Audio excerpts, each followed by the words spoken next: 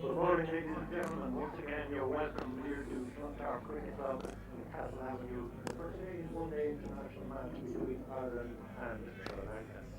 Cricket Ireland would like to thank RSA Insurance, with the national team as a match sponsor, for their generous support of our wonderful sport. Cricket Ireland would also like to thank the ICC, the Irish Sports Council, and Sport of Northern Ireland for their ongoing support. The play will commence at 10:45. Please remember, spectators are not permitted onto the field of play at any time prior to, during, or after the match. Just for your information, the official match brochure is available from the brochure sellers and from the Cricket Ireland Information Centre inside the entrance to the ground. Spectators can also purchase tickets for the second One-Day International versus Sri Lanka on Thursday next year in Clontarf, and also the three-day ODI series versus Scotland in Malahide next September. Spectators are reminded that racially abusive comments and actions will result in ejection from the ground. Now I look down the two 11s playing in their respective countries. First of all, our visitors, Sri Lanka.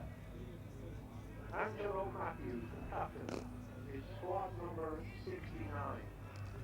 Kusal Janet Pereira, squad number 8. Upal Maranga is squad number 44. Lahiro Tilamani, squad number 66. Dinesh Shandamal, squad number 17. Ashan Priyanjana, squad number 3. Kipuan Dipadaji, squad number 43. Sashitra Benayaki, squad number 18. Luan Kurisakara, squad number 92. Saranga Lakman, squad number 82.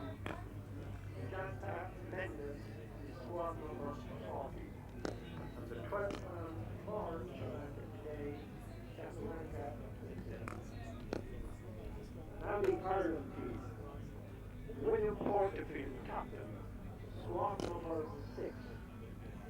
Alex Cusack, squad number 83. George Stockwell is squad number 50. Ed Joyce, squad number 24. Tim Murta, squad number 34. Kevin O'Brien is squad number 22. Niall O'Brien, squad number 72. Max Sorensen is squad number 26. Paul Sterling, squad number 1. Stuart Thompson, squad number 17. And Gary Wilson is squad number 14. The 12th man for Ireland today is Andrew McRyan, squad number 35. News of the toss is that the Irish captain William Porterfield has won the toss. Ireland will field first. Okay with that, Mark?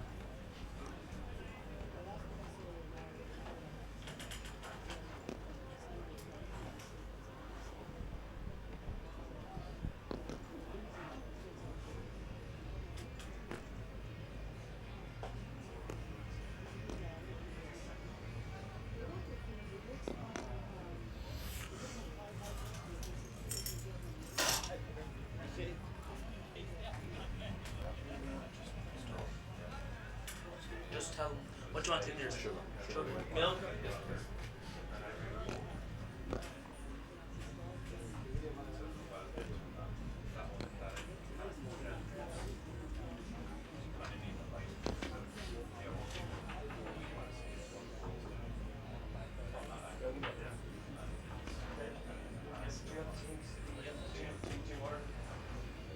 There's two cameras there. It's not that smoke or body or whatever. It's not the body. Right, okay. That's not right. Okay, could you explain me hands up on that? You're saying no super camera do that. Okay. Because the rest of the works number 1 how to do that. Yeah. So you just follow that. You have 3 and 4 to go that. Yeah. Yeah. Ireland won the toss when it was bowling. Brian and Pointer not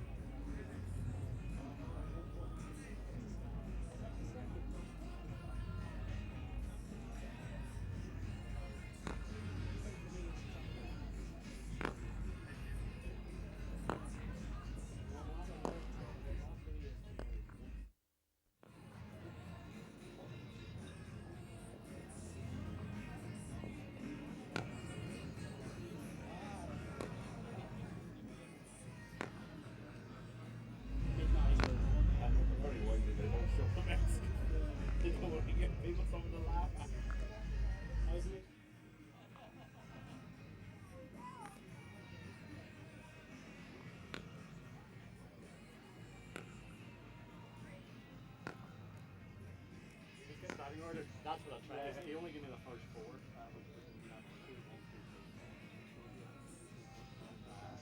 After that, they'll make a match. That was good.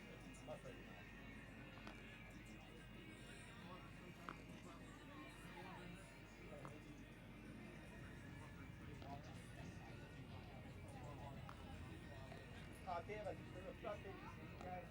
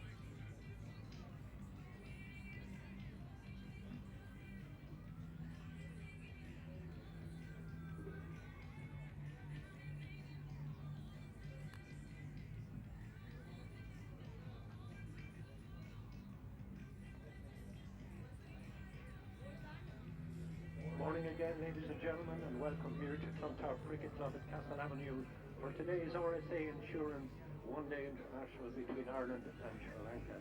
Cricket Ireland welcomes you to this international match. Play will commence at 10:45. Please remember, spectators are not permitted onto the field of play at any time prior to, during, or after the match. For your information, the official match brochure is available from the brochure sellers and from the Cricket Ireland Information Centre, which is just inside the entrance to the ground.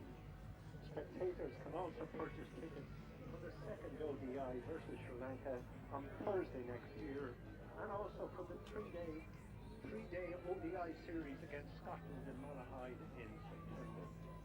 Spectators are reminded that racially abusive comments and actions will result in ejection from the ground. Just to run down again the two 11s who will play today. First our visitors, Sri Lanka. Angelo Matthews, captain, shirt number 69. Kuzal Janet Pereira, is shirt number 8. Upal Taranga, shirt number 44.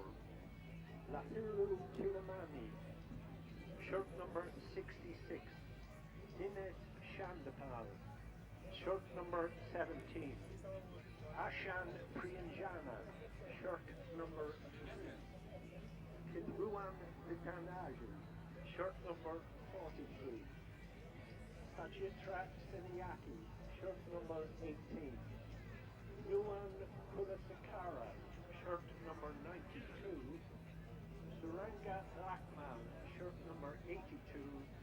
Ajanda Mendes is shirt number 40. And the 12th man for Sri Lanka is Chaturanga D'Souza. The Ireland team. William Porterfield, captain, shirt number 6. Alex Cusack, shirt number 83. George Doffrell, shirt number 50. Ed Joyce is shirt number 24. Tim Murtagh, shirt number 34. Kevin O'Brien, shirt number 22. Niall O'Brien, shirt number 72. Max Sorensen, shirt number 23.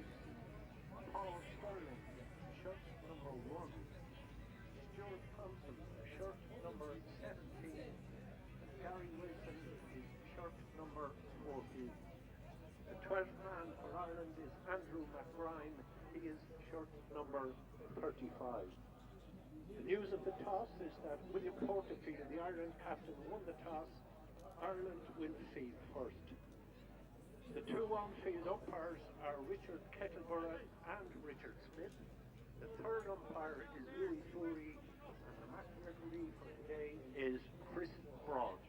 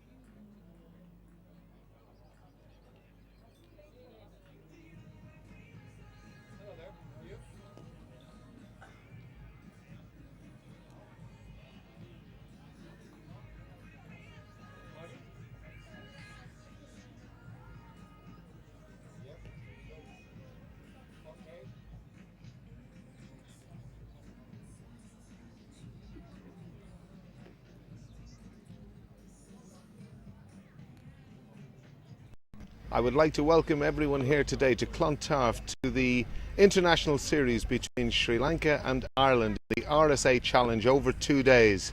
And with me are match referee Chris Broad and the captain of Ireland William Porterfield and Sri Lanka Angelo Matthews. Over to you, Chris, for the toss. Who's got the coin? Oh. Heads is a call and it is a tail. We'll have a ball. Yeah. Tail it is, and Ireland will bowl in this first game of the ODI series. Perhaps just for a moment we'll talk to both captains. William, back at home for the first time post the World Cup, you must be looking forward to getting back to business with Ireland. Yeah, we are. It's obviously been about 6 weeks now since the lads have been together, so it's a pretty special occasion to get together. We've got obviously the T20 Champions coming here, and we'll be looking to put on a show and get a positive result.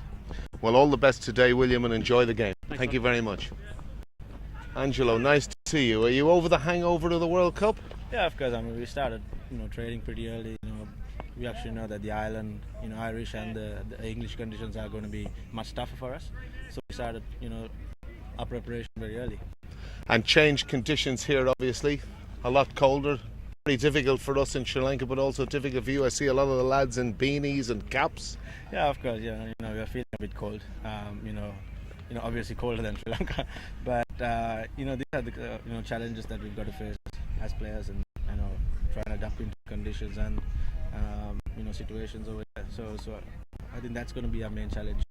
And again, some new players for us to see, which will be very interesting. Obviously, we all enjoyed the joys of Sangakkara and Mahela and all that sort of thing, but some new players, and again, a team evolving. That must be a very exciting time for you. Yeah, we don't have the senior guys here in our camp in Ireland.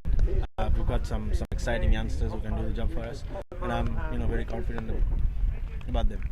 Listen, enjoy the day. Welcome to Ireland, and I hope you enjoy yourself. Thank you very much. Bye bye.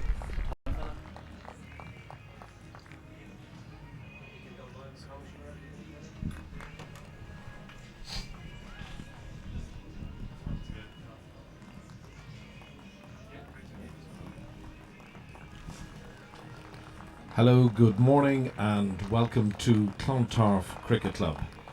This is the first of two RSA Insurance ODI Series games between Ireland and Sri Lanka. It's a very pleasant morning here this morning. The crowd are starting to build up. We look forward to seeing the Irish team take to the field, Ireland having won the toss and elected to field. And joining me in the commentary box today is former Irish international and former captain of the Irish cricket team, Alan Lewis. Good morning to you, Alan. Good morning, Heatley, for this eagerly anticipated ODI between Ireland and Sri Lanka.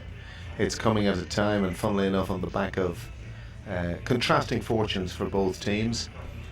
With Sri Lanka, I think the charmed winners, and one that was a victory that probably everyone enjoyed, having originally been in 5 finals, and for some of their great players who aren't with us here today, but for them to win that T20 final, I think brought a lot of joy to a lot of people for the way they play their cricket and how they go about their business. For Ireland, it's a different challenge, in the sense having done everything so well, and perhaps for one of those things in a T20 game, Heatley, half a match doesn't go your way, and on a small ground, as they say, I knew how dispirited the team were after that. So to get back so quickly into international cricket today, particularly against the T20 champions, will be a moment of great excitement for them, and I'm sure they'll be champing at the bit to get going here today. Yeah, I think you're dead right when you say that, Alan. It's been a contrasting couple of months for both sides, as you said.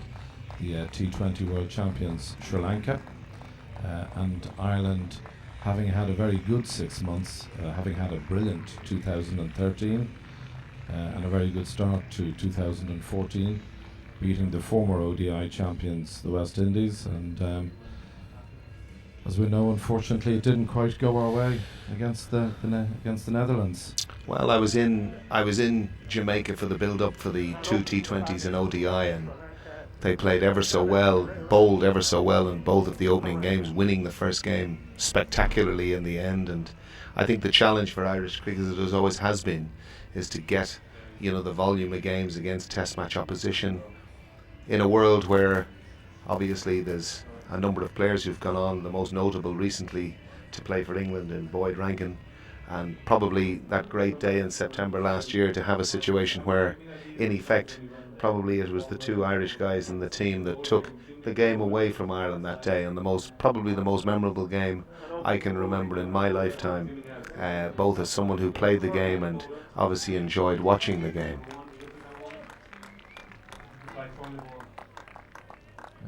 Opening the bowling for Ireland from the Clontarf end, Tim Murtagh, 32 years of age, playing his cricket with Middlesex. And then you'll be zooming out and down, you can keep the batsman in frame. Nice opening delivery there from Murtagh.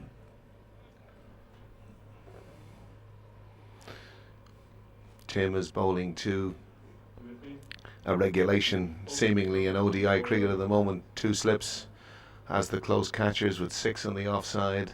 Cover extra, cover mid-off, third man. Fine leg. Dockrell there just in front of square and mid-on. Down and back, down and back, and down. Yeah, there you go. That's it. And 3, you'd be looking to pick up where that ball goes then. So 3 should be in on that. Come out and 3, come in 4. 4 was that. 3. Another good delivery from Murtagh there, through to the Irish keeper, who today is Gary Wilson. Nice to see a good crowd here in Castle Avenue. We go in on 1. Tilted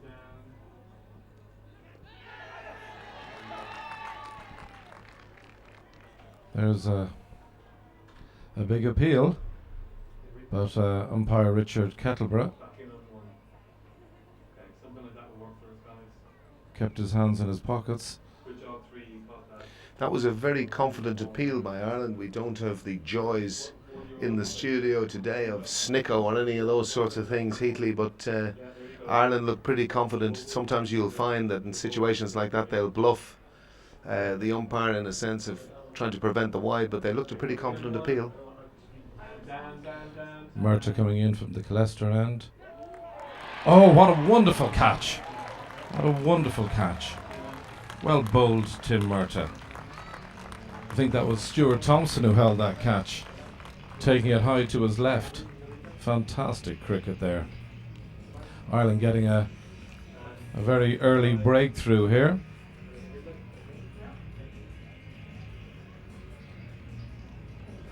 I think that's actually Kevin O'Brien, who's the regular second slipper for Ireland, and the replay showing Kevin O'Brien taking a wonderful catch to his left-hand side. A wonderful start for Ireland.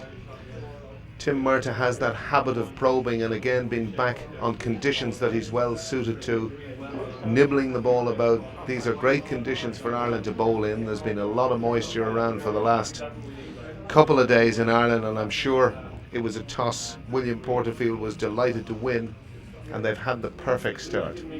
Tim Murtagh getting the wicket of Pereira, caught by O'Brien, with Murtagh's 4th ball of the day. Wonderful start for Ireland.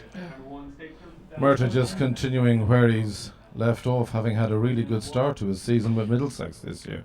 Yeah, he's been such a steady performer in county cricket, Tim, and ever since he found his way playing for Ireland, I think he's thoroughly enjoyed his time with the Irish team and has been a fantastic addition. And funnily enough, really didn't start in too many games early in his career for Ireland, but now has begun to spearhead the attack, and this is going to be a very interesting phase within Irish cricket, because perhaps their big build-up is to that World Cup in Australia next year, and I'm sure Tim will be featuring quite strongly in Australia next February-March. This is a tournament eagerly anticipated by so many within the Irish team as they build to that big occasion. Murtagh coming in to Theo Mani. What a great start for Ireland here in Castle Avenue. It's the 22nd ODI to be played here in the home of Clontarf Cricket Club. 17 have been played by Ireland.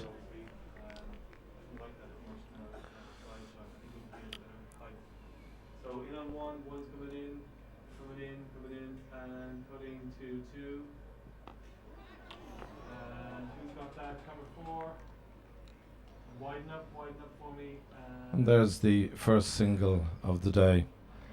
But a really terrific first over by Tim Murtagh. A fairly fortuitous single there. The ball was in the air for a long time, but just went over the head of Tim Murtagh. But a great start for Ireland, and Tim Murtagh will be delighted with that start. As you say, he started very well in county cricket, and these are conditions that very much suit Tim's style of bowling. He swings the ball late, gets a lot of nicks in the areas where he took that particular wicket, and as I say, I think he will be a handful today. Interestingly, at the other end, Max Sorensen, who's had an up and down winter for Ireland, is taking the new ball. Yeah, Max is coming from the city end. Max plays his cricket with the Hills Cricket Club out in North County Dublin, a great hotbed for Irish cricket. Max has spearheaded the opening attack for the Hills now for a number of years. Coming in and tilting up, and here we go, we got a bat, and he's tracking it out on 3. First delivery from Sorensen. So 3 and 4 weeks to cover the bat, they're back on 1. Single taken.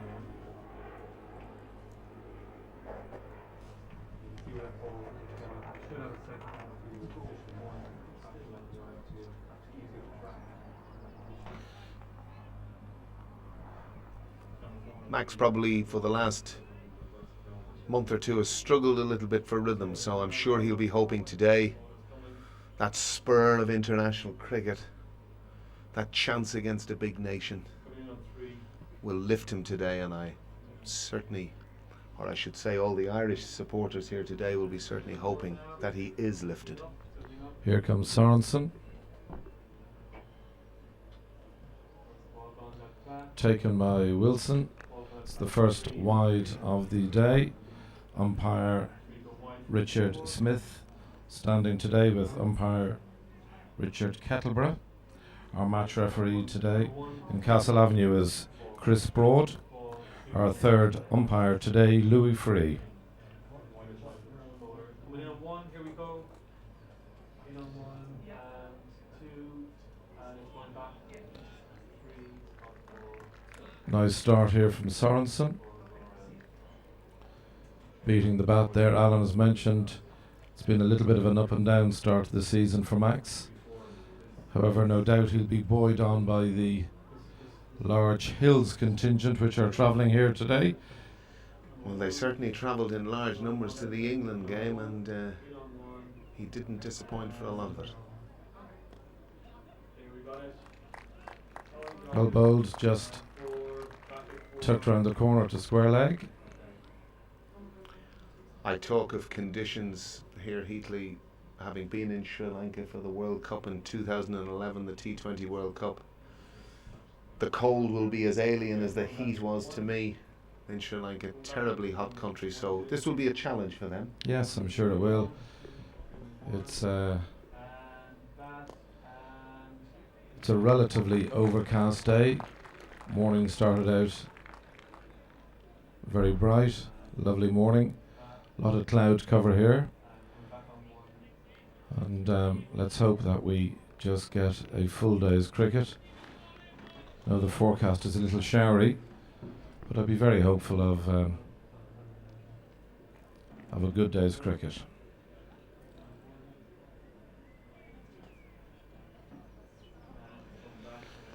It's quite common with most weather forecasts in Ireland. They'll say sunshine with scattered showers, little bit of wind, and they'll give you every probable opportunity that happened with the weather. Yesterday they told us it was going to rain all day. There was a full cricket club programme played in Dublin yesterday, surprisingly when I looked at the forecast myself. But weather is a funny thing, but it's a lovely day here, a great little day for cricket. Here he goes, and batting in front, we've got that on 2, someone's tracking it from 3, there we go, 4's got it, 4's got it, and 3, 4's tracking it, there we go, okay, good job 4. It's well fielded, coming up just inside the boundary rope. Sorensen now completed his first over. So I'm good on this, but then the side shot for Score is 6 runs for the loss of just the 1 wicket. Tim Merton now coming from the Calester end.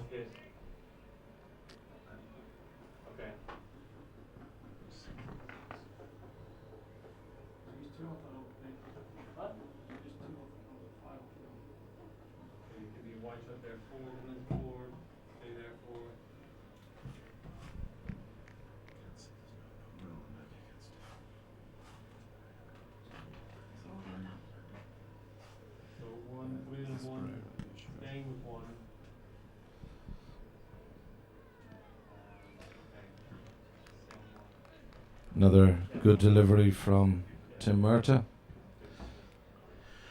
That's where Tim will probe, Heatley. He'll probe in around that fifth stump with great control. Bowls within himself, and on these conditions, that's exactly what he's going to do. He doesn't really have to experiment too much out here today. Probe away just on or outside off stump.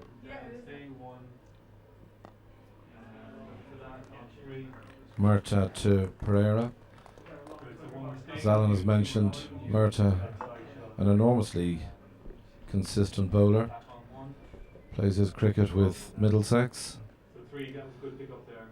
has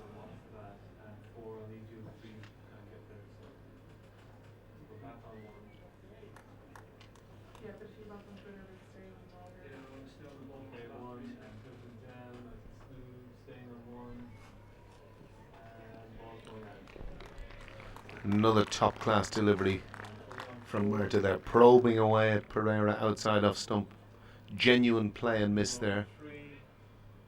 And that ball carrying through nicely. There seems to be a nice consistent bounce here in Clontarf, and full compliments to the ground staff here. Head groundsman Brian McDermott, well done to him. Absolutely, and he did a great job last year for the 2 Pakistan series, and it looks to be no different here. Murtagh to Pereira.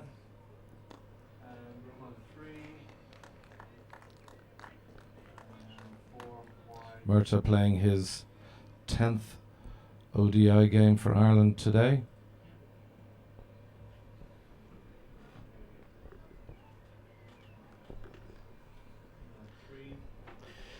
Certainly early on, Heatley, the interesting thing is the Sri Lankan batsmen will have to be a lot more watchful, playing the ball under their eyes, perhaps not with as much freedom as they might at home.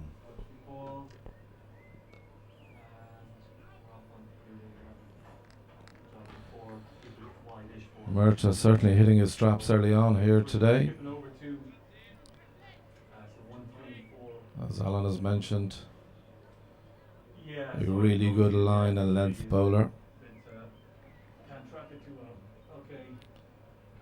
Has done exceptionally well for Ireland, and who'll ever forget that famous day in September when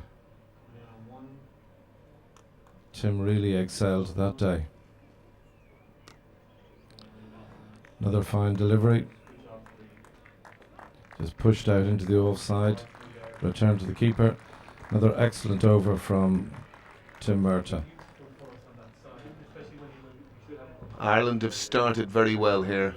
Only 6 on the board after 3 overs, but probably neither side will be too concerned with that. The only concern the Sri Lankans will have will be the loss of their first wicket. A brilliant catch by Kevin O'Brien at second slip to allow Ireland start very, very well. Game where they've won the toss, they'll want to use this new ball to maximum effect, and certainly Tim Murtagh has started very well. Here comes Sorensen.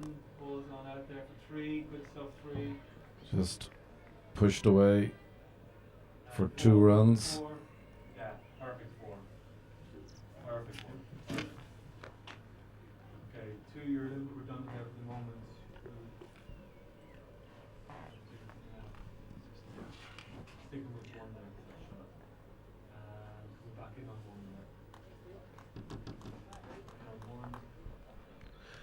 I've just seen the CEO of Cricket Ireland walk by, I'd like to tell the public. With a guard and a band guard behind him. I wonder what that tells us.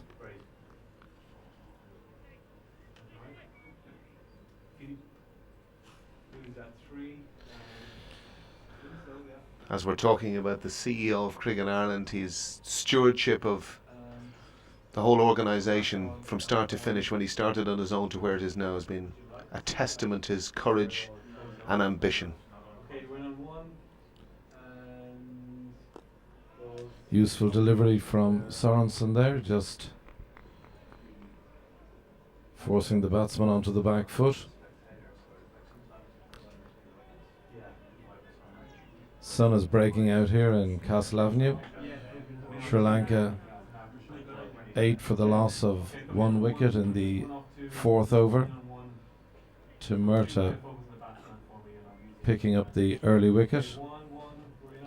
Here comes Sorensen. Just down to Murta here. Good job, 4. Thank you, 4. And one over on 2 there. In on 2 there, just see the batsman walking back in.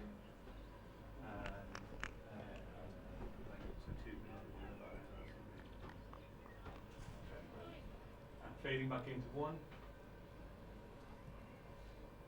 So 2, focus on the batsman there as they're running across. Okay, Sorensen approaching the wicket now. Watching the ball.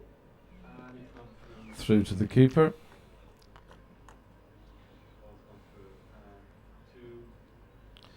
Ball just goes around the circle. Fielders like to get used to the ball in their hand. Good to see a reasonable crowd here at this hour. Yeah, it's This always morning, interesting yeah. with these games, Heatley. A Tuesday, Thursday, with the interest that there's in cricket, not helped in a school season close to exams, but it's gathering. Another dot delivery from Sorensen. While you mention it is the school season, as I look out from our splendid vantage point here, delighted to see there are quite a number of children. No doubt Mum and Dad have let them off for the day. Well, I had an interesting debate at home myself. And who Heatley. I won had the debate? I'm afraid I did, and the youngest had to go to school today, but there was gnashing of teeth and tears. You meanie. You meanie. Well, there's great excitement around cricket in Ireland, and there's no doubt that this team, since those great days in 2007, have added to the intrigue, and it's wonderful to see so many young cricketers developing in the country. Particularly pleasing for me as a former player, I suppose. Playing in the amateur era, to see what we've got now is wonderful. Murta coming from the Clontarf end, having bowled 2 splendid opening overs. His second over a maiden, picked up a wicket in his opening over. The first ball in his third over, through to Wilson. You just mentioned, Alan, you're a former Irish international. How different is the game nowadays to when you wore the green of Ireland? Well, you probably had about 6 pints before the game.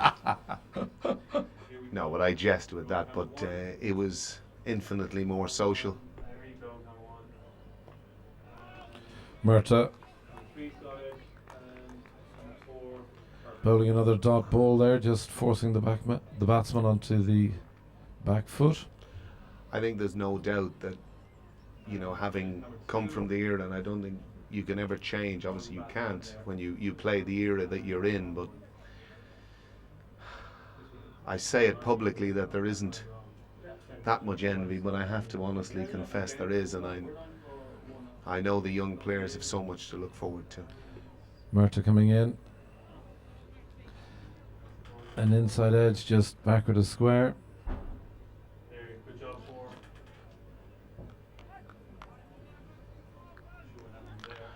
Sri Lanka moving into double figures. 10 runs for the loss of 1 wicket. We're in the 5th over. Nice, bright, sunny day. Cold outside, mind you. Reasonable crowd in at this hour of the day.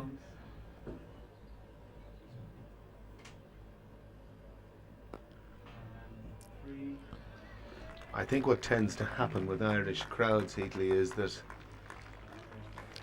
as news filters through and the pigeons leave Clontarf and go to all the vantage points around Ireland, if Ireland are within a sniff of victory, it can be so close to get to from time to time. But certainly last year, with those 2 fantastic games against Pakistan, the crowd numbers were superb, and perhaps it's just a little bit of a pity we don't have 1 weekend date. So Murta again. Nicely played forward defensive shot just out into the covers. The ball going around the Irish fielders, making its way back to Murta. Sri Lankan batsmen here being very watchful, and rightly so. Biggest single run saver for any bowling team is wickets, and Ireland will be pressing hard for wickets, and Sri Lanka will be looking to stem that flow and settle in.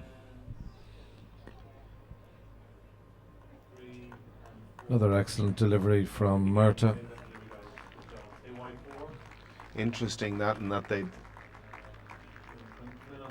they've brought extra cover much square, not leaving that gap in the offside for an easy one, forcing Pereira to look down the ground, and with Murta with that little bit of in swing to the left-hander went teasing,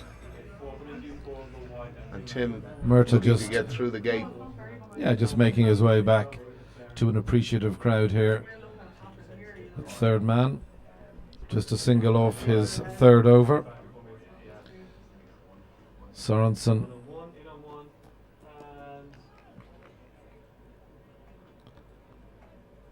Salan has said the Sri Lankan batsman very watchful this morning. Understandably looks to be a pitch that's quite slow, but good even bounce, and a wonderful place to watch and play cricket.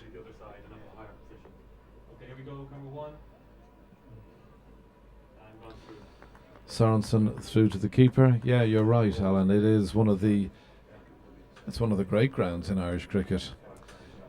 Clontarf Cricket Club, founded in 1876, and they've been playing cricket on the wicket we look at today since 1958. Originally, cricket here in Castle Avenue was played behind us on the rugby pitch. Sorensen through to Wilson. Well, I have an interesting statistic for you now, Heatley, being the rugby man I am also, but quite an amazing statistic is that Clontarf, as you will know, were All-Ireland cricket champions last September, and Clontarf Rugby Club won the All-Ireland League, so they had a wonderful joint photograph that will go up in their pavilion. I don't think that'll be better. Fantastic photograph. Sorensen coming in to the city end, through to Wilson.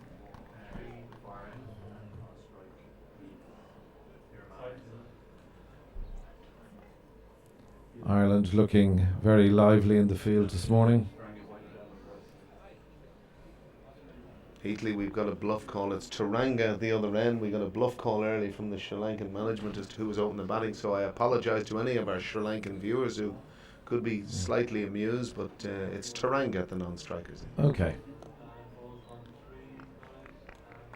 Another dot delivery from Sorensen. He'll be very happy with the way he's started this morning, Alan. Yeah, he's settled into a nice line and length now. He'd been, as I said to you before, he'd been struggling for rhythm, but he certainly looks a little bit better this morning, which I'm sure he'll be terribly happy with. I'd be interested to hear how your lessons went in your Sri Lankan pronunciations, Heatley, over breakfast. Yeah, I have to admit I had a rather interesting breakfast this morning. My 4 children were sitting around the table, and each one of them had a different pronunciation for every Sri Lankan cricketer. But I was fortunate enough to employ one, so I was well versed in all the pronunciations, but still to this day they're terribly difficult to do. But quite interestingly, my man that employed, his name was Tavanka Kodakora. If he's listening to us online, I'm sure he'll have a giggle. But I remember Tavanka well. Yeah, good morning to you, Tavanka. Good morning if you're listening, Tavanka. But he called himself John while his period in the office made it much easier. Here comes Murta, the start of his 4th over. 3 splendid overs to date. Just a gentle prod out into the offside.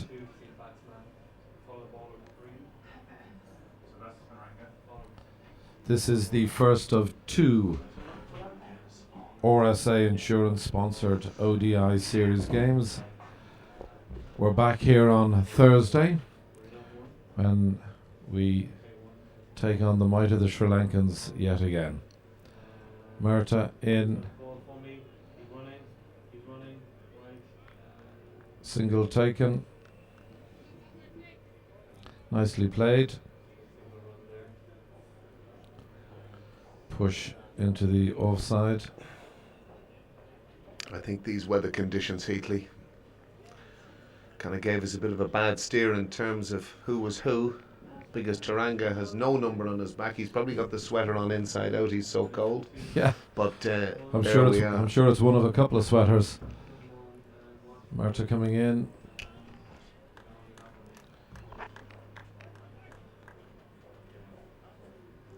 Push there out to William Porterfield. Porterfield now one of the really great fielders in one-day cricket, Alan. Oh, there's absolutely no doubt about that. He's been out on his own and a leader by example, and he's also been a wonderful leader. He went through a rough run over a year ago at the bat and out of the Warwickshire team, but he's come back with a bang. Murta bowls.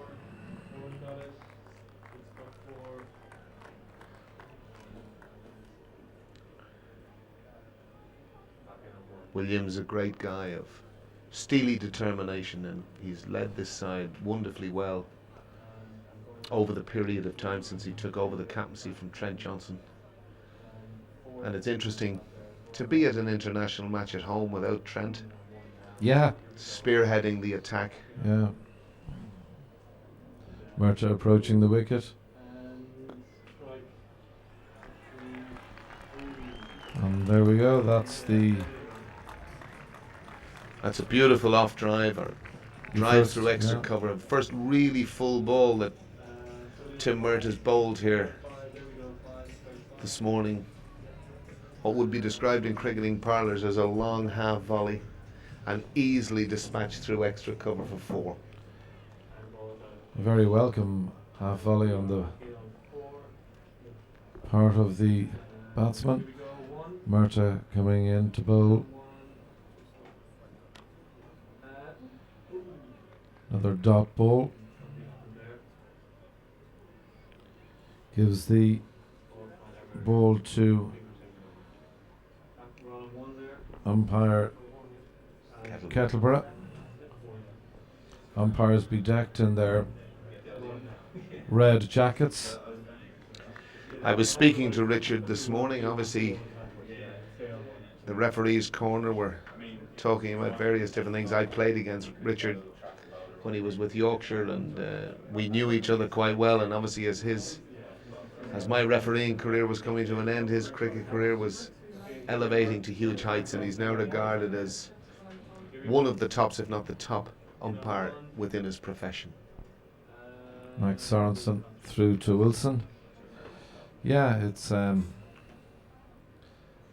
to say Richard Kettleborough is regarded as one of the finest umpires in world cricket, and it's fair to say, Lou, that you were regarded in your heyday as one of the finest rugby referees. You're sounding like one of my best friends now, giving me that type of plaudits, but I only tell the truth, my friend. Sorensen coming to the wicket. Tickle round to fine leg. Just the single. Sri Lanka now move on to 17 for the loss of 1 wicket. We're in the 8th over.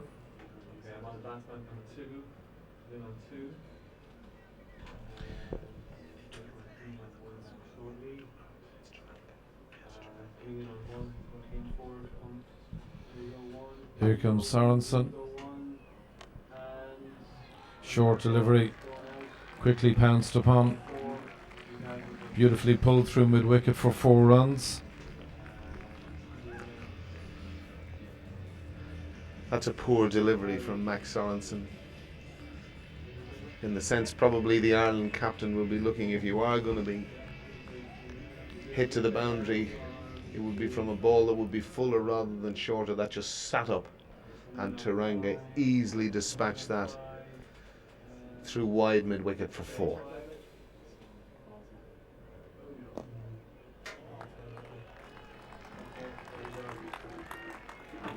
And that's been followed up by a wide half volley, which has been equally dispatched beautifully through the covers, caressed through the covers by the same batsman. And that in a sense, eases a pressure for Sri Lanka as they now move to 25, as we're in the 8th over. Taranga today, would you believe, playing his 172nd ODI. Wonderful achievement. His highest score, 174, against the Indians in July of last year. Sorensen to the wicket.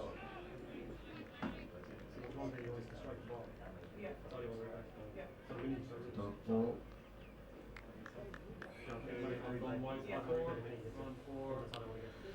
Hasn't been a great degree of movement, whilst Ireland have bowled in a disciplined fashion and probed away. The Sri Lankans have been very watchful, and rightly so.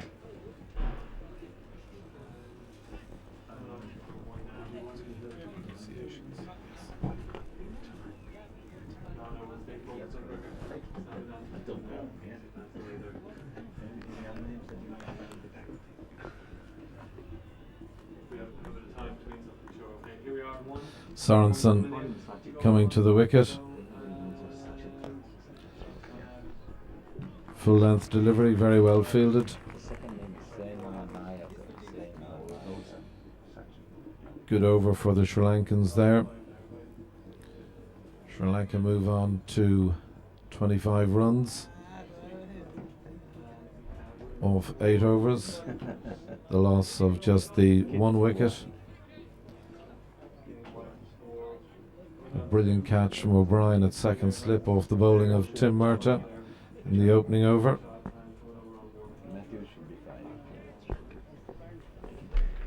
Change of bowling from the connector end.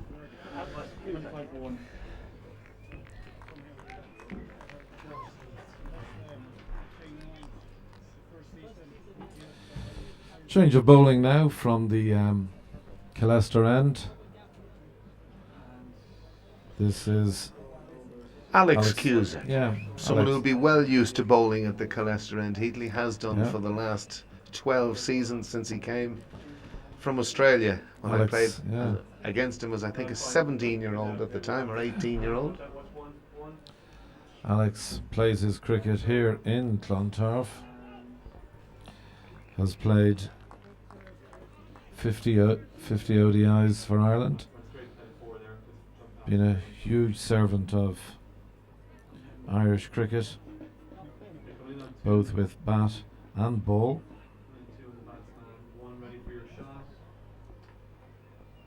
His best bowling, figures of 5 for 20 against Afghanistan in July of 2010, and a good start from Cusack here. As Alan has said, very used to these conditions. Plays his cricket in Clontarf Cricket Club. Coaching, I think, this year. Yes, I heard he's taken over a coaching role in the club as well, and the last time I saw Alex bowl, he bowled very well in the West Indies. Good start from Cusack.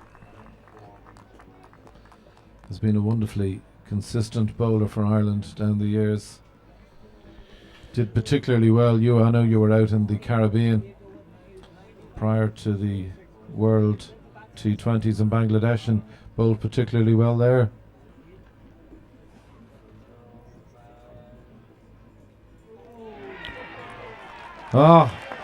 Second wicket of the day to fall. Well done, Alex Cusack. Again, that probing length outside off stump, and Tiramani is gone. Nick to the keeper, Wilson, and just the fillip that Ireland required. So William Porterfield will call it a glorious bowling change, and you can see from the humour within the group there, they're elated with the fall of that wicket, and a batsman who's very upset with himself, shaking his head there, going off. But again, this is a reasonable start and an inspired bowling change, perhaps just the right one at the right time. And as I say, no man better or more used to these conditions than Alex Cusack, who plays his cricket locally here. And coming to the wicket now is Chandimal, a hugely exciting player, bullion player from Sri Lanka, who extraordinarily courageously as captain of the Sri Lanka T20 team, elected to drop himself for the benefit of the team and the balance of the team, and Latish Malinga brought the side through to T20 glory. So certainly in the context of, whilst this is an individual game, in many respects, to make a decision like that, having been made captain, was wonderfully courageous for the benefit of all. And he seems a very happy cricketer anytime you see him, and plays in a very aggressive way, which will be interesting to see on this particular pitch, how he may adapt and what sort of counter-attacking action he may take. Cusack to Chandramal, off the mark immediately, tickles it down to fine leg. A vastly experienced cricketer, Chandramal. Well, I think the interesting thing is, you know, what we're craving for in Ireland is more cricket, and I think particularly these Asian teams play so much cricket that Chandramal has 80 ODI internationals to his name already at this point for such a young man. Cusack approaches the wicket. Well taken single from the Sri Lankans there, just. That's one thing I've noted about Chandramal when he plays, and even there he tickled his first delivery, tickled down to fine leg, pushed his first run quickly, something you'd encourage any young batsman to do, even though it was going delicately and slowly. Never off his guard, to do the right things, and again was very quickly through for a sharp single there to keep the scoreboard ticking. So here in Clontarf, Sri Lanka 27 for 2 as we move into the 10th over. So certainly at this point Ireland will feel in the box seat, and interestingly Tim Murtagh has swapped ends. Change of ends. Interesting move on the part of William Porterfield this. Tim Murtagh now coming from the city end. Tim struck in his first over, approaching the wicket, and a dot ball through to Wilson. Been a good start for Ireland this morning.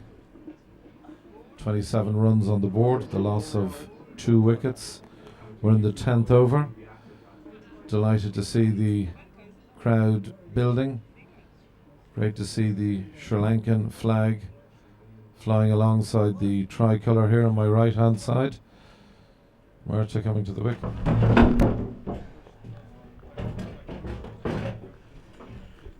We nearly had a Vino collapso there in the radio commentary box with Heatley Tector collapsing, but fortunately I've saved the day. But there we are. If you did hear that mumbo jumbo, that was Heatley about to fall, but it's not the first time, and it won't be the last time you've saved the day, Lou. No 3 faults here from Mr. Tector. As we're back in harness.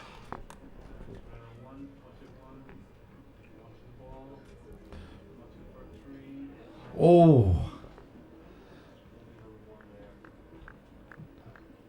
Another very good delivery from Murtagh, having switched ends. That's his skills, that ability to probe on around off stump, bringing the batsman forward, encouraging him to drive.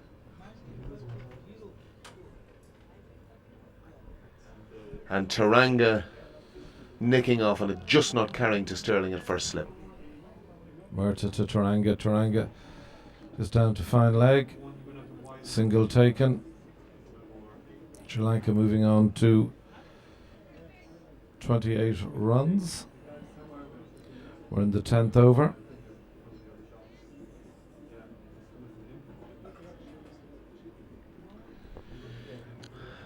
Ireland will be very happy with this start. Most importantly, the taking of 2 wickets so early in the game. That's what you want to press for in the first 10 overs of an ODI. Another good delivery from Murtagh, who's certainly bowled exceptionally well here this morning. Bowling into a bit of a stiff breeze there. You can see his jersey flapping as he approaches the wicket.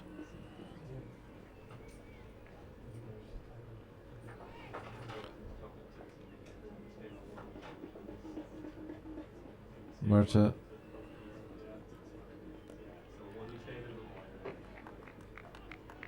Another dot ball. End of the 10th over. Sri Lanka 28 for 2. And that's the end of the power play now.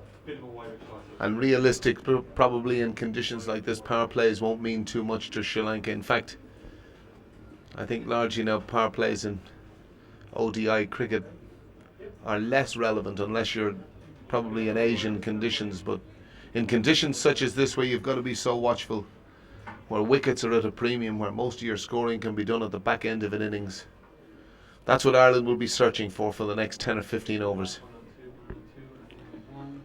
Cusack, having tasted success in his first over, opens his second over with a dot delivery.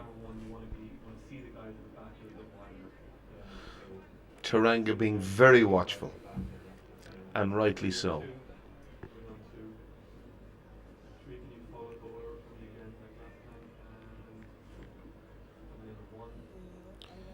Cusack to Taranga.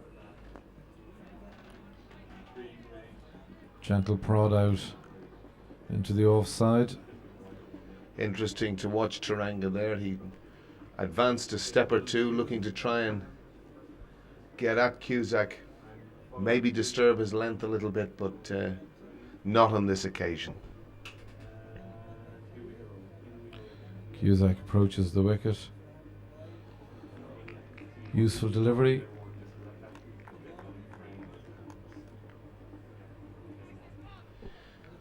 It's so interesting how advantageous home conditions can be to a team, and as equally difficult it is for Ireland to play on the subcontinent. I think these type of conditions will be alien to Sri Lanka.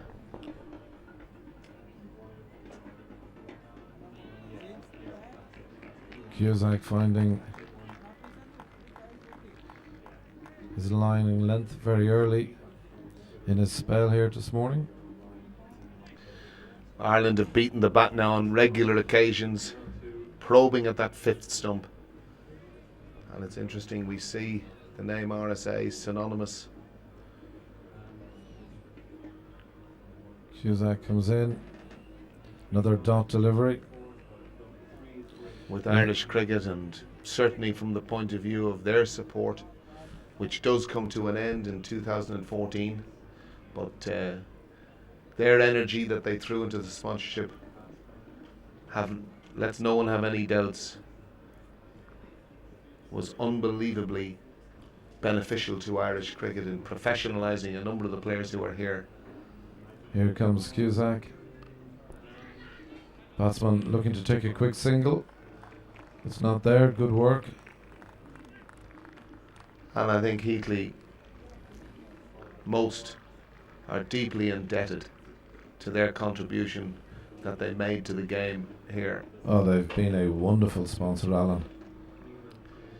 We've had those fantastic occasions here. I remember what I thought was the greatest day in Irish cricket history when we challenged Australia for long periods of the match, and then that famous day, that trophy day, yeah, in Malahide, when I think Ireland said to the world, we're here and we want to stay.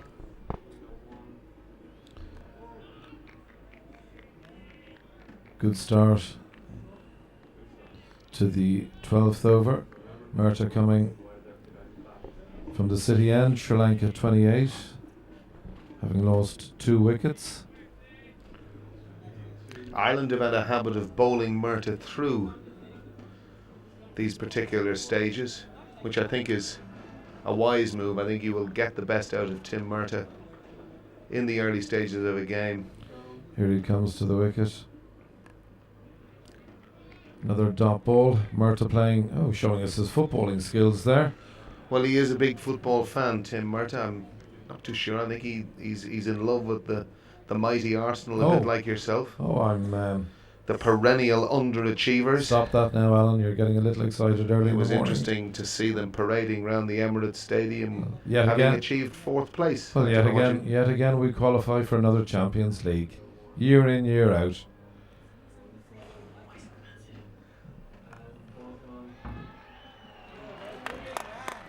Just the single taken. That will excite a few. That's a fantastic stop by Niall O'Brien, who obviously keeps wicket for Leicester. Ireland have an abundance of riches in this department, and Niall has started his season exceptionally well, Alan. Big score last week. yes, he had 132 for Leicester in the championship, and there's no doubting Niall's ability with the bat. He's one of the senior players within the team, and Murtagh.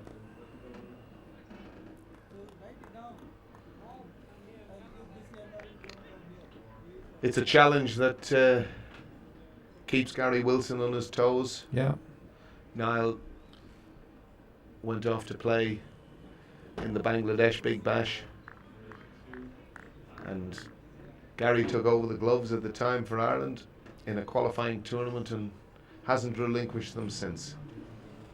He's done exceptionally well since. Murtagh coming in. Really good fielding on the part of Ireland here this morning. They've looked very sharp in the field.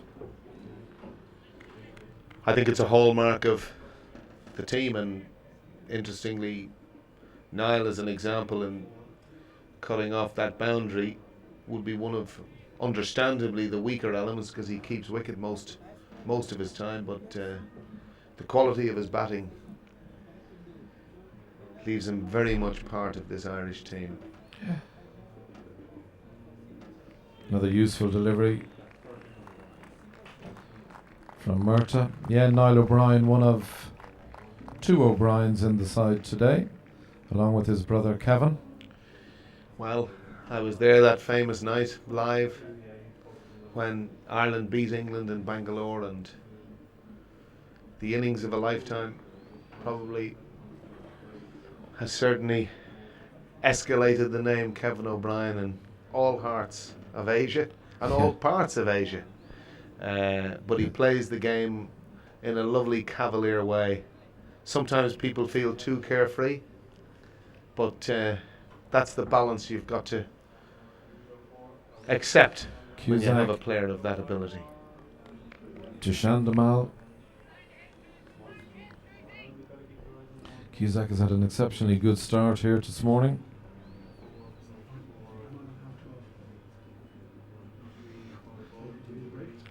He'll be very happy with his first couple of overs. Taking an early wicket. Cusack to Chandamal. No single.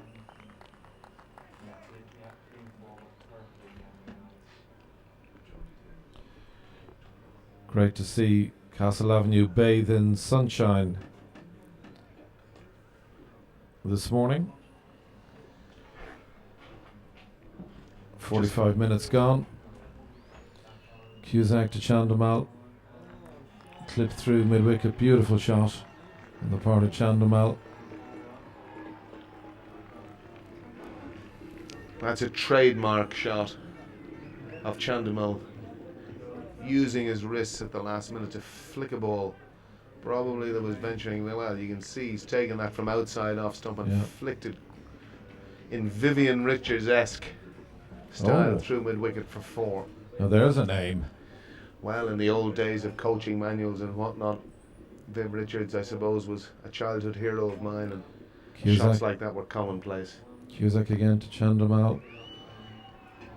Again out through the mid-wicket area. Running 3. Well run on the part of the Sri Lankans there. It is very noticeable that they certainly run very well between the wickets, take their singles well. Well, that's something I said to you, Heatley, from the first ball. Chandamal pushed the ball easily down to fine leg, no question of sauntering one. He ran his first one quickly, eager to look for the second if there was any mistake from the fielder. And that's a great sign of any player. Whether that's for yourself or for your partner. But it certainly adds momentum to any innings when you see running of that nature. Cusack. Just the single taken. Joyce the fielder. You speak Ed Joyce, that's the first time we've mentioned him today. Probably,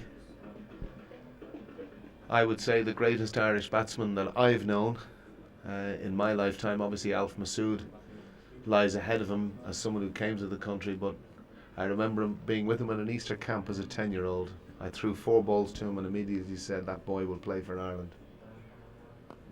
I didn't think I'd be saying that boy would play for England, but that he did. Well, how lucky we are that he's back playing for Ireland again, and what a wonderful start Joyce has had to the season 2014. 300s already this season, close on 500 runs, and we're only in early May. But just signed a 2-year contract with Sussex, who he now captains. Well, listening to Sussex friends of mine, Ed has had a great influence on the cricket down there. He's hugely popular, which doesn't surprise me one bit. Very easygoing character, plays in such languid Gower-esque fashion, and I certainly sense at the time he played for England, when I look at really the characteristics of his game, it's the longer game which suits him, and it's an awful pity that Test match cricket wasn't afforded to Ed Joyce at a time when you talk to any of the players around the county circuit.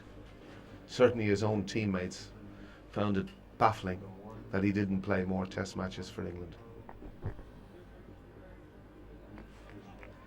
Now we've seen the introduction of Stuart Thompson, a fresh face from the Eglinton club, who's come into the Irish setup in the most recent past, having been brought with the squad to Sri Lanka to the T20 World Cup as a learning exercise, and now he's forced his way into the team and he's bowling from the city end. Stuart just playing his 3rd ODI for Ireland. Did very well in the Caribbean the early part of this year. Interesting thing, Heatley, in an Irish context, that certainly over the last few years, and at the time I was playing, I was very anxious that young, talented players with X Factor were brought into the team early. Thompson to Chandramal. Another dot ball. And it's hard to believe that someone like Paul Sterling, standing there at first slip at 23 years of age, has over 100 ODIs to his name at this point, having made his debut as either an 18 or a 19-year-old. But when you spot this talent and X Factor in a country, 40, no, you do surprise me. Gosh, I thought he'd done, 100 caps. Exactly, yeah. Good start this by Thompson. I don't get the statistics you obviously get, but in terms of total games, I forget games, obviously Intercontinental Cup and all that, but certainly he has well over 100 caps for Ireland. They play so much now in all of these forms of the game, it's nearly like confetti. Yeah, he's played a lot of T20 cricket for Ireland as well as Paul Sterling. Here comes Thompson. Umpire Smith extending his arms, wide delivery. Sri Lanka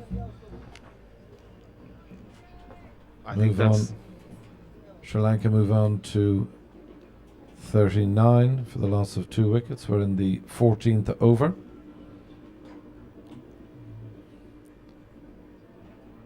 Thompson bounds to the wicket. Another dot delivery. He'll be happy with how he started here. So much of Stuart is rhythm and getting used to playing at this level, where margins for error are more limited. And I think, having looked at Stuart, if he's such an athletic man, if he can get a consistency at the point of delivery, he's going to be so much better. A single taken there. You talk about young guys coming through the system. Stuart's only 22 years of age, playing his cricket out of the Eglinton club. And the Northwest Warriors. Yes. I think we've got to remember one of the great things that happened within Irish cricket. We've redefined ourselves with an interprovincial structure that came into being last year with the three provinces, the Northwest Warriors, the Northern Knights and the Leinster Lightning. And you were out in the hills on Saturday, Alan. Lightning were playing the Warriors. Yes, I can't say the cricket that I watched was of the best standard I've seen for some time, but I put that down to early season. Cusack to Chandramal, well fielded by Cusack. Oh, that was superb bit of cricket. Magnificent piece of fielding, and I have no doubt that had the stumps been hit there, Chandramal was gone. I'd like to see that again now.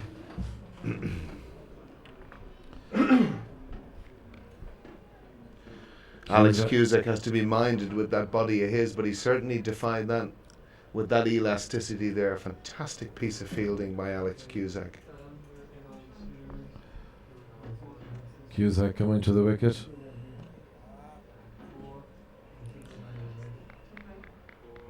Single taken by Chandramal.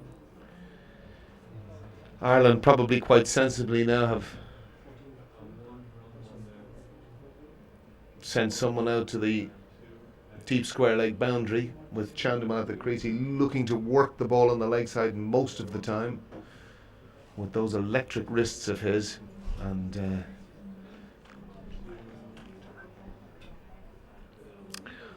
in run saving mood to stop the boundaries.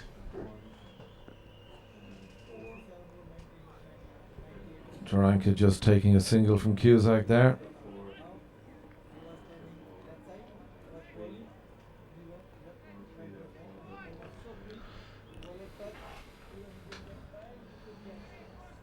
Glad to see the stands are filling up very nicely.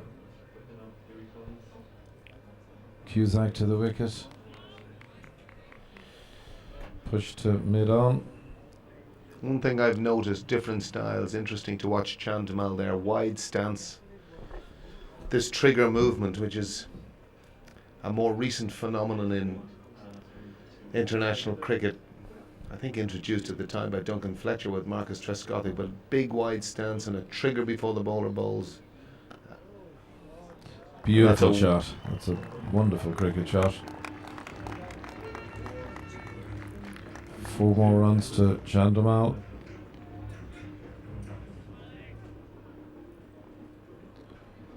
Sri Lankan flags understandably waved following that splendid shot.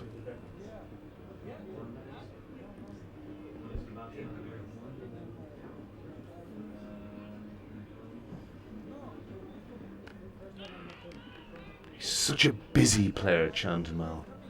Even there looking for one, and that drive, again another example for anyone looking at driving the ball, a solid base, weight coming forward through that bent front leg and just eased with glorious timing between mid-on and the bowler. Chandramal has a really splendid ODI average, averaging nearly 32 runs. Vastly experienced cricketer. 80 ODI caps under his belt. The one I miss not being here is Mahela Jayawarden, of course, one of probably my favourite batsmen again that I've ever witnessed in my lifetime. His grace, the way he held himself in the field, his ability at all disciplines of the game. Here comes Murtagh. Single taken.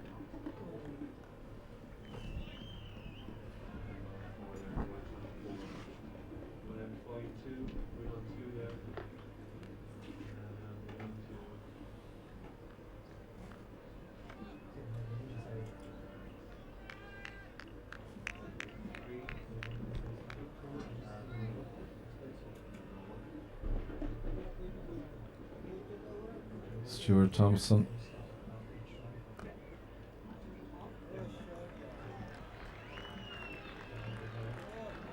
Will it go for 4? Yes, it does.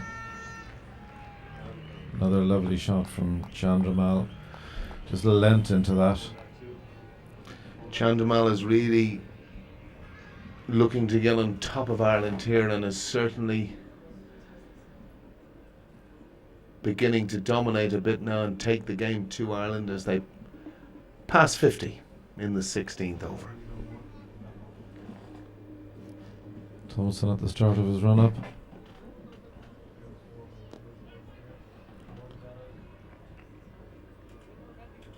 Single taken into the leg side.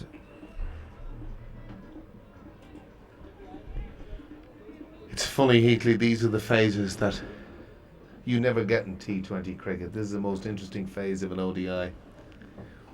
This period in the middle of the match of who's going to exert their authority, who's going to be the one to break, who's going to be the one to make the difference. Thompson very nearly making the difference there. Very Funny useful enough, delivery. Stuart Thompson is one of those bowlers. He's a wicket-taking bowler. Might go for a few. And as I said, he's a young man learning his trade. And you couldn't come into probably a better setup. And I don't like using the word associate cricket revolving around Ireland because we have higher aspirations as a country.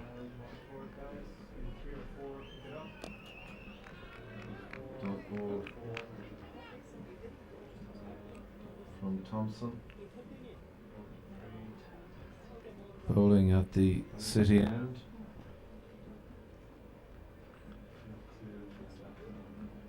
This is the 22nd ODI that has been played in Castle Avenue. Ireland have played in 17 of them. Thompson to the wicket. Down to fine leg. Another single to the total.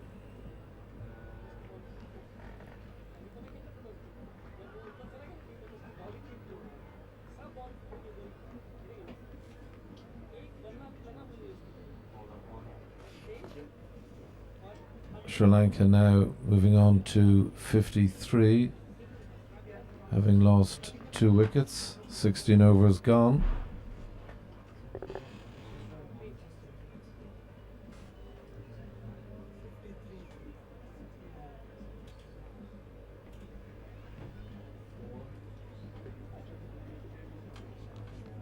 Change of bowling from the connector end, it's Max Sorensen. Max Sorensen now being brought on from the Colester end with the score 53 for 2 at the end of the 16th over.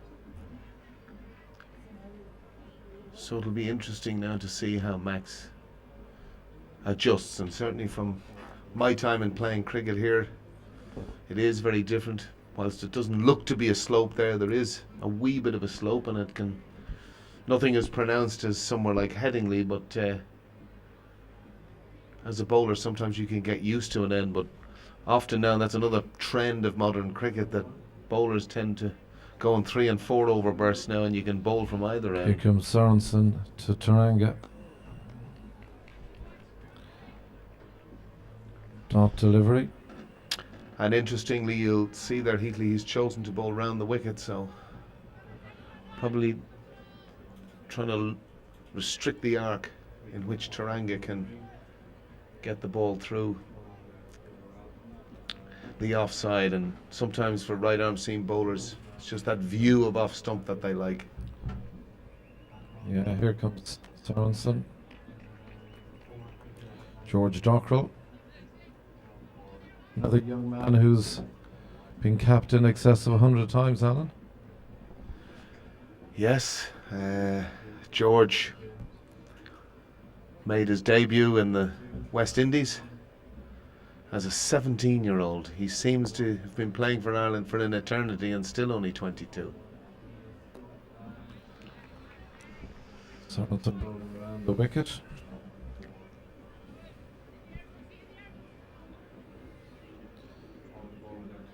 Three dot balls at the start of the 17th over.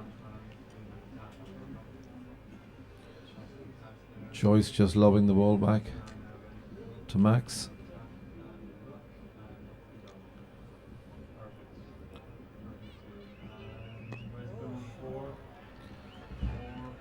Just a single taken. Always interesting in ODI cricket, Heatley. Teams talk about clusters of dot balls. And again, if you can get, as we had 3 at that time, or even 4, how invariably it can induce an injudicious shot. Not that that was, but these are the types of mental games that players play. And Sri Lanka will be happy from the start that they had, ticking along at over 3 and over now, but Chandimal has been really the aggressor here in taking the game to Ireland. And here comes Sorensen to Chandimal. Batted with very good authority throughout, bar that incredible piece of fielding by Cusack that had he hit the stumps, having retrieved the ball of his own bowling, no doubt had he hit the stumps, Chandimal would be sitting watching his colleagues at this point in time.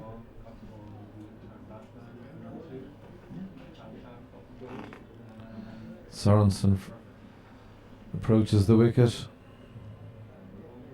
bowls, gentle prod back to the bowler, and that is the end of the 17th over. Good over from an Ireland perspective. Sri Lanka 54 for 2. 17 overs bowled. Nice morning here in Castle Avenue. Both the Sri Lankan and the Irish flags fluttering in the breeze.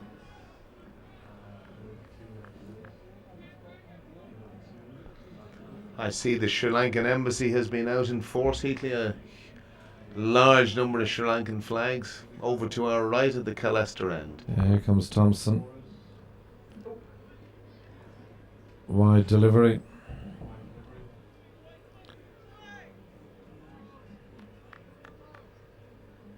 Thompson just walking back to his mark.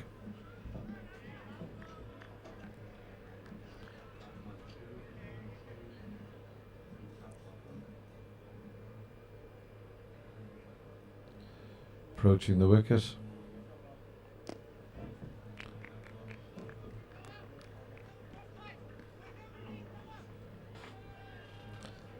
Nicely played cricket shot off the back foot. Played with great authority there. Interesting to see Chandimal down to his partner there, maybe work the angles with his hand, try and force it into a gap for 1.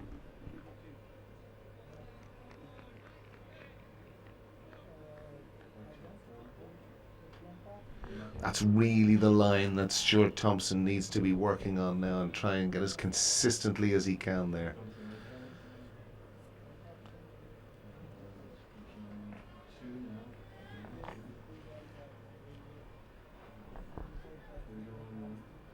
Thompson at the start of his run-up.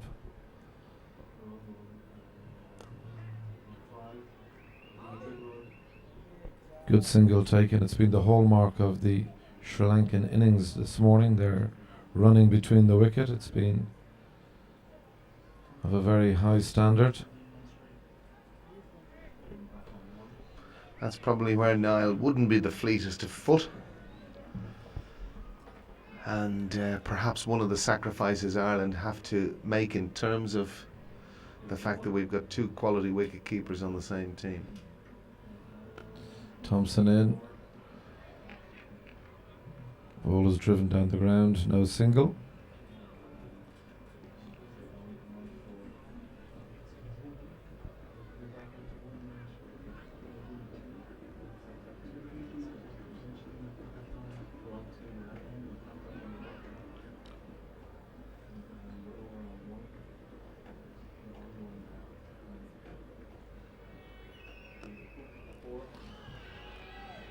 Flicked away to fine leg, Joyce down at fine leg there. Gary Wilson won't be happy with that. Wicketkeeper's nightmare there to collecting the ball in the half volley. Ed Joyce will be disappointed with that. That's the type of tidiness that always the fielding team like to have, collecting balls in the half volley. Ringer for a sore finger on the part of the keeper, that. And wicketkeepers quite rightly can get very cranky as someone passes behind the side screen at the far end, and Taranga quite rightly saying to Stuart Thompson, hang on a minute, I want to get myself settled again and ready for action. Thompson waiting while approaching the wicket now. Oh, and he's got him. Third wicket of the day falls. Taranga will be upset with that, because I have no doubt as he looks down the far end he was unnerved by a bit of the movement behind the bowler's arm before, and he's looking down there to that end, having got through the hard yards. It's such a disappointing time for a batsman, having done that, weathered the storm, that he now departs. And it's Sri Lanka now 3 down for 57 with the game evenly poised. Comfortable catch taken by Gary Wilson there, off the bowling of Stuart Thompson.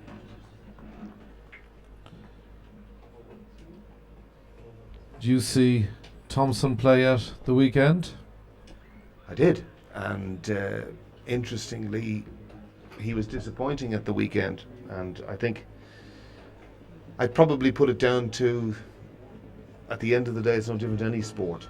You have to play, and you have to be playing consistently, and I think a number of these players, outside of our boys that are playing county cricket, who've got 4 weeks of games under their belt, Stuart plays his cricket domestically here in Ireland, like Kevin O'Brien, like Alex Cusack, and again, they just haven't had the volume of games. Alex Cusack is someone Ireland watch very carefully due to his cranky body and all those sorts of things, but groundsman just out of the wicket now. We've got a great view on television of all our Sri Lankan friends who are here with the drums out, kids and children. Their colour and their noise certainly adds greatly to the atmosphere. Castle Avenue today hosting the first of 2 RSA sponsored ODI series games.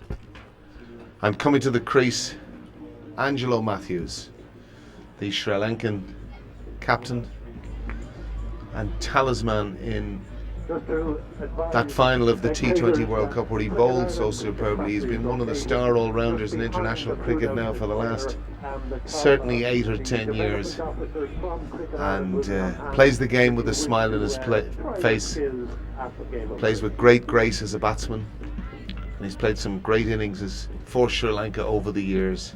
He has a phenomenal average, averaging nearly 38, played 121 times in the ODI format, scoring just over 2,500 runs.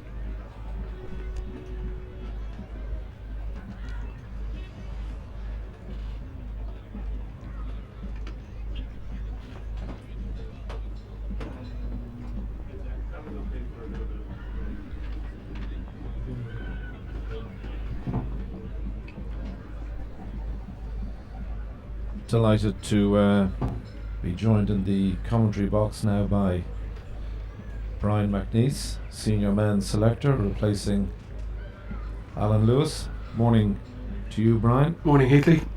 I thought it was time Alan Lewis got replaced. I thought we might induce a wicket, but actually he did the business for us there. Yeah, indeed. Been an interesting morning's play thus far. It has, yeah. I think generally the Irish bowlers have bowled a good line in length. I think the Sri Lankans are still trying to come to terms with the pace of the wicket. You can see that they're keen to try and get on the front foot and eliminate any potential movement off the pitch. And so it's been an interesting contest so far. Yeah, and thankfully we've had just over an hour's play of uninterrupted cricket.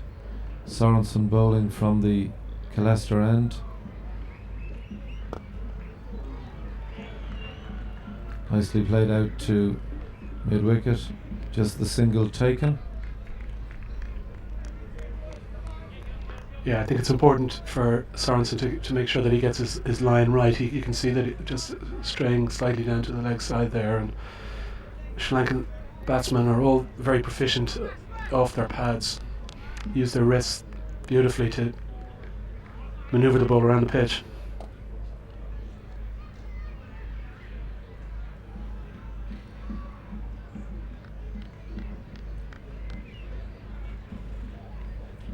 Sorensen approaching the wicket.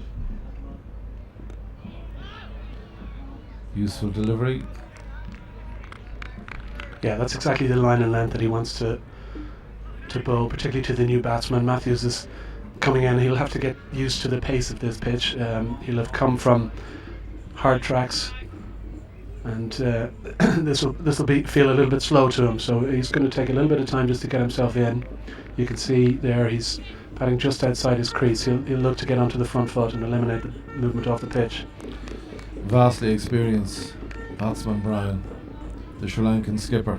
He is, yeah, and he's one of the danger men, one of several danger men in the Sri Lankan lineup, but he's a guy that you don't want to give too many chances to. You don't want to let him settle in, and so this is a really important period in this game. This is when he will be at his most vulnerable. Sorensen hoping to take advantage of his potential vulnerability. Bowls to Matthews, plays it to mid-on. No single taken. And you can see there again, there's little or no pace in the wicket. And Matthews has plenty of time to play the ball, so what he'll be worried about is any potential movement, lateral movement off the pitch. And that's why he's trying to get down the wicket as much as he can. You can see there again, he's just slightly outside his crease. Yeah. Looking to get onto the front foot as much as he can. Sorensen to Matthews. Good bit of fielding on the part of Max Sorensen, a very athletic guy, very fit guy. He's one of the fitter guys in the squad. We do regular fitness tests with the guys throughout the winter in particular, and Max is one of the guys who scores very highly on the dreaded yo-yo test, which is one of the tests that we use to test the fitness of all of the players, monitor their ongoing fitness, aerobic fitness in particular. Max is a very, very athletic player and always comes out on top of the charts in those yo-yo tests.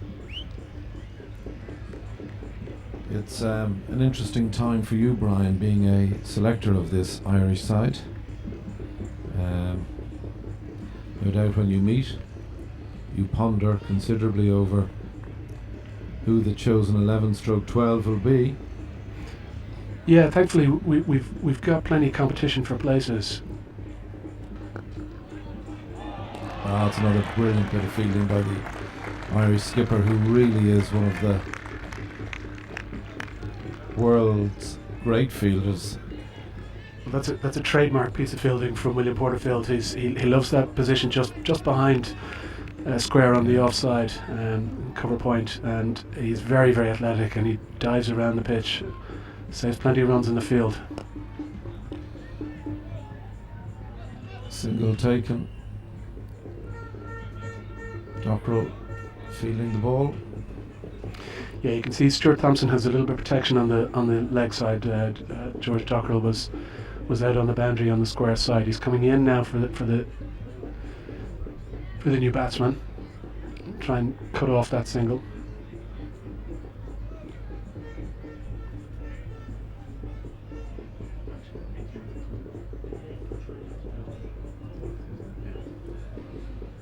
So Thompson starts again into Matthews, who plays it off his hip beautifully. Joyce fielding, good throw to Wilson. been a tidy spell from Thompson. Again, Thompson is one of the new players who's come into the setup, and he's performing very well here. Just has to make sure that he doesn't fall over in his delivery stride, which I think is part of the reason sometimes that the ball drifts down to the leg side there sometimes. But he's bowled with a nice rhythm today so far.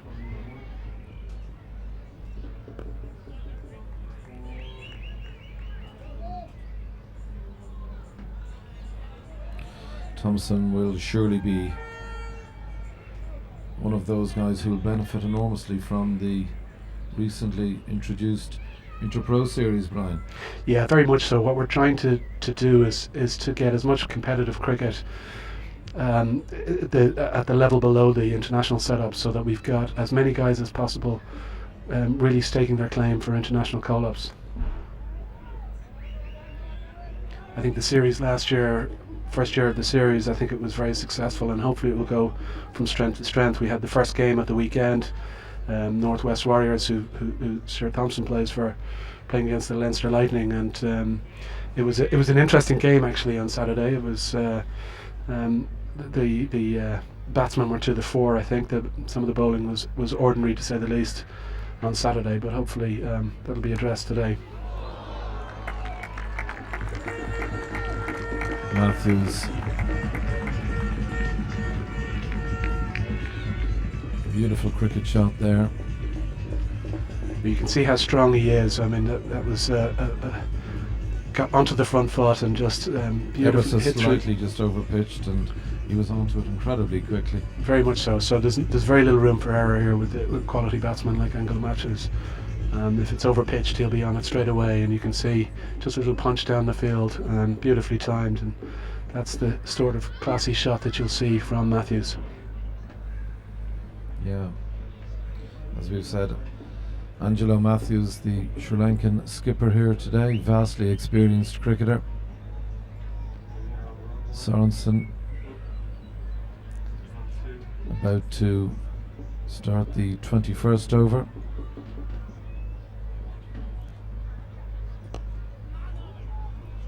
And does so with a dot delivery. Sri Lankans move on to 65 for the loss of 3 wickets. We're in the 21st over. Very evenly poised, I would have thought. Yeah, very much so. I think both sides will feel that they're in this game. Obviously Ireland will have looked to have taken advantage of bowling first in the early conditions to try and get a couple of early wickets. They've managed to do that. Sri Lanka have been just looking to keep the scoreboard ticking over as they get used to the pace of the wicket, and there's another few runs here. Just the 2. Again, you can see the strength of the Sri Lankan batsmen off their pads. They just flick of the wrists, and they get 2 out on the leg side, and that's something that Max Sorensen will have to make sure that he just gets the line right. If he strays at all, they'll be onto it like a flash. You can see a straighter delivery that time, gives him no room to manoeuvre that ball on the leg side, and that's the sort of line and length that Max needs to concentrate on, and just hit those lines, hit that length, try and tie down these batsmen and frustrate them.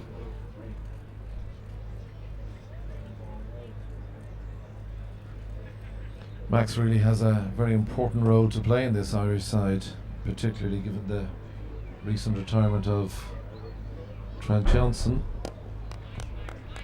Well, it's probably the one area, if there's any area to pick in terms of the Irish side, where we need a little bit of strengthening. It's in the bowling lineup. Obviously, the loss of Trent Johnson, shortly after the defection of Boyd Rankin to England, has left a little bit of a hole in terms of the up-front bowling. Tim Murtagh, as we saw, bowled a beautiful line and length this morning in his spell this morning, but that needs to be backed up at both ends.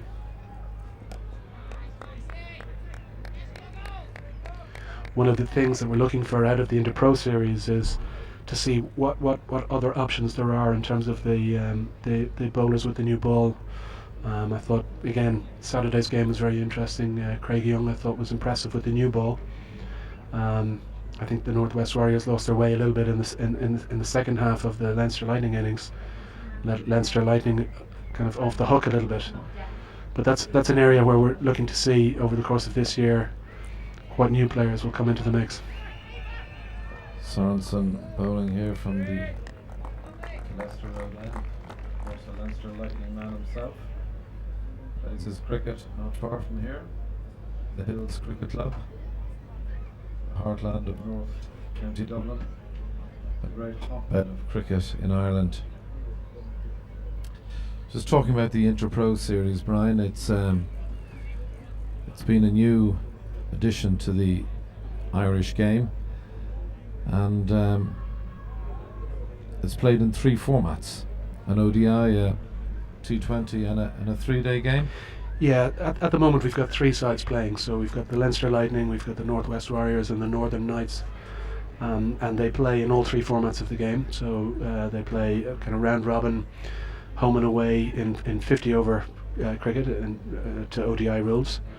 We play 3 rounds of T20 home and away, and then there's a longer form of the game, 3-day matches, which will be kicking off in a couple of weeks' time with the first of those. And I think it's really important that we continue to develop that as a first-class infrastructure in terms of the 3-day format of the game, as well as playing plenty of ODI and T20 cricket at that level. It's a really important gap between club cricket and international cricket, because the step up from local club cricket is a very big step up for the players, and so that really is the vehicle for us to have a look at players competing at that level, to see who's in the potential mix-up for not just the World Cup squad for next year, but also for the I-Cup games, etc., that will be coming up. Change of bowling from the City end, George Dockrell, very experienced Irish cricketer at this stage, over 100 caps to his name. Bowling to Dinesh Chandimal. He just takes a single backward a square there. Yeah, again, George is another of the Irish players who's accumulated a huge number of caps in a very short period of time. He's still very, very young. And this will be a very interesting contest between Dockrell and Matthews. Be interesting to see what approach Matthews takes. He's still new to the crease. Will he look to try and take on George Dockrell, or will he continue just to consolidate the Sri Lankan innings and just push the ball around for the next period of time? Well fielded on the part of Dockrell there. Good for Irish cricketing fans to see Dockrell play for Leinster Lightning at the weekend. Yeah, George has needed a little bit of cricket. He's not in the first team in Somerset at the moment, and so it was a great opportunity to get him across a couple of days early and play in that Inter-Pro game. I think he was really keen to play his part for the Leinster Lightning, and he was also keen just to get some overs under his belt, because he needs a bit of cricket. Dockrell to Matthews. As Brian has said, George plays his cricket with Somerset. I think he's into his 3rd season with Somerset now, and has done so very successfully, really. Yeah, he had a very successful period, and certainly his opening season in Somerset went very well. I think he'll be looking to try and push on in terms of his county career and get back into the first team in Somerset and really make an impact there. You know, I think it's frustrating for any player when you're not playing on a regular basis at the level that you want to play. So he'll be looking to make a statement again here today and remind the Somerset hierarchy that he still has plenty to offer. Yeah, and he certainly does have plenty to offer. A very successful bowler, not just for Somerset, as we say, but also for Ireland. And talking of successful bowlers, a man who knows these conditions all too well, Alex Cusack, coming back for his 2nd spell of the day.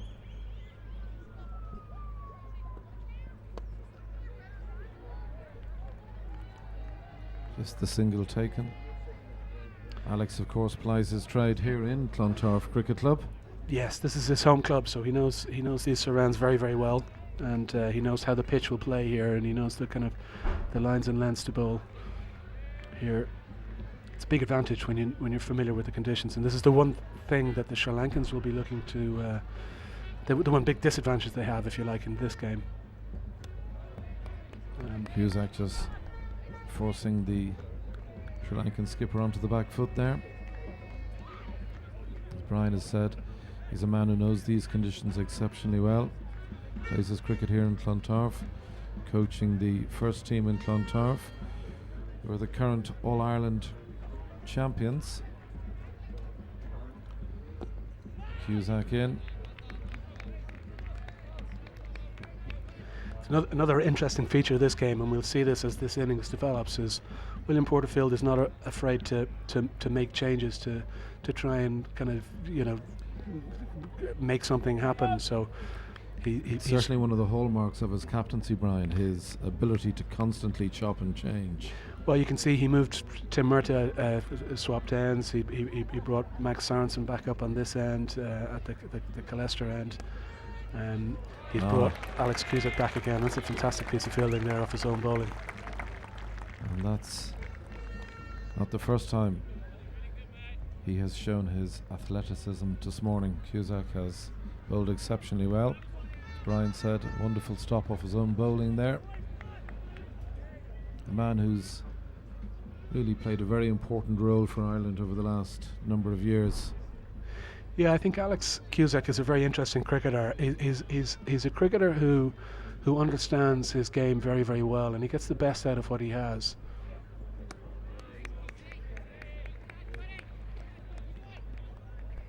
He's been an incredibly consistent performer in the Irish shirt, and he's not the most spectacular of cricketers within the lineup, but as I said, he knows the limits of his game, and he plays within those limits very successfully, and quite a canny cricketer. He's always thinking.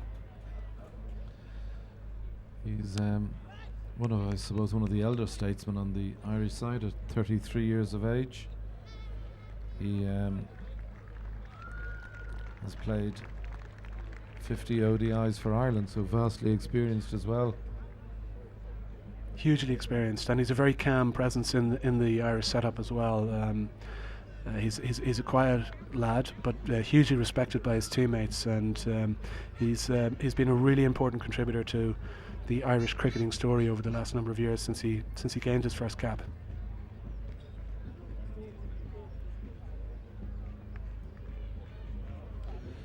Dockrell will continue from the city end to Chandramal. Dockrell, as he always seems to do now, bowls in his sunglasses. Yeah, it's very much the modern trend, isn't it? I think, Heathley, when you and I used to play, we didn't dare venture the field with a pair of shades on. There was a very, I suppose, a risky single taken, a very fine bit of work on the part of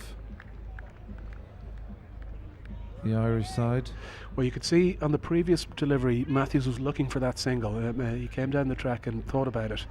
Shandamal had sent him back. Shandamal responded positively to the call here, and to be fair to Matthews, he was quick off the mark, and I think he's a brave man taking a single to Porterfield.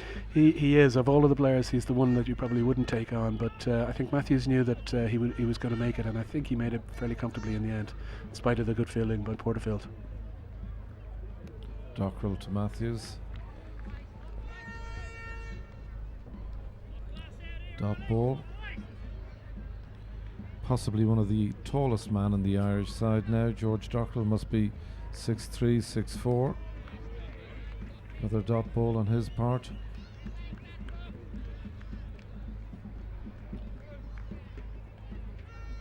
George originally played his cricket with Leinster Cricket Club in Rathmines.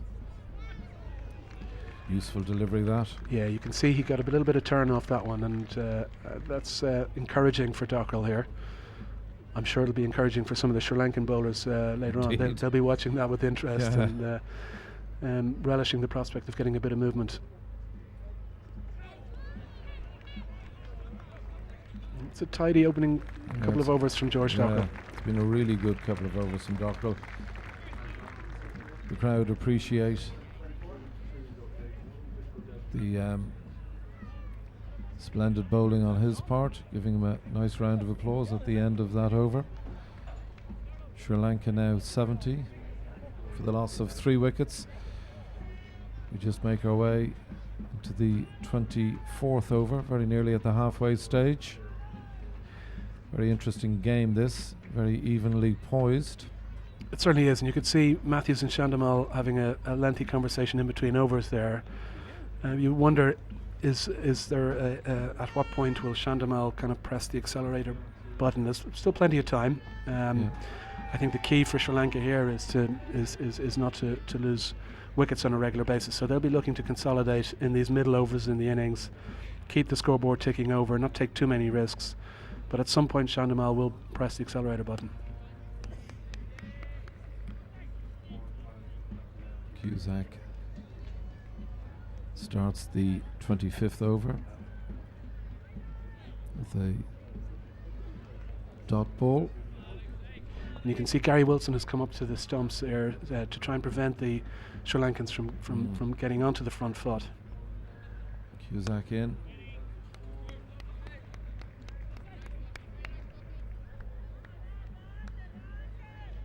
Well fielded by Dockrell there. Tall man, not easy getting down so quickly.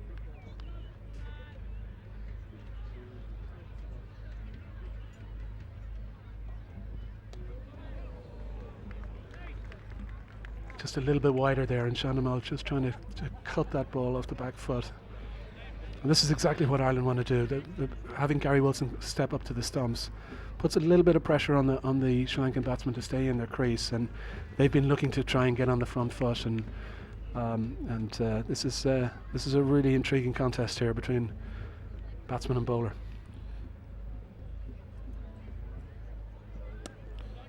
Certainly, you would say the 2 Sri Lankan batsmen currently occupying the crease, 2 vastly experienced men. Yeah, I was just going to say both Chandimal and Matthews are extremely experienced, so they won't be ruffled or panicking in any way. Cusack in. Single taken, Joyce. Oh! It's certainly been the hallmark of this Irish side for a number of years now, the quality of their fielding. Yeah, a good piece of fielding there from Ed Joyce, hitting the stumps direct. Chandimal made his ground very comfortably. There was a comfortable enough single there, but it is something that the Irish take a lot of pride on in terms of their fielding. They work very hard at it, and it's something that they are exceptionally good at it. They generally they are, yeah. And it's a really important facet of the game. You know, it's a massive boost. Oh, that's a good shot. It's a wonderful shot. And you can see for that delivery Gary Wilson went back, and Matthews was happy then just to take a step or two down the track, get onto the front foot, and he smashed that one past Ed Joyce. A quality cricket shot from Matthews there. Yeah, as Brian said, a real high quality cricket shot there. And again, you can see the experience of the Sri Lankan batsmen there. You know, they're quite content to play the good balls, the line and length balls, and pat them back and or try and push them around and get the odd single to keep the scoreboard ticking over. And then when the opportunity presents itself, they're ready for the overpitched delivery, or they create the overpitched delivery by getting onto the front foot, and you can see what happens when they get there. Dockrell to Chandimal. Sweeps it. It's a great stop by Kevin O'Brien. Wonderful bit of fielding by Kevin there. Diving. Stopping it just inside the ropes. Yeah, he moved very quickly and prevented the 2 extra runs there by getting down and stopping it, and it's a tidy piece of fielding again from Kevin O'Brien.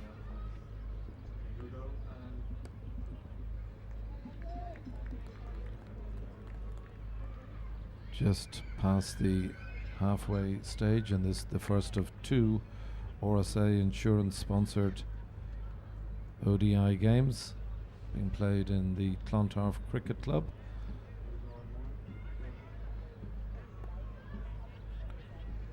Dockrell to Matthews, no run.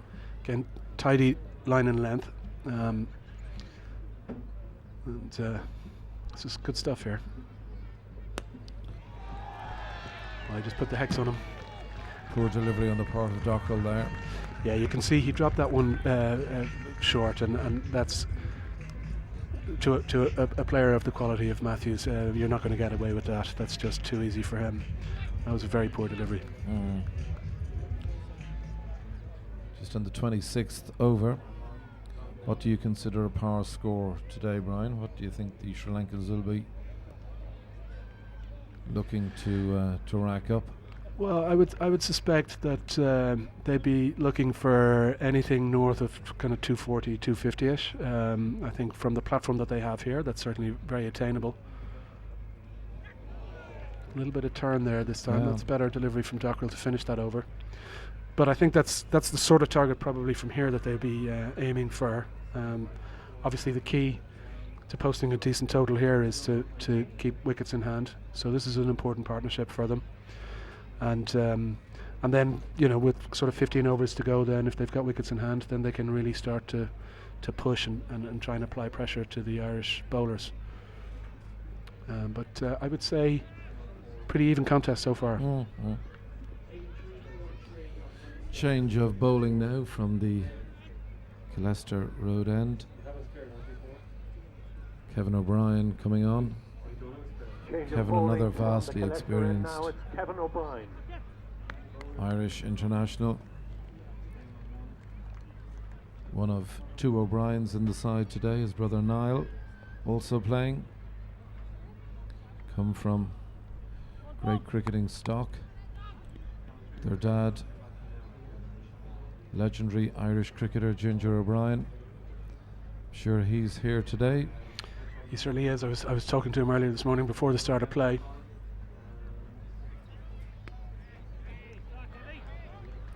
Nice way for Kevin to open up there. Yeah, and you can see again Gary Wilson has come back up to the stumps, so he's looking to try and keep the Sri Lankan batsmen inside their crease. Kevin O'Brien's an interesting bowler. He's one of these bowlers who kind of things tend to happen when Kevin is bowling, one way or the other. It's he tends to have a knack of breaking partnerships. Sometimes he can be a little expensive at times.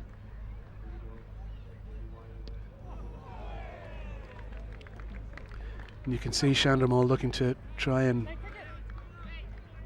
play an extravagant shot there just outside the off stump, and it'll be interesting to see if he has a go here, if he tries to take on Kevin O'Brien. Yeah, it's a very interesting contest. 2 cricketers,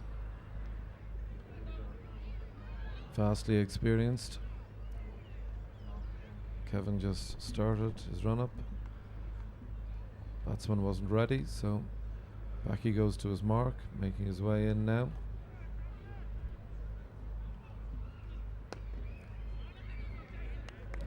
Good start to the O'Brien over, 3 dots. He'll be happy with that. That'll settle whatever nerves he may have.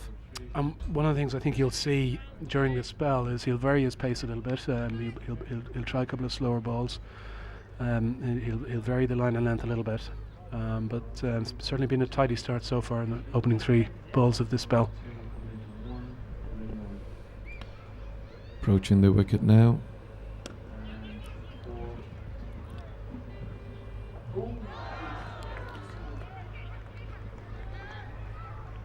Unlucky there on the part of Joyce.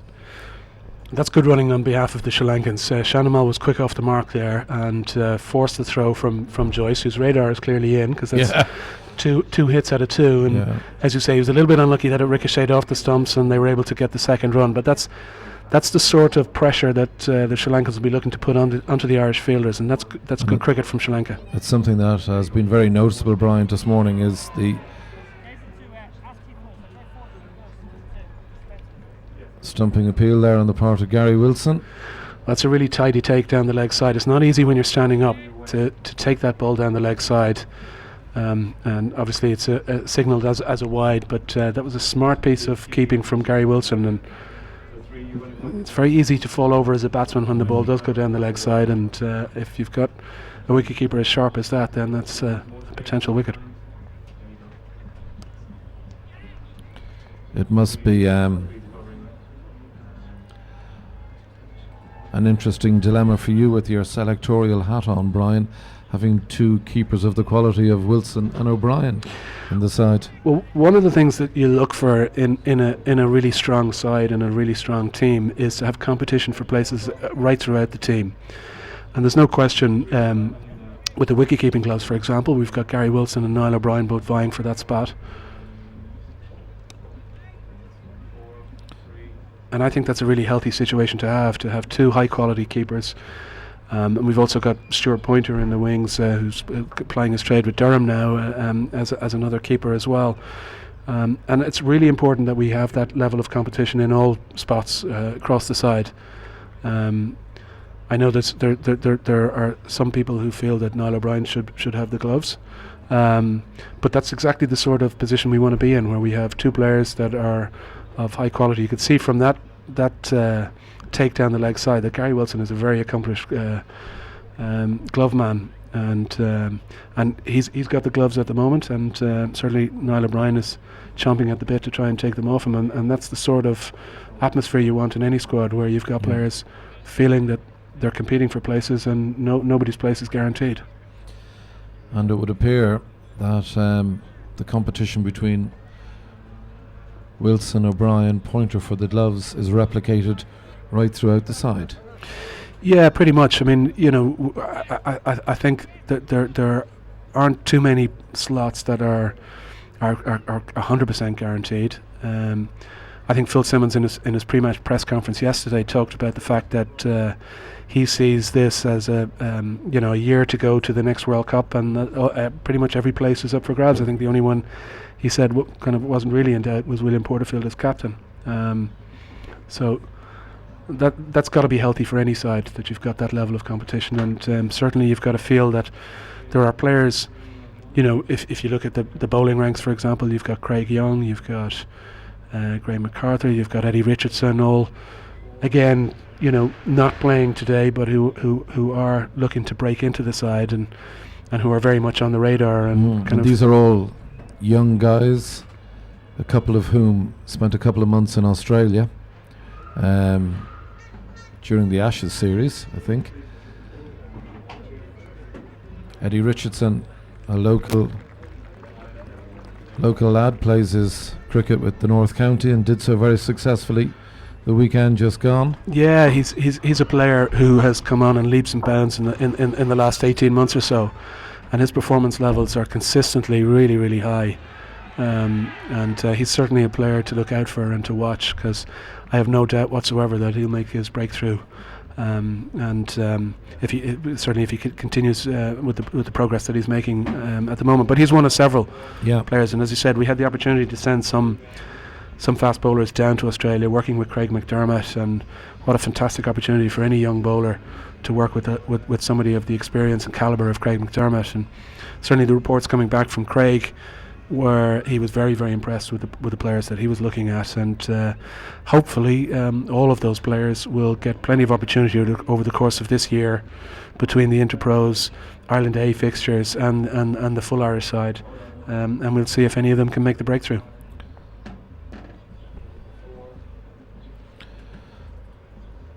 Kevin O'Brien continuing his spell from the Gillespie Road end, bowling there to the Sri Lankan captain Angelo Matthews, who just tickles it down to fine leg for 1 run. The score moves on to 90 for the loss of 3 wickets. We're in the 29th over. Delighted. Oh, that's a fantastic that is catch. a wonderful catch. That is a wonderful catch. Well, that's the second catch that Kevin O'Brien has taken, and both of them have been superb reaction. That was hit quite hard and quite low, and when you're in the middle of your delivery stride, to be able to change direction in that way and then take it one-handed, that's a superb effort from Kevin O'Brien, and the end of a tidy innings from Sean Dumal, but what a spectacular catch. That really was a superb catch. I mean, we mentioned earlier the quality of the Irish fielding, and that just shows it to the fore there, Brian. Well, you can see the just how big a lift that gives everybody. I mean, the crowd respond to that, the players respond to that, and that's exactly the sort of fill-up that you need in a game like this, where the game is evenly poised. It's little moments like that that can really change the momentum of the game, and who knows, that could have been a really important moment in this innings.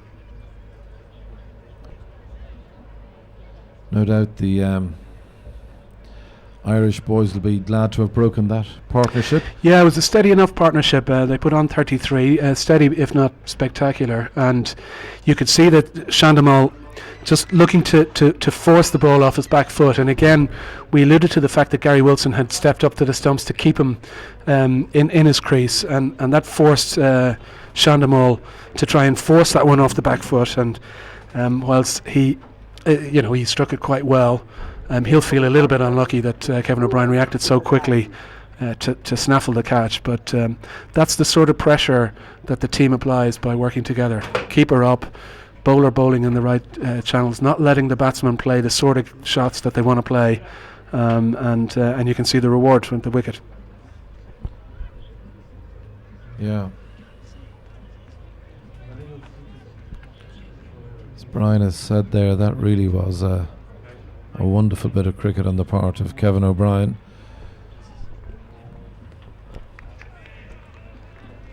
Yeah, I have it here.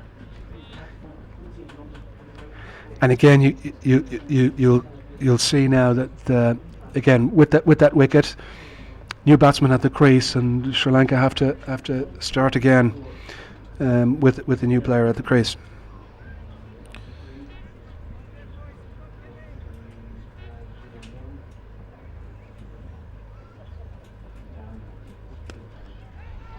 That's a quality shot. And it really is a high quality cricket shot, possibly slightly overpitched.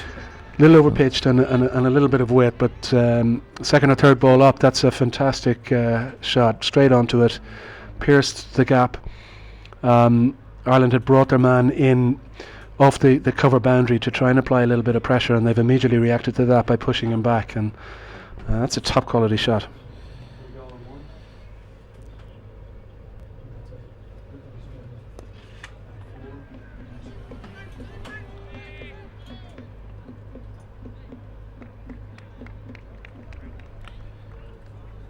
This is a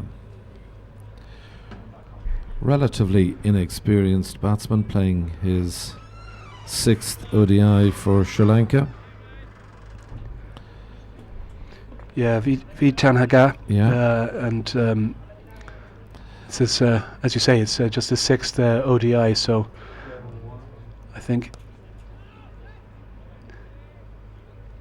he'll be looking to the experience of Matthews at the other end, the captain at the other end, to just guide him through this early part of his innings. But certainly, judging by that shot in that over, that was a fantastic shot.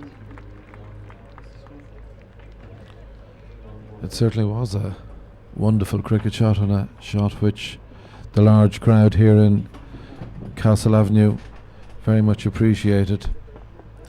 Good to see such a good crowd for a Tuesday afternoon, Brian. Yes, yeah. Obviously, it's a working day here in Dublin, and but with the early morning sunshine, it's still a little bit cold out there. It's not quite warmed up yet, but hopefully that will have attracted some people down, and a real bit of colour in the crowd as well with the Sri Lankan support here. It's one of the features of the games when the likes of Sri Lanka and Pakistan play here in Dublin. There's a sizable Asian community in Dublin, and they come out in force to support their countrymen whenever they're playing here. And they certainly love their cricket. Oh, they love their cricket, and they add real colour to the game and a bit of noise. There's a little band that's playing up at the top of the ground. They have the flags out, and it really does add to the atmosphere of the game. And that's great. Great to see so many of them in. All very welcome here at Clontarf Cricket Club. Change of bowling from the city end. Paul Sterling. Yeah, and again you can see William Porterfield not afraid to change things around. So he's bringing Paul Sterling into the attack now, and and he's got a wicket straight away. He's got him straight away. Yeah, just trying to get onto the front foot, and he's caught the edge, and that's gone straight to first slip, and a regulation clash at first slip, and what a start to Paul Sterling's spell. Another master stroke for William Porterfield. Well, there you see the advantage of just mixing things up a little bit. He's not afraid to do it. We talked about that a little bit earlier, and you see the benefits. He'll chop and change. He'll try and make something happen, and that's the sort of dynamic captaincy that really does pay off. So that's well, I'm delighted that was Ed Joyce having fielded so well this morning, and as you said earlier, Brian, his radar was certainly switched on. Well, his catching radar was to the fore there. Yeah, certainly it was if there is such a thing, it was a regulation catch at first slip. He would have been disappointed not to have taken that.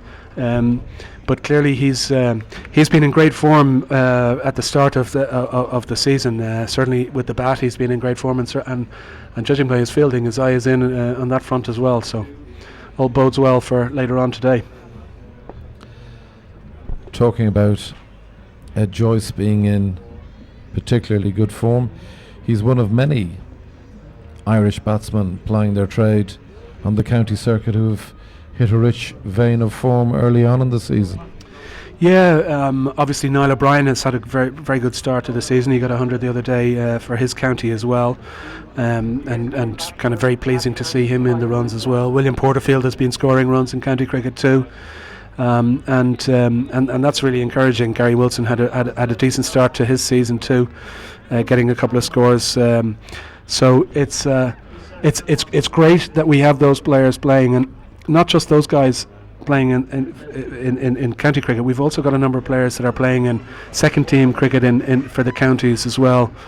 Andrew Balbirnie is one who's with Middlesex, and he scored 100 obviously for the Leinster Lightning on Saturday, but you can see that he's taken some of his early season form with Middlesex seconds into that, and the word from Middlesex is that kind of he's pushing very hard for a place in the first team, so really encouraging to see that.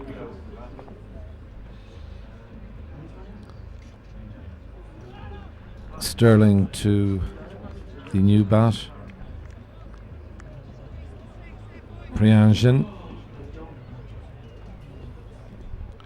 And there's real pressure on the Sri Lankan batsmen now. Obviously Matthews has got himself in and is reasonably settled at the crease, but there's no room for error now for the batsmen. 5 wickets down. We did talk about Sri Lanka looking to hold wickets so that they could kind of push on and accelerate in the second half of the innings. They're going to have to be a little bit more careful now that they've lost those 2 quick wickets in a row, and Ireland really applying the pressure here now.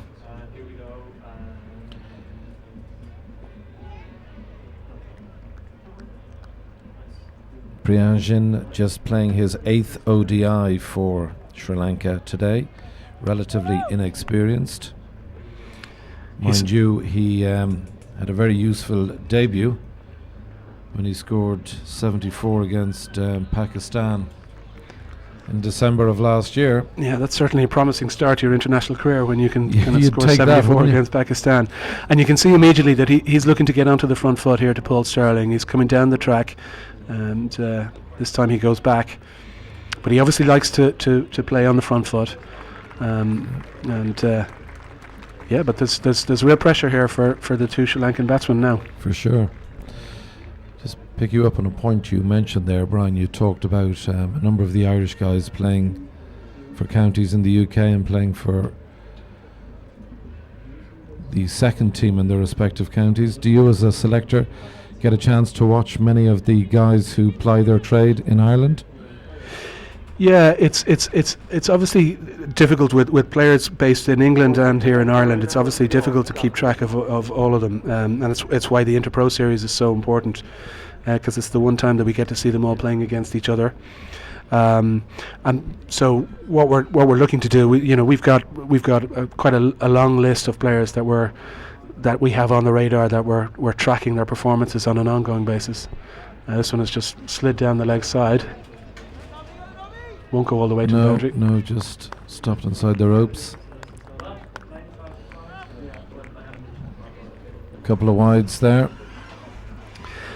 And again, you can see William Porterfield changing things up again. So we swapped ends for George Dockrell. George Dockrell now bowling from the Calester end, having started a spell at the City end.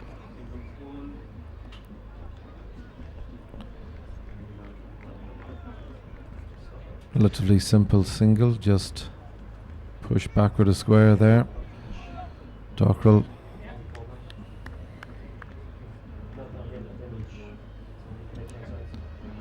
just adjusting his field ever so slightly, pulling in his deep mid-on to a more orthodox mid-on.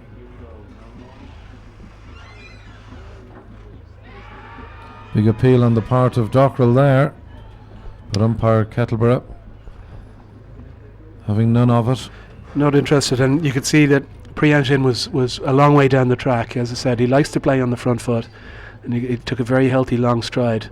That's probably what saved him there.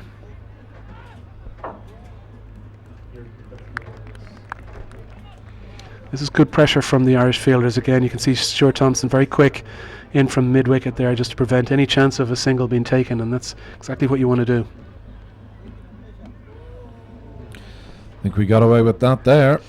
Yeah, short delivery, dropped short, and George won't be happy with that. But as you say, he did get away with that, and that can just add to the frustration of the Sri Lankan batsmen. Again, they've got to get used to the pace of this wicket.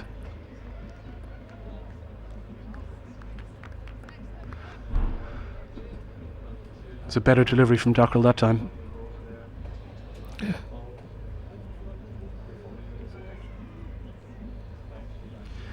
And here again you see Porterfield just changing, recognising that the pressure is on the Sri Lankan batsman. He doesn't want to give them the get out shot, so he's pushed Stuart Thompson back to the mid-wicket boundary.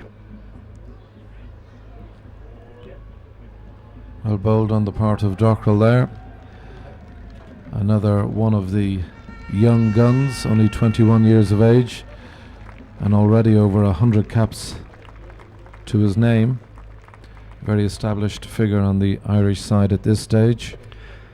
Yeah, it's incredible to think that he's still only 21 years of age. I mean, he exploded onto the Irish scene at the T20 World Cup in the Caribbean in 2009, and hasn't looked back since. And he seems to have been around for quite a long time, but he's still relatively young, 21 years of age. Certainly his father has been around on the cricket scene in Ireland for some considerable time. Captain of the 4th team in the YMCA Cricket Club, who ply their trade in Sandymount, one of 4 clubs who play in the Sandymount area. Derek, George's father, very enthusiastic cricketer. Have to say, a very average cricketer.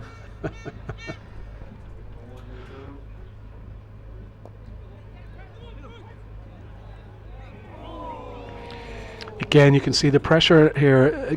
Sri Lanka looking to try and keep this scoreboard ticking over, taking that quick single to Porterfield at mid-wicket. Got there comfortably in the end, but a little bit of hesitation at the start of that. You'll see it here in the replay. Just a bit of hesitation between Matthews and his colleague, and eventually they came through and got there comfortably. But that's what wickets does. It has the effect of building the pressure on the batsman, and as I said, I think Sri Lanka are going to really rely on the experience of Matthews here to post a healthy total. And talking of wickets, there's been 5 wickets to fall so far in this RSA sponsored ODI series. This is the first of 2 games between Ireland and Sri Lanka. We're back here again this coming Thursday. Both sides meet each other again, and I've no doubt that the commercial department of Cricket Ireland would love to see an Irish win today, as it would add numbers to the gate this coming Thursday. Yeah, it certainly would. And one of the other factors is that Ireland has been knocking on the door of taking a full member scalp here in Ireland. We've had some very tight encounters with England, and famously, obviously, here last year on this ground with Pakistan, and 2 thrilling games. And so the Irish cricketing public are desperate for us to pull off a victory. And again, as Ireland are regularly doing, you can see that Ireland are very competitive here.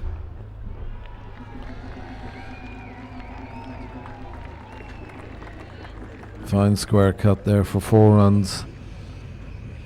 Sterling just dropping it too short.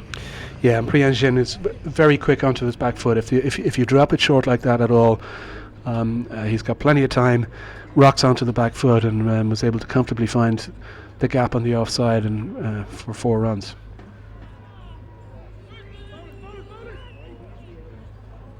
Oh. Real hesitancy there between the 2 batsmen. Yeah. It looked to me like there was a fairly comfortable single. Matthews was looking for it. Priyanjin, maybe a little bit frustrated with the false shot that he had played. Wasn't aware of the opportunity for the single there. And I'd have to say, poor running on the part of the Sri Lankans there, and that hasn't been the case thus far today. Their running between the wicket has been of an exceptionally high standard, as you would expect from a side who've recently been crowned T20 World Champions. Yeah, the last thing you want to do as a batsman is run out your captain. So I think Priyanjin will try and be a little bit more careful there. But yeah, going back to the T20 World Cup, Sri Lanka had a fantastic tournament, and they were very deserving winners of that. And it's great again to have world champions playing cricket here in Dublin. But I'm sure all of the Sri Lankan listeners here will be remembering with fondness that T20 World Cup, because they played some superb cricket in that tournament. And you're right when you say that they were deserved winners. They were quite superb right throughout. Here's an opportunity. Is it going to fall safe? Oh, just falls safe. Yeah, false stroke there from Matthews. He looked to get onto the back foot, and ball just kind of died on him a little bit. It didn't come onto him as quickly as he hoped. I'm not quite sure, Brian, whether Cusack, who was running in to take the catch there, whether he had Dockrell in his eye line. He might have been a little bit put off with Dockrell, because Dockrell was chasing back. Cusack was coming in from the long on boundary, and it fell agonisingly in between both of them. He did look as if he just held up a little bit at the last minute, maybe with Dockrell in his eye line, as you say, just putting him off a little bit. But an escape there for Matthews, that would have been a really important wicket. And certainly that would have put Sri Lanka in a lot of trouble at 107 for 5. They can't afford to lose their experienced captain at this stage.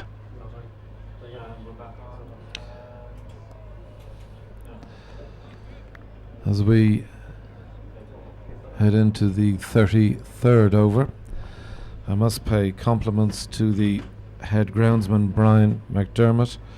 Brian has produced a very fine wicket here today. It's fair to say probably an Irish wicket. The bounce has been very even thus far. Yeah, and the ground looks absolutely magnificent. I think Brian McDermott has done a fantastic job. It's very early season still here, so it's always difficult to prepare a track. But he's done a super job, as has William Porterfield there in the field yet again. You can see, it's very evident how weary the Sri Lankan batsmen are of the Irish skipper. Yeah, they're aware that he's not a player that you take a chance with. I love his prowl. Yeah, it's really interesting actually. I always get any of the young kids should take a look at William Porterfield when he's in the field. You can see every ball, he's almost sprinting in at the end of the bowler's run-up so that he's ready to move. He's very quick off both feet, and that's because he's already on his feet as the ball's been delivered. And I think if there's any kid who wants to understand how you become as good a fielder as William Porterfield is, then just watch what he does, ball after ball. Yeah. It's a real study in fielding excellence.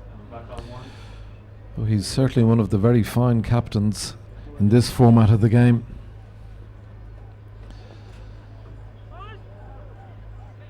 Brian Sterling just continuing his spell from the City end.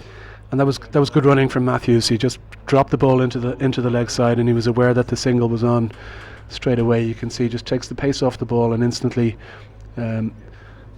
through for what was a very comfortable single in the end. Joined in the commentary box by Brian McNeese, selector of the senior men's side, and just earlier on there Brian mentioned the series against the Pakistan cricket team, this time last year really, which was an absolutely thrilling series. In fact, it was the last ODI played here in Castle Avenue, the back end of May of last year. And certainly, as Brian said, the Irish public are starved for success, very keen to take a big scalp, and Sri Lanka certainly are a big scalp. It's a game that Phil Simmons and his team would dearly love to win. Yeah, Ireland have been knocking on the door for a long time in terms of competitiveness at ODI level. All of the full member countries that play against Ireland now know that they've got to take them very seriously. There's no easy game against Ireland. They'll battle hard, they'll work hard, and they'll really force you to play kind of really good cricket to compete. And it would be, obviously, with the rose-tinted glasses on here, I'd love to see an Irish victory, but it certainly wouldn't be a shock, or it wouldn't have been something that they've earned over the last couple of years, because they've every visitor to Ireland has learned that you have to play hard competitive cricket against Ireland in order to win. Yeah, that has certainly been the case the last 8-10 years now. Ireland, as Brian says, are a very competitive unit. Virtually all their cricketers are, well, not virtually all their cricketers are now professional cricketers. Yeah, and you can see that in the performance levels, the consistent performance levels. I think that's what the professional structures bring to it. It allows you to operate at a consistent level. You can see a fairly lengthy discussion between the Brains Trust here and the Irish side, Ed Joyce, William Porterfield and George Dockrell before this over, so it'll be interesting to see what plans they're concocting here. Yes. 111 for 5, the famous Nelson score. Yeah, indeed. Oh, just as Brian mentioned, that famous 1-1-1. We see a 4-hit over mid-wicket. Yeah, Priyanjana quickly down to the to the pitch of the ball, and it's been very noticeable, his footwork. Yeah, very much so. Sign of a really good player, not afraid to use his feet. Yeah.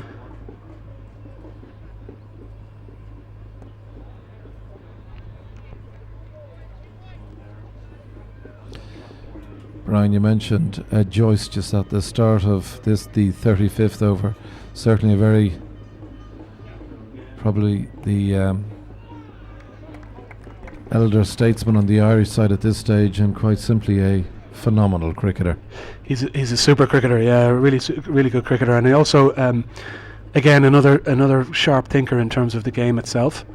It's no coincidence that William Porterfield regularly kind of has discussions with him in the field.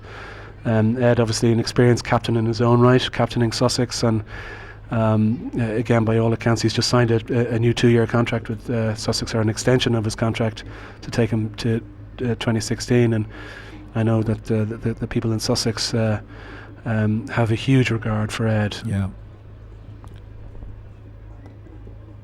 I know. the high regard that the good folk of Sussex hold, Ed, in my own club, we played the Sussex Martlets last season, and they did nothing but sing his praises, really. Yeah, no surprise. He's a fantastic character on and off the field. Very unassuming guy. Very intelligent, very considered. He knows the game very well. He's he's a student of the game, as it were.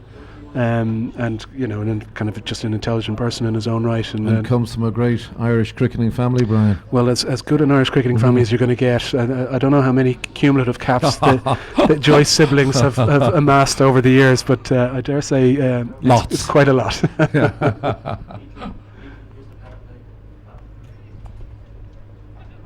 So now we're moving into a really interesting phase of the game here. The batting power play has just been taken, and with 118 for 5, this game is really delicately poised, and this is going to be a critical phase in the game now. Yeah, as Brian has just mentioned, the batting power play just about to be taken. Sterling, the bowler, continuing from the City end.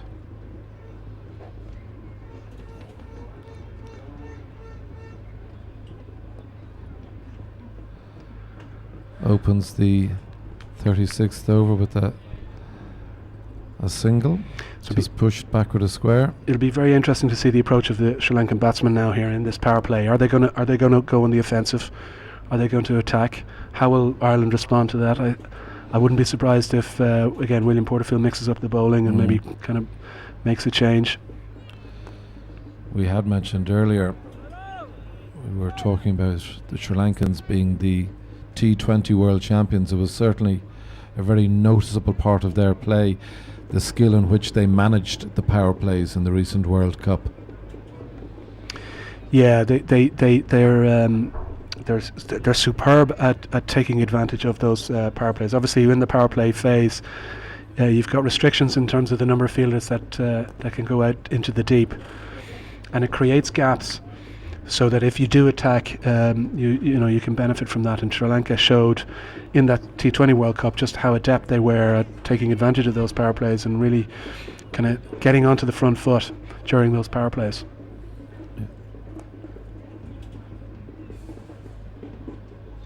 Just pushing the ball around here.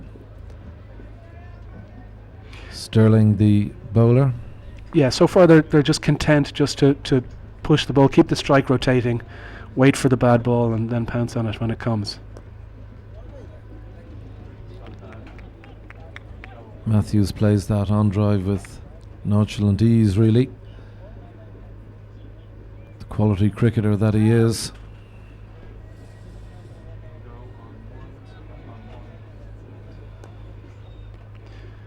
And again, you can see Priyajan looking to get onto the front foot.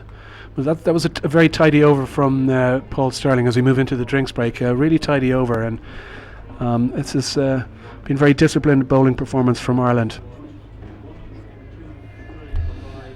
It certainly has. It's a very evenly poised game here. The score: Sri Lanka 123 runs for the loss of 5 wickets. Drinks break here at the end of the 36th over.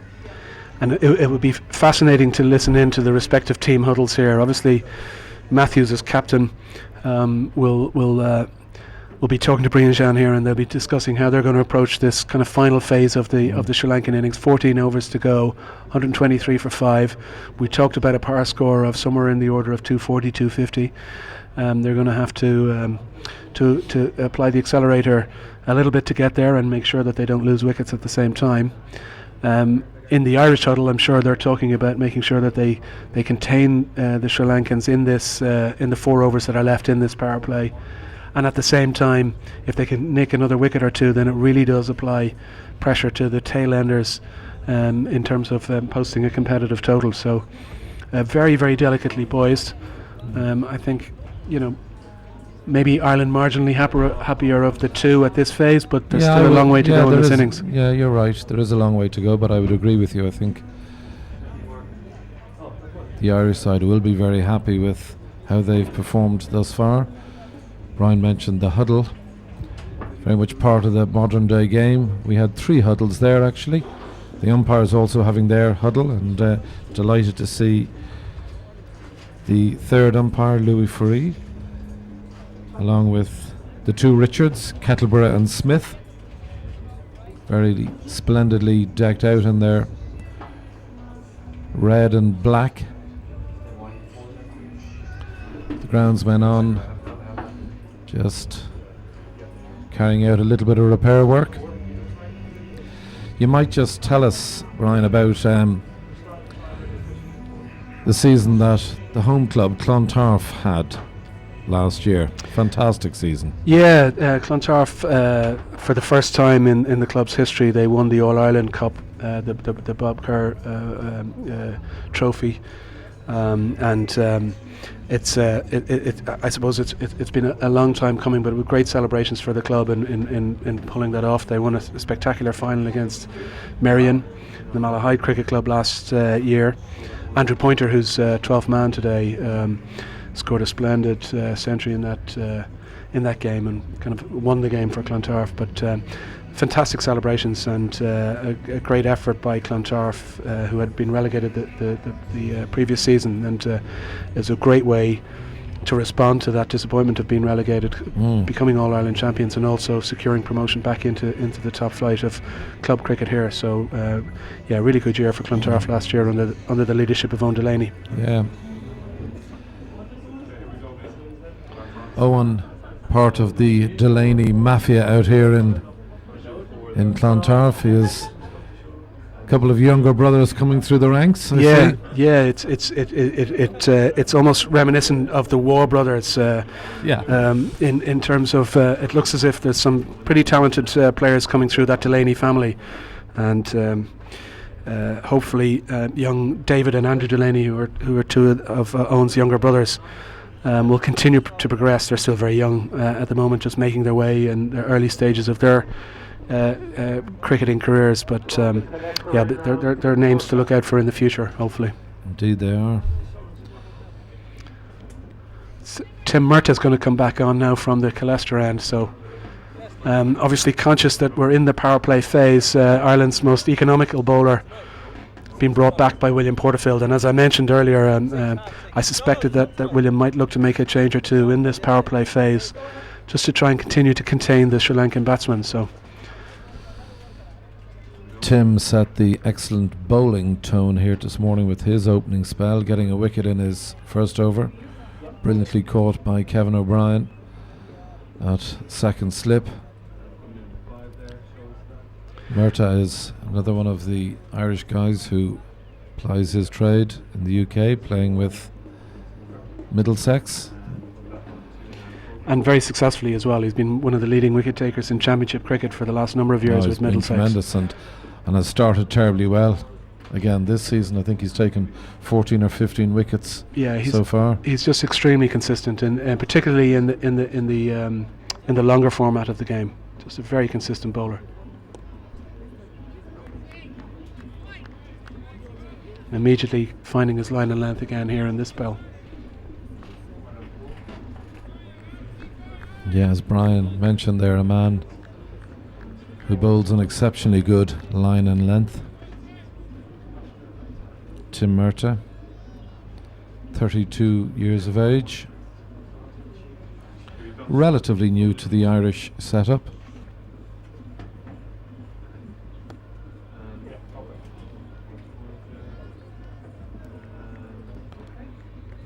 Single pushed to mid-wicket there. Dockrell the fielder. Again, good running from the Sri Lankans. They're looking to make sure that they keep the scoreboard ticking over and push for those singles so that they can keep the momentum going in this innings.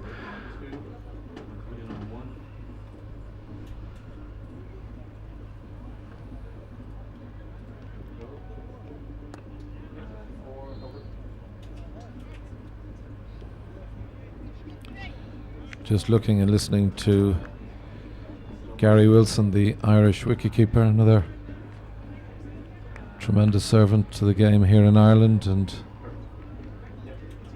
following in the footsteps of the chirpy keepers, never short of a few words, like all good keepers.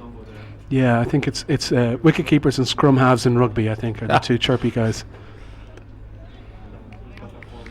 Well, you being a rugby referee, Brian, you'd be well used to the chirpy scrum half. Yeah.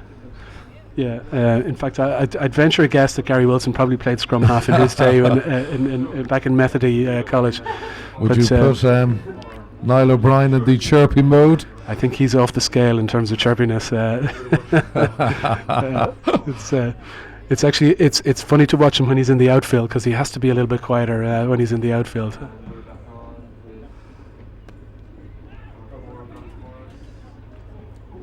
Ooh. Again, good cricket there. You can see that Priya Jana looking to try and get onto the front foot, and Tim Murtagh just dropping that a little bit shorter, so that he doesn't allow him to get onto and play an extensive drive off the front foot. And again, another very, very tidy over in this power play phase from Tim Murtagh. This is good cricket from Ireland.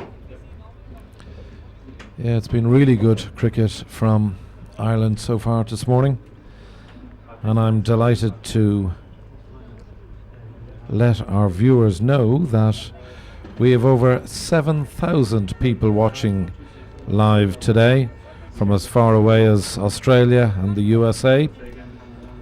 And may I say, wherever you're watching this excellent game of cricket, you're very welcome. We're playing today's game in the Clontarf Cricket Club, which is located on the north side of Dublin. Clontarf Cricket Club, one of the premier cricket clubs in the country.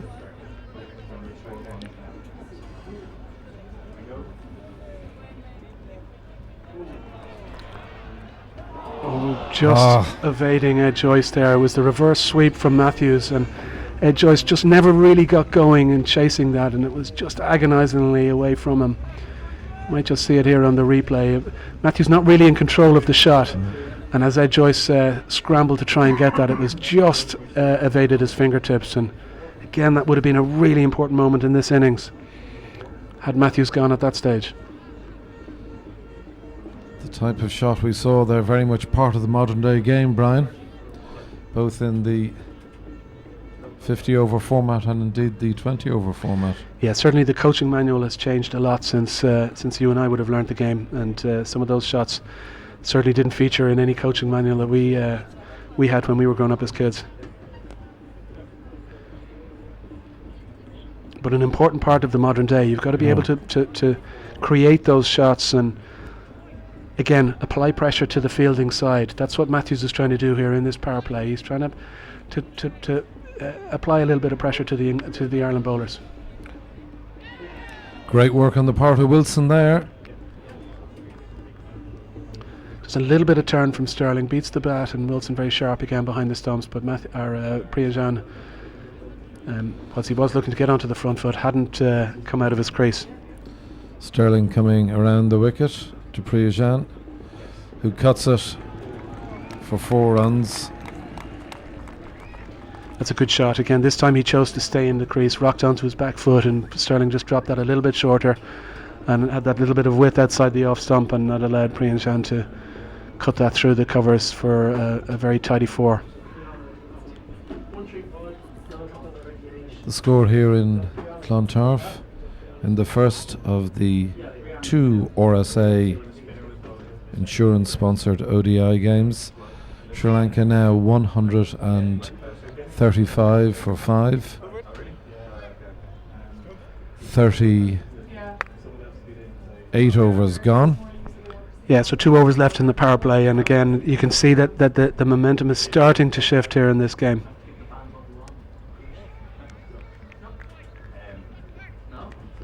Sri Lanka looking to just up the momentum here and up the pace of the run.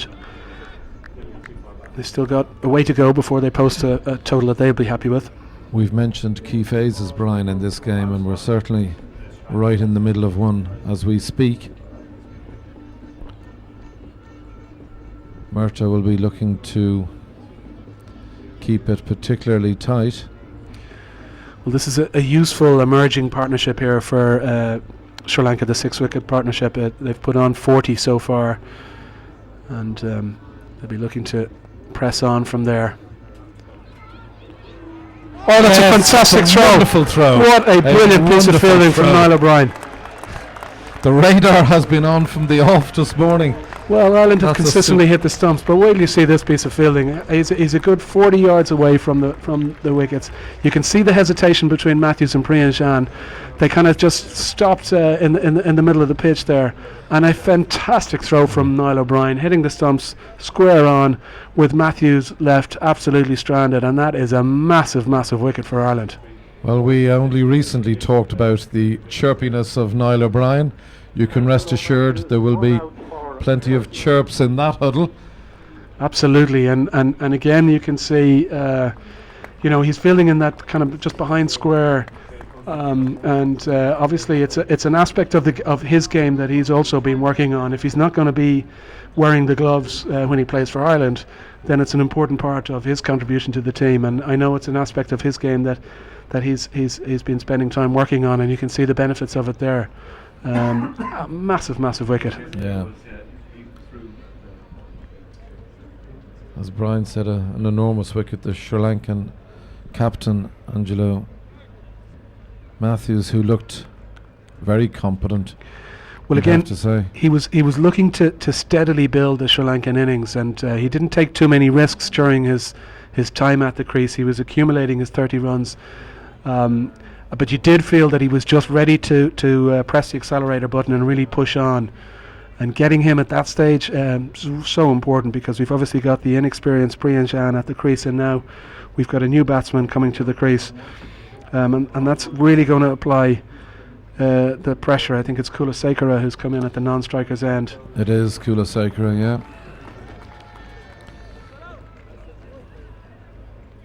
"31 years of age.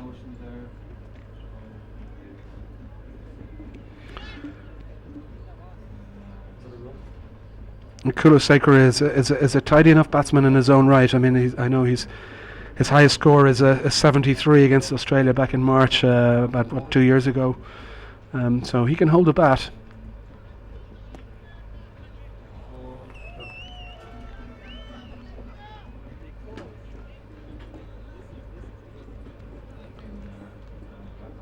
Sri Lanka now having lost their 6th wicket, 136 runs on the board.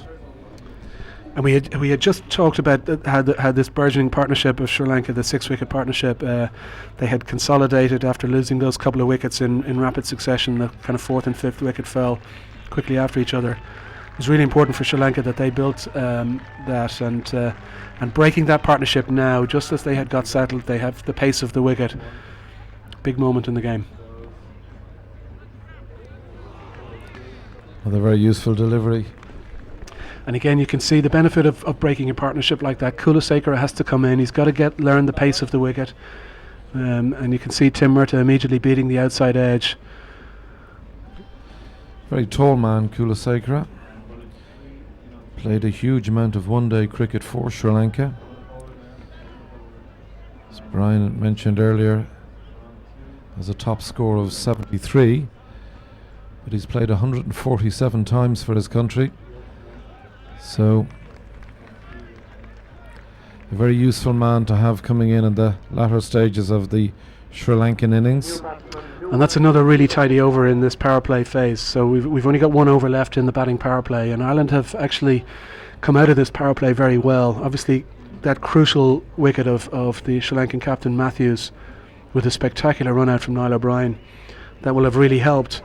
But it's been a very disciplined Ireland bowling performance, and with 1 over of the power play to go and then 10 overs of the innings to go, there's real pressure here on the Sri Lankans now.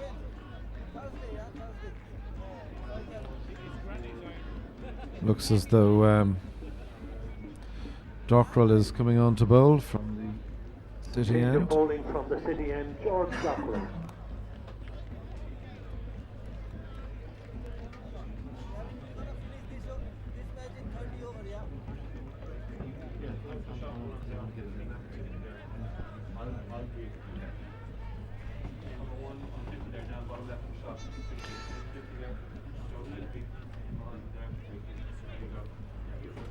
Now again, so it'll be George Dockrell who's going to come back from this city end for the final over of the batting power play.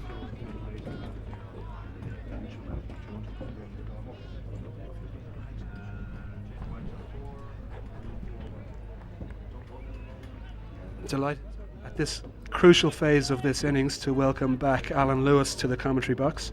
Heatley Tector earning a well-deserved break.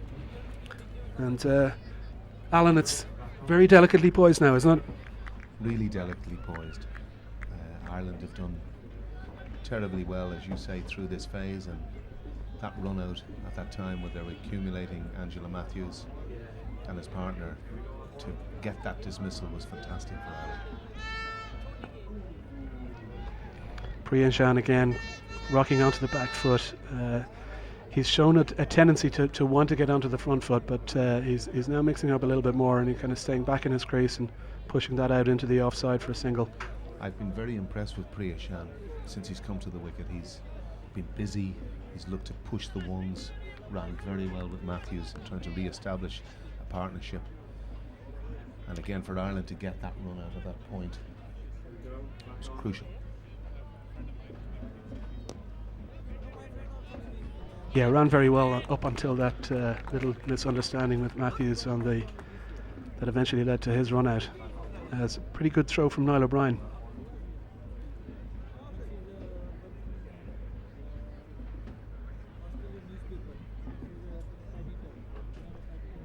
So Dockrell just steadying himself now ahead of this ball.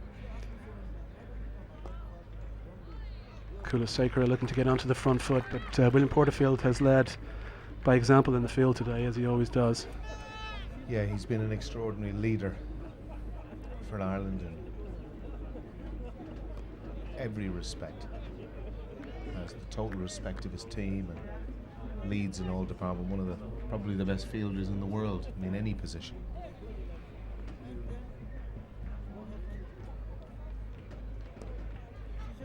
Kulasekara just pushing that into the leg side. Alex Cusack, the fielder. And that ends the batting power play, and I think Ireland will be very satisfied with how that batting power play went.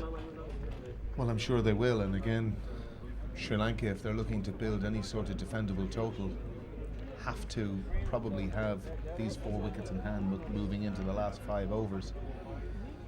But Ireland very well placed at the moment. I'm sure they'll be delighted with where they are. They've been their usual efficient selves in the field.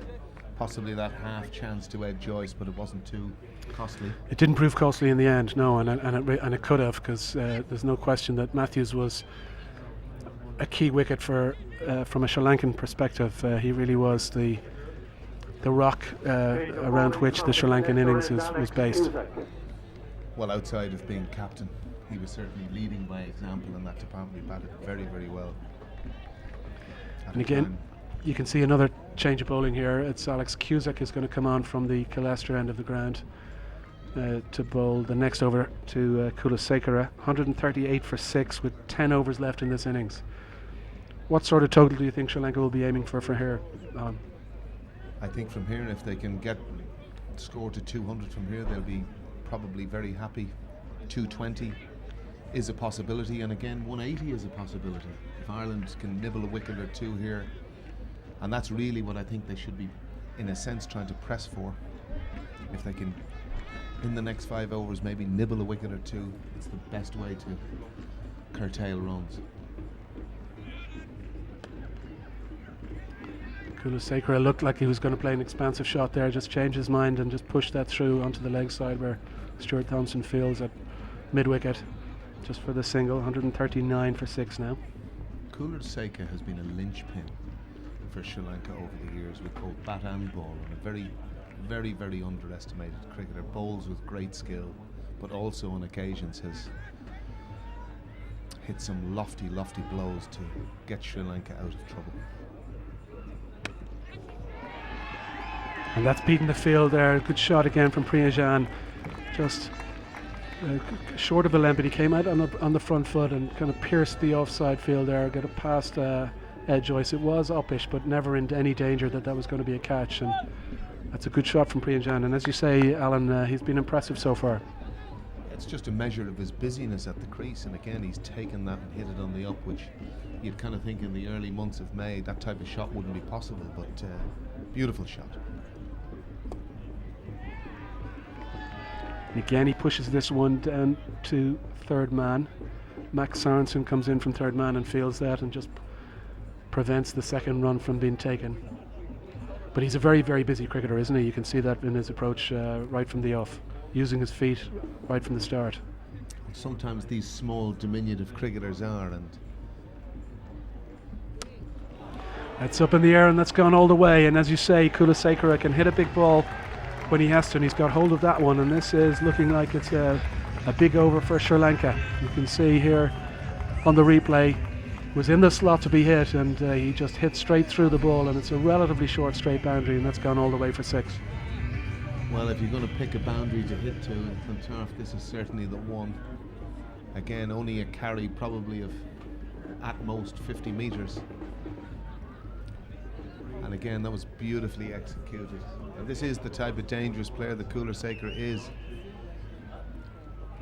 As you can see, that brings up the 150 for Sri Lanka in the 41st over.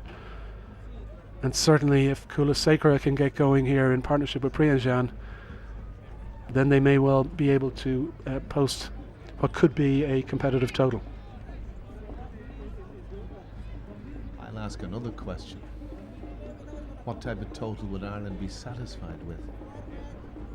Starting the game to be chasing here on what looks to be a pretty good pitch. I would have thought that if Ireland could have kept Sri Lanka to anything below 220 or thereabouts, that they would have been pretty satisfied with that as their day's work. From this position, I think that's probably still the target for Ireland, to keep it as close to the 200 mark as they possibly can from here. Well, certainly from here, that will be the target of that, there's no doubt. Slightly wider delivery that time from Alex Cusack, and you can see the pressure that Kulasekaara has applied here. Alex Cusack just trying to vary the width, and he just gets that one slightly wrong, and that's signalled as a wide.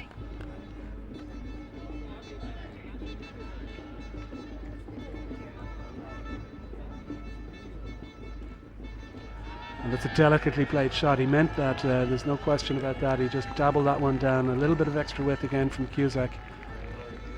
And this really has been a big over for Sri Lanka. This has been the best over that they've had in this innings. One of the strengths of Alex Cusack's bowling is his straightness, and again, that little bit of width. At this level, players of this quality will execute. No different to Kulasekaara there. Beautifully dabbed down, using the pace of the ball, and away it's gone for 4. So that's a big over for Sri Lanka. Yeah, 15 from the over, and having come out of the batting power play with Ireland having probably got the upper hand in those 5 overs of the batting power play. A very timely over there from Sri Lanka's point of view to really just inject a bit of momentum into this innings. And it'll be Paul Sterling now to continue from the City end.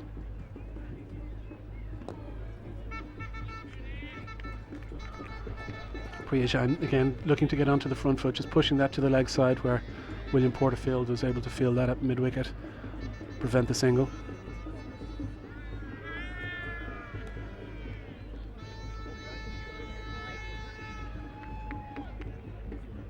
It'll be interesting from here, Brian, to see who Ireland use at the death.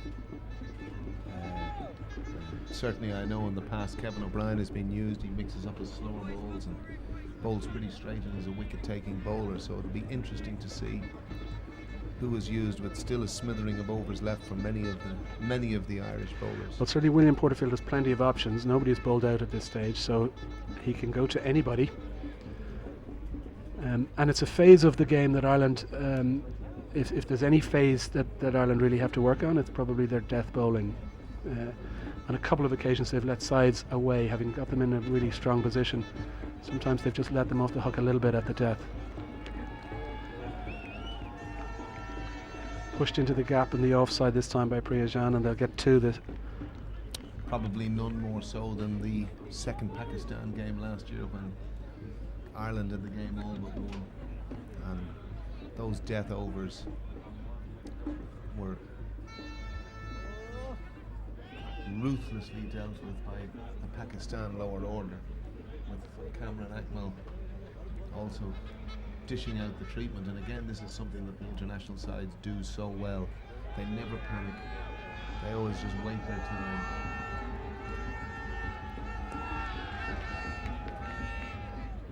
And you can't forget, of course, we're dealing with absolute class cricketers here. It's and kind of this is the stage that Ireland are looking to play on as often as possible.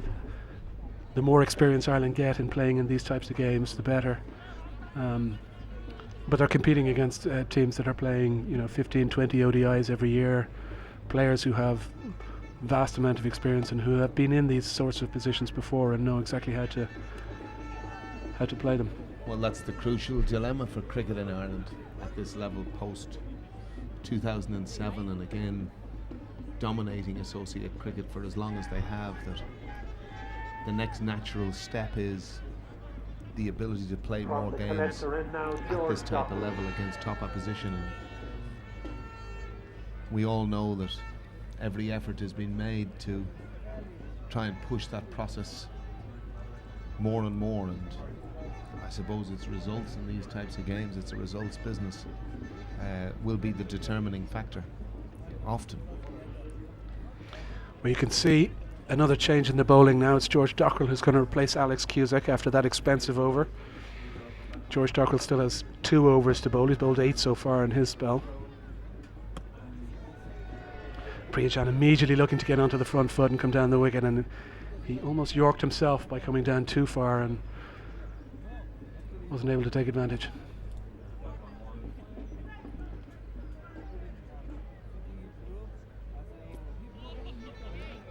From a Sri Lankan perspective, Priyajama is the man that's going to be there at the end, with others playing around him. He's got to 31 now, and in doing so has played exceptionally well, looked totally comfortable at the crease, and played with style and charisma.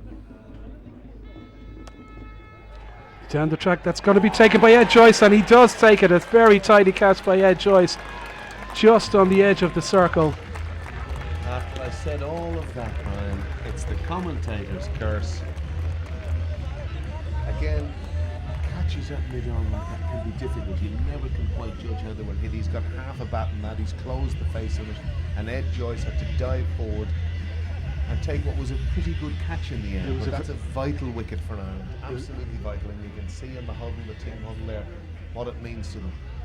Well, again, what Ireland have been successful at doing throughout this innings is taking wickets at regular intervals and at crucial stages. You could see Priyajan in the first 2 balls of that over trying to get down the track and force it a little bit. Maybe a little bit frustrated with that. That might have been a factor in that shot. Just didn't quite get hold of it. And as you say, Ed Joyce managed to just fall forward as the ball was dying on him, and he held on to what is his second catch in the innings. And another critical wicket, 160 for 6. For 7. For 7, Ireland will be delighted at the point they're at the moment. And again now, wickets are at a premium, and quite rightly, as you said, Brian, looking back over the games that we've played, and these are the only things that you can do, and learning from experience and it's very interesting, and it's good to see that Sterling is in its slip. Very good captaincy from William Porterfield there, trying to eke a wicket out. Let's just slip down the leg side. That's going to be signal a wide. George Dockrell a little bit disappointed with that, but again, it's a good point that you make. You can see immediately William Porterfield reacting to that wicket by bringing Paul Sterling into the slip area, and that's a real sign of intent from the Irish captain, isn't it?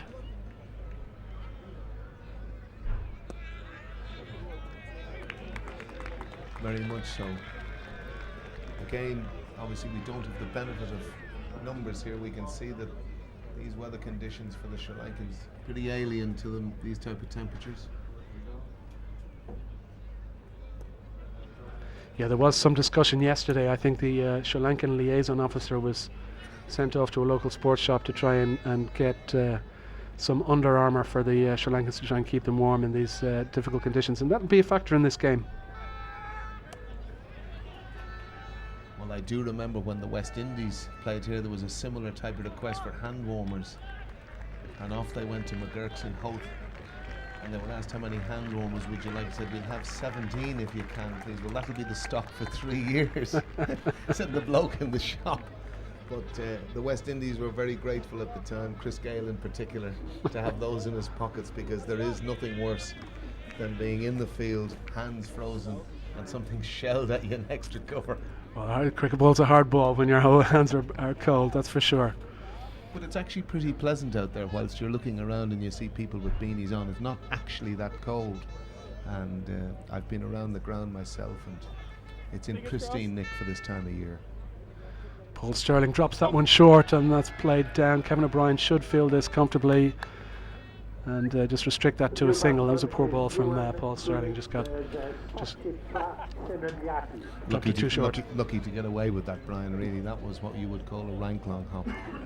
As I see the groundsman from Clontarf pass us in front of the window, and he's done a splendid job here in preparing a pitch of good even bounce with reasonable pace in it, obviously by standards that the Sri Lankans play pretty slow. Here's Sterling again. That's a better ball this time, fuller length. 161 for 7 in the 44th over.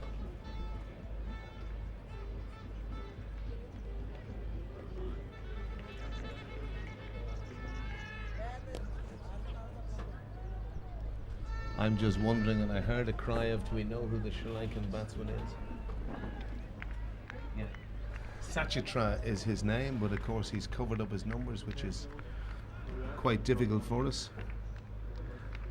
28 ODI caps to his name, with his highest score of 42 versus Pakistan in December 2013.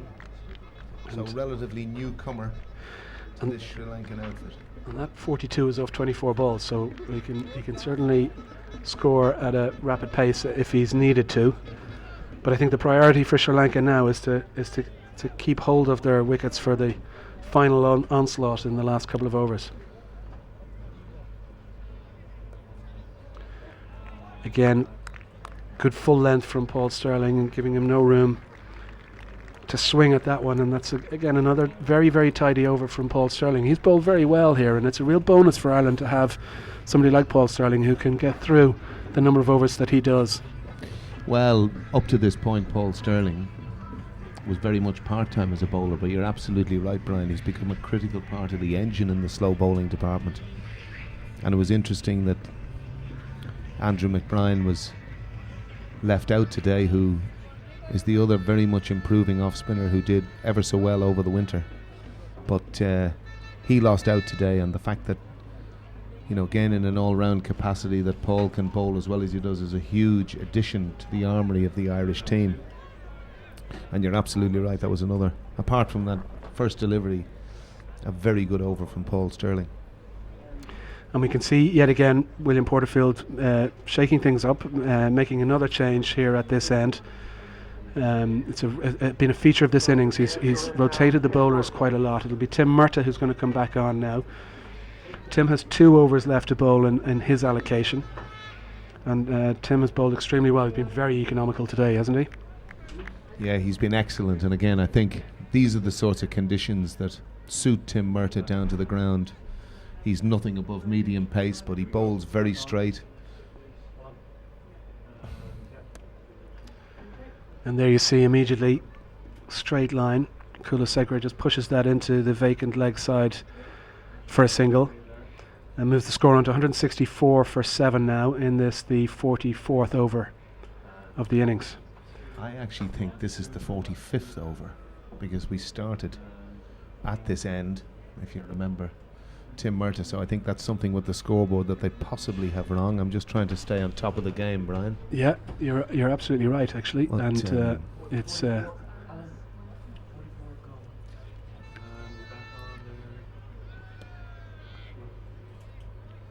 that's a good spot. The scoreboard hasn't quite caught up with events here. And again, Good leadership from the bowler himself there. He's called mid-on and mid-off up. He's asking the new batsman to potentially look at getting over the top and try and force the wicket for Ireland, which again, in any form of cricket, is the big run saver. And here comes Murtagh again now. Again, very disciplined line and length. He's bowled that all day. Just pushed down to Max Sorensen, a third man. And for Kulasekara, William Porterfield is changing the field around. So he's brought the cover point from the boundary in, and he's sent mid-on, mid-off back. There's also 2 men deep on the leg side, deep mid-wicket and deep square leg.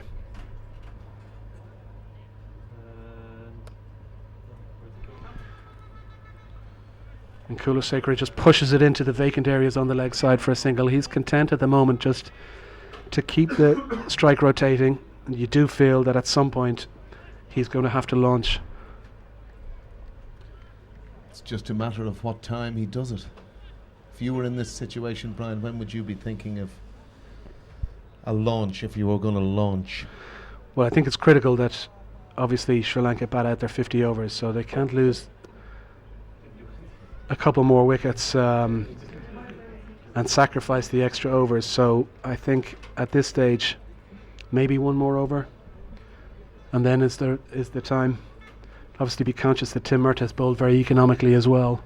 They might just see out this over from Tim Murtagh, and then maybe the launch happens thereafter. Well, as you say, Tim Murtagh has bowled very well, and again, interestingly now, he's moved Ed Joyce back down to long on.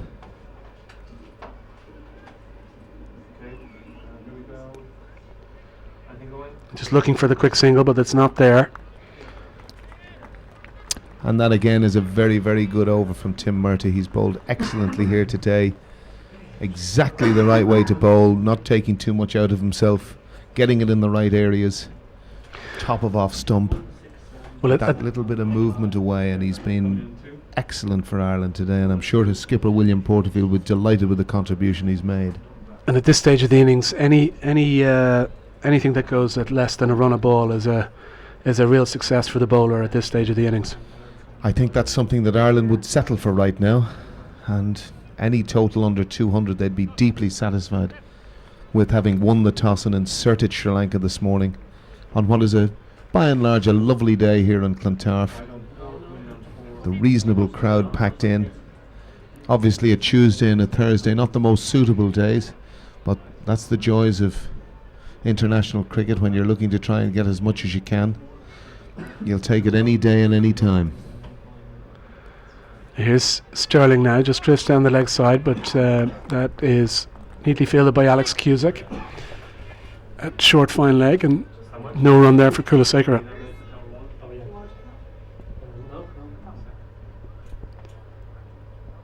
This time Kulasekara goes for it, and that's a big ball. That's going to go all the way. In fact, it's gone onto the roof just above our head here. Sailed over Kevin O'Brien at deep square leg. He had absolutely no chance with that. And there you can see the power of Kulasekara. As we said earlier, very dangerous player, and he's got into a great position, good base. And as you said, we certainly heard that ringing around the roof where we're doing our commentary from today. And Paul Sterling just fires this one a little bit quicker, and that's down the leg side, and that's a wide. And you can see again Kulasekara is applying the pressure on Paul Sterling here. We suspected that the accelerator pedal might be pressed by Sri Lanka in this over. And that's well bowled by Paul Sterling, dragging Kulasekara back into his crease. No run.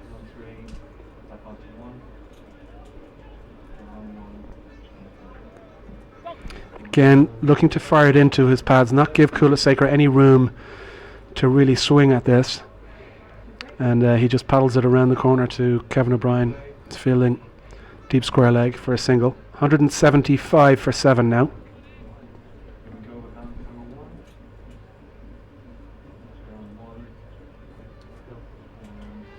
It's just dabbled down to third man for a single.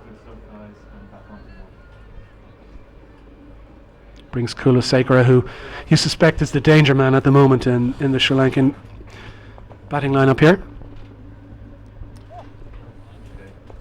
Again, that's well bowled by Paul Stirling, spearing it in, which he's done really for the last 3 or 4 deliveries, and certainly held Kumarasekara in his grasp. Brian, I was absolutely delighted this morning. We had the Sri Lankan liaison officer in giving us a couple of the pronunciations, so he was telling me this particular Sachintra is what he's known as in this team, so we don't need to bother with surnames in this particular slot, which is actually quite a good thing, because Saranayaki, I hope, for my Sri Lankan listeners, would be a good dab at his surname pronunciation. So any Sri Lankan listeners out there, if they've got anything to say about that particular pronunciation, I'd like to hear. Now then, 176 for 7, 4 overs to go. Tim Murtagh's final over.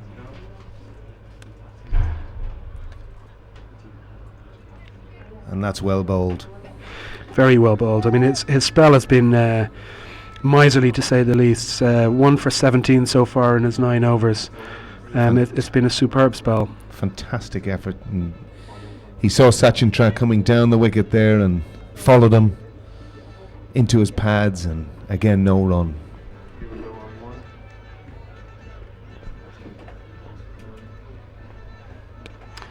Big swinging shot here. Could be out, and it is out. It's straight down the throat of George Dockrell on the square leg boundary, and that's another well-deserved wicket for Tim Murtagh. He really has deserved those wickets, those couple of wickets. He's bowled so well today, and you can see, just trying to force it, didn't get hold of it. George Dockrell came in, set himself well for the catch, and saw it safely into his hands, and he took that very comfortably. It's quite interesting, Brian, because George Dockrell has become a very, very good fielder for Ireland now. Having started his international career so young, that was the one area he really did struggle in, and I think he's made himself into one of Ireland's best fielders now. His speed to the ball, his catching, he's become a very, very reliable fielder, and again at 22 years of age, it's something I spoke about earlier in commentary actually with Heatley, that we've always had this desire in Ireland to get our players in younger when they have that little bit of X factor, and George is definitely one of those, and he took that catch very, very comfortably indeed. So Sri Lanka teetering at 176 for 8 in the 47th over, and Tim Murtagh, as you said, miserly figures, 9.2 overs and 2 for 17. He'll be delighted with his performance today. Certainly will, and as will all of the Irish bowlers. They bowl very disciplined, and it's Ajanta Mendes who has come in. And that's just an inside edge and very close to hitting the stumps, but they're going to come back for a second. They'll get there comfortably. Of course, the batsman crossed as the ball was in the air to George Dockrell, so that was still Sachitra, I apologise. Get that Just think of Sachin Tendulkar when you're going on that one. Sachitra. I dare say that maybe the first time he's ever been compared to the great Sachin Tendulkar.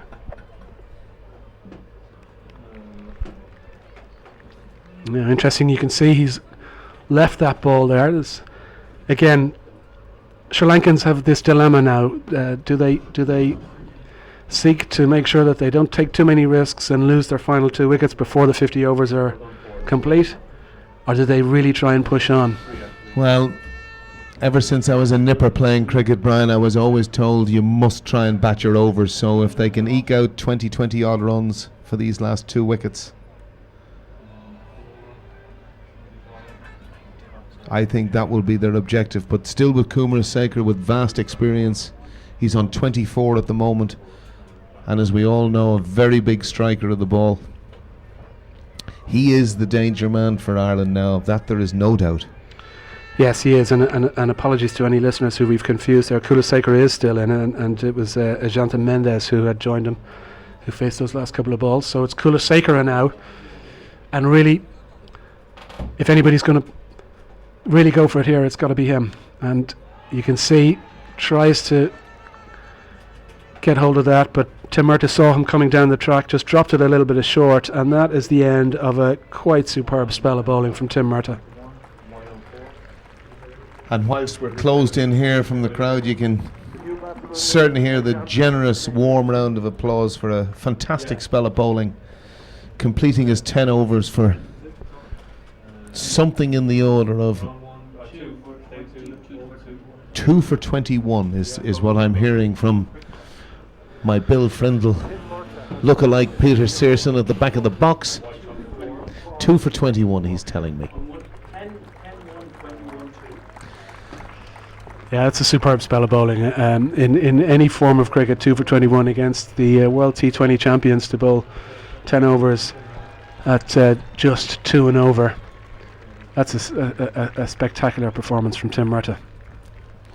Well, again, and I spoke earlier, Brian, about the value of home conditions, and certainly Ireland have benefited from those today. And you know, when you play on your home patch and you know your own ground, you know your own angles, and you know your own type of pitch, and again, the hallmark of his bowling, he didn't really have to put too much into it. The most important thing was he hit his areas, as they call it, that corridor outside off stump, and his line really never varied, and he's fully deserving of those figures. And I see George Dockrell again, this particular hallmark of William Porterfield's, no bowler settles on spells or anything like that. They're switched around and altered and changed. So, and of course the benefit of that as well is that the batsmen never get too comfortable facing the same bowler. They've constantly got to think the different pace, different angles, just mixes it all up, and it never lets the Sri Lankan batsman settle. It's just dropped a little bit short from George Dockrell, and Kulasekara very quickly onto that. Can't afford to drop the ball short like that.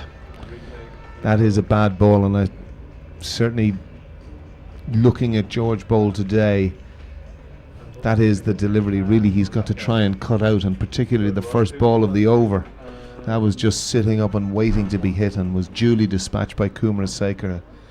Square of the wicket for 4. He's a tendency occasionally just to kind of, you know, fall down on his bowling action, not really kind of come all the way over his front leg, and that's when he drops it short, and that's the ball, as you say, that he'll be looking to try and eliminate. It's a much better shape from George Dockrell in that second delivery. Well, I think probably what's happened with George is he just hasn't had overs this year. He's been in and out with Somerset. And now, where's this gone? It's high up in the air. Is there anybody underneath it? No, there's not. It's going to fall safely, and it's only going to go for a single. Kulasekara, again, not really getting hold of that. I think he might have held back on that shot. Wasn't quite at the pitch of the ball. And just held back on it. And it was always safe. But going back to that point, I think, you know, spinners need overs and need lots of overs, and that's one thing. Certainly for the last year, he hasn't had a huge amount of in Somerset, which is clearly a disappointment to him. And for someone of his quality, he'll be certainly looking for much more first-team exposure if he can, and getting back to where he was certainly a year ago. Now Mendes to face Dockrell. Looking for the reverse slog. That's gone up in the air again. That looks as if it's going to fall safely, and in fact it's going to go all the way to the boundary. Stuart Thompson in chase there. A very difficult one for him. Couldn't quite haul it back. Interesting shot.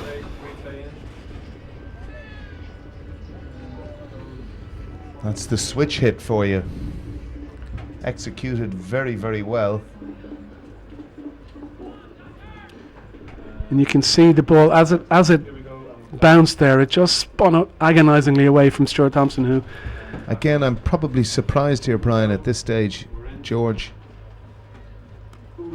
taking down the track, and he's hit that very well. That's straight, and that's going to go for the boundary as well.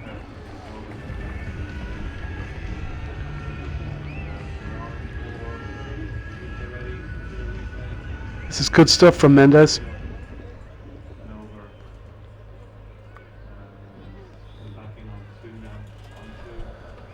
So from a stage an over and a half ago where we were talking about maybe 200, I would think Sri Lanka are eyeing up 220 here, which from the position Ireland were in, will be a disappointment to them. Let's go for the switch hit again, and he's got hold of this one, and that's a super shot. Very clean strike, and that's 3 boundaries in a row, and this really has injected some momentum into this innings. Agenta Mendes hitting the last 3 balls of that George Dockrell over for consecutive boundaries.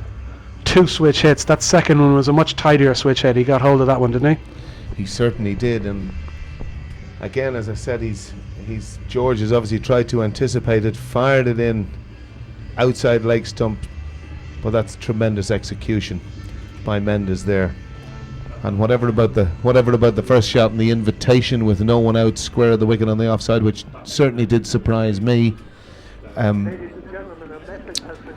He's certainly taken the attack to Ireland. So now at the score 197 for 8, 12 balls remaining. Certainly Sri Lanka could be eyeing up 220 here, and it's interesting that William Porterfield has turned to Alex Cusack to bowl the 49th over, his previous over having gone for 15. That's right, and George Dockrell finishes on figures of 1 for 45 in his 10 overs. And you're right, Alex Cusack's last over, he came back for a 1 over spell from this end, and it went for 15, and that was an over that injected some real momentum into the Sri Lankan innings, and it looked as if they were really going to kick on from there.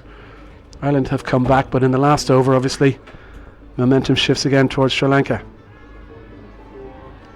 Now, are they going to try a chance a second here? No, they're not. Good fielding again from Ireland. Stuart Thompson fast in off the leg side boundary there.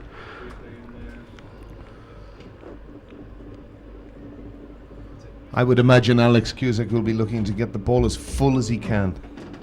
Get it under the bat, in at the pads of the Sri Lankan batsman, because probably at this point length to a short boundary straight will, is what we call in Irish vernacular, Brian, meat and 2 veg. Now he's dropped that one a little bit shorter, and obviously he's very conscious of that short boundary straight behind him. He doesn't want to bowl the ball into the slot and make it easy for Mendes to swing at it. I think the other part is, of course, that he's getting the main man on 31 not out, Kumara Sekera, back on strike. 4 balls of his over remaining.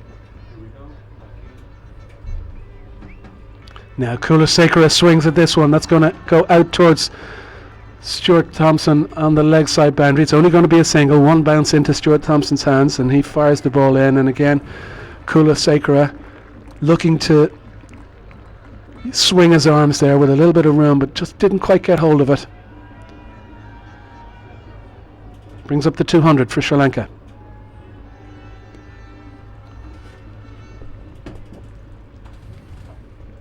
Cusack just cramping up Janta Mendes, who's content, as you say, just to rotate this strike. I think he sees his role here as getting Kulasekara to face as many of the remaining deliveries here.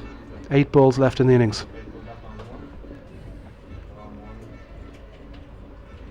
Oh, that's full, and he's got that a little bit wrong. Down the leg side. You can't afford to bowl those balls at the death here. Certainly not with the wicketkeeper Gary Wilson standing up, and you can see hands on his hips. Gary not best pleased with that delivery. Ooh, Gary Wilson really had no chance there. So, and you can see on Alex Cusack's face, he knew he got that wrong after he had let go, anticipating where Kulasekara is going to go. Let's see what happens on this one. It's going to, again, 1 bounce out towards Stuart Thompson on that leg side boundary, and Kulasekara just not able to find his range here. well, in one sense, yes, Brian, but I think from the position that they were in with the last wicket falling at 176, this pair have already put on 31 in jig time. And Sri Lanka, from the position they were in, anything in around the 220 mark from the position they were in, they'll certainly. And it's interesting here, the position. Look where Mendes is starting here. Oh, and that's again fired down the leg side. That's going to be signal a wide. I suspect it's hit Gary Wilson on the foot, and he did a good job there in saving that extra 4 runs. That's an interesting one under this latest law change that they're saying about this discretion that the umpire has if the batsman doesn't take what's called his normal standing position. So I'll be interested to talk to Richard Kettleborough about that one. Again, off the back foot, shorter delivery this time to end the over. Kulasekara frustrated again that he can only get the single. So we've got 1 over left in the innings. So at 210 for 8 as we move into the final over. And it looks here as if Max Sorensen is going to be entrusted with the 6 deliveries, or hopefully from an Irish point of view 6 deliveries, in which to bring this innings to a conclusion. I suppose there's 2 ways that Ireland can look at this. Perhaps if they were given this total before we started the game, they'd have chopped your arm off for it, but probably from the position they were in, perhaps could have looked at restricting Sri Lanka to possibly 10 or 15 less than where we are. Well, that over from Dockrell, as you say, with the 4 virtually, no, it's certainly 3 consecutive 4 boundaries in the over was significant. Yes, and what we did talk about, you know, if Ireland could keep Sri Lanka to anything below 220, they might be satisfied. From the position that Sri Lanka were in, getting up towards that 220 mark, they might be happier with that. Now, first ball hit down the field, again, 1 bounce. Ball seems to be following Stuart Thompson around. And just the single off that opening ball, so we're 211 for 8 with 5 balls left in the innings. Interestingly, I've just got a text from one of my Sri Lankan friends telling me my pronunciations are awful. Thank you, Tavanka, for that. Nunayakar. Nunayakar. Nunayakar. Senanyaki. Surely not Tavanka.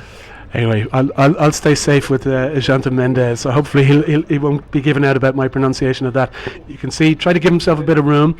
Max Sorensen bowled it with a little bit more width, and he did well in the end just to reach that. Brings Kulasekara back on strike. 4 balls to go.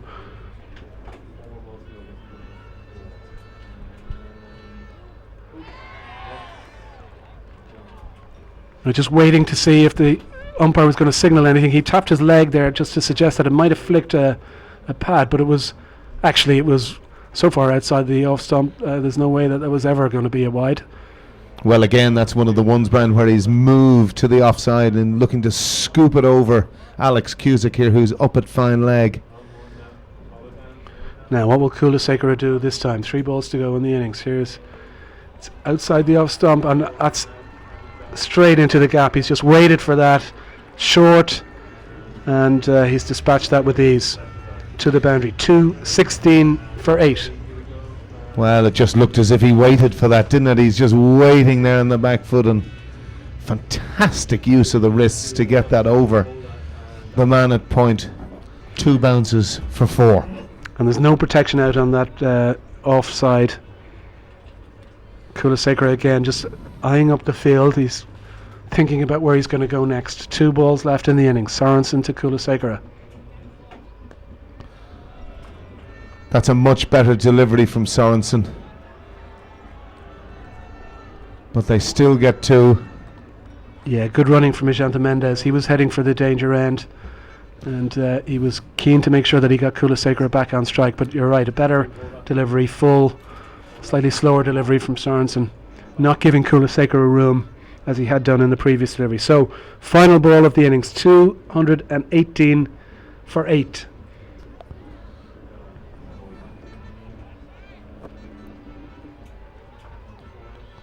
When he's gone for the big hit, he hasn't got hold of it. It's just going to be a single, and that is going to end the Sri Lankan innings. 219 for 8. A very useful 9th wicket partnership, unbroken 9th wicket partnership for Sri Lanka at the end, allowing them to post what is a semi-competitive score, you would say, 220. Certainly, I think Ireland will be somewhat satisfied with restricting Sri Lanka to 220. I think Sri Lanka probably would have wanted to have got what might have been a par score of kind of 240, 250, but in the end actually did very well to get up to the 219 for 8. Well, it's interesting, Brian. I've had a number of texts asking me to speak louder into the microphone. That's not something normally people say of me. So to all you listeners out there who've been complaining to me on text, I do apologise. But I'll try my best at the second innings. And it's interesting to see. No, they're not putting a cover on. We're still, clouds are pretty high here in Clontarf.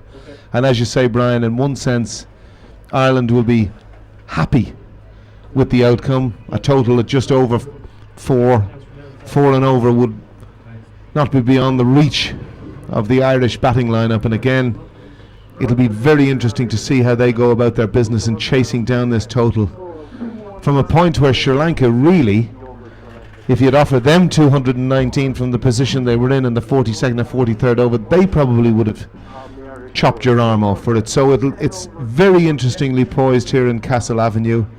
Very entertaining morning's cricket in the first of the RSA ODI internationals between Ireland and Sri Lanka. And with that, we're going to take a brief break for the lunch interval. We'll be back in 45 minutes with live ball-by-ball coverage brought to you by Air TV. And it's a fascinatingly poised game, so don't go far away. Back in 45 minutes for the Irish innings.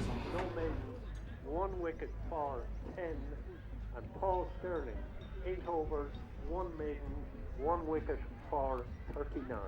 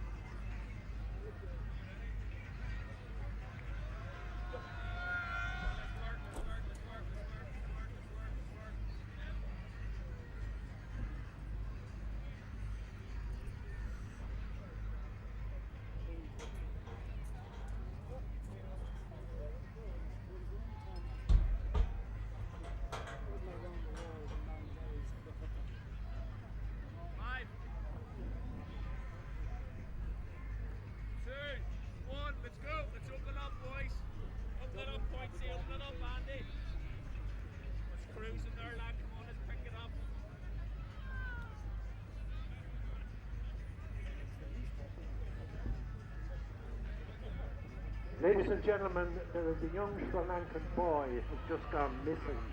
He is 8 years of age. His name is Tanuka. If you see him, if you bring him please to the media tent, which is at the white media tent at the top of the ground near the old scoreboard. An 8-year-old Sri Lankan boy, Tanuka. If anybody sees him, please bring him to the media tent here at the top of the ground.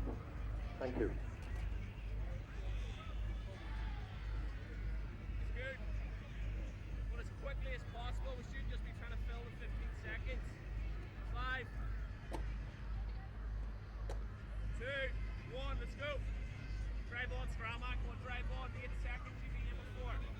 Drive it on, lad. Drive it on. Drive it on.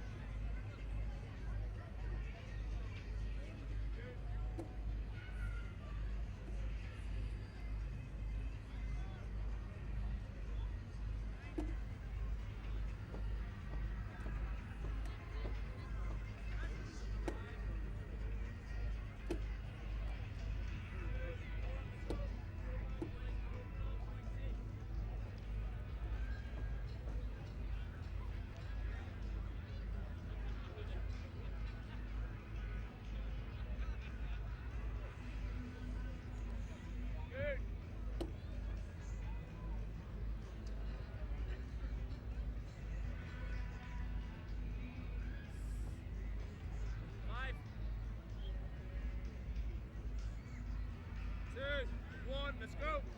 Push on, push on, push on.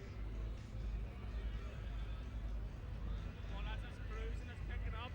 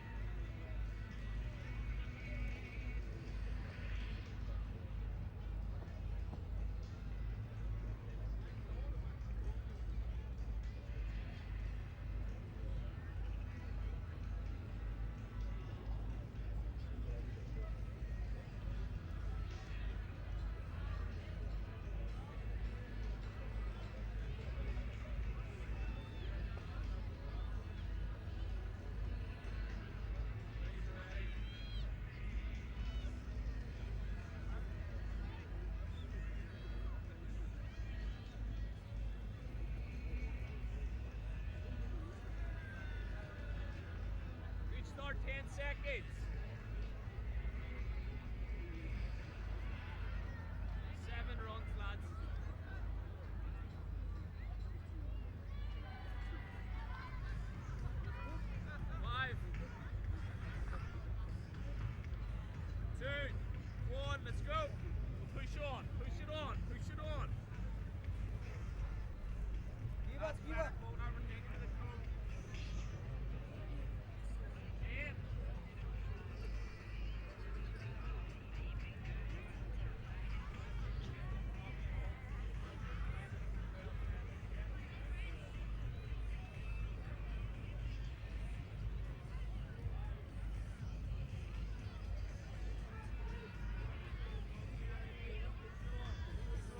Ladies and gentlemen, just the good news that that young Sri Lankan lad has been located and all is well. Thank you very much.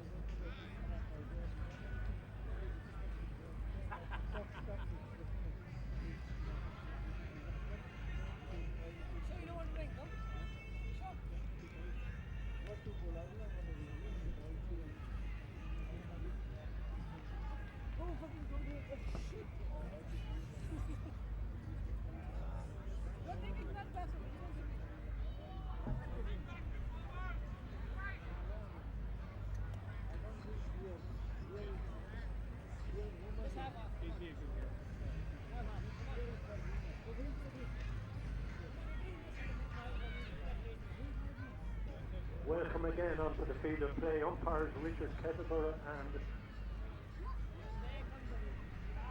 Richard Smith.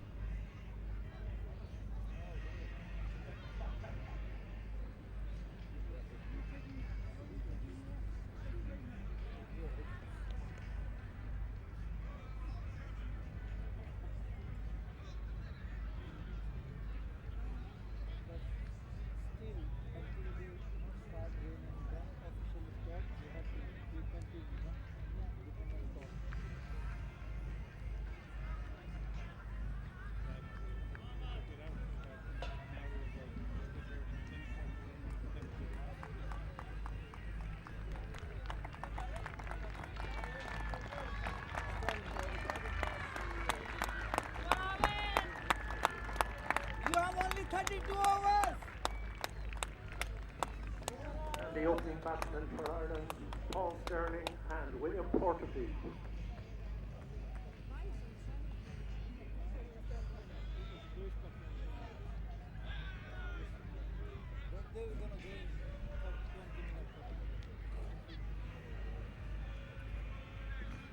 You want my interview, please?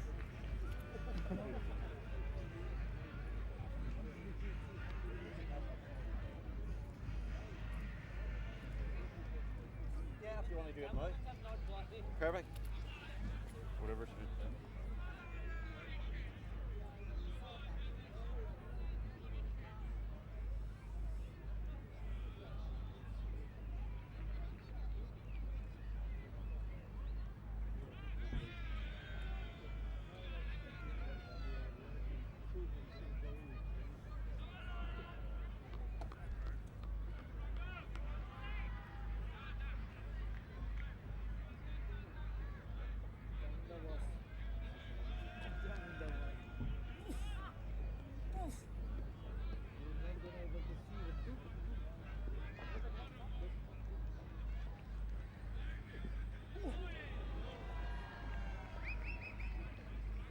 From the Clontarf end, Saranga Lakman.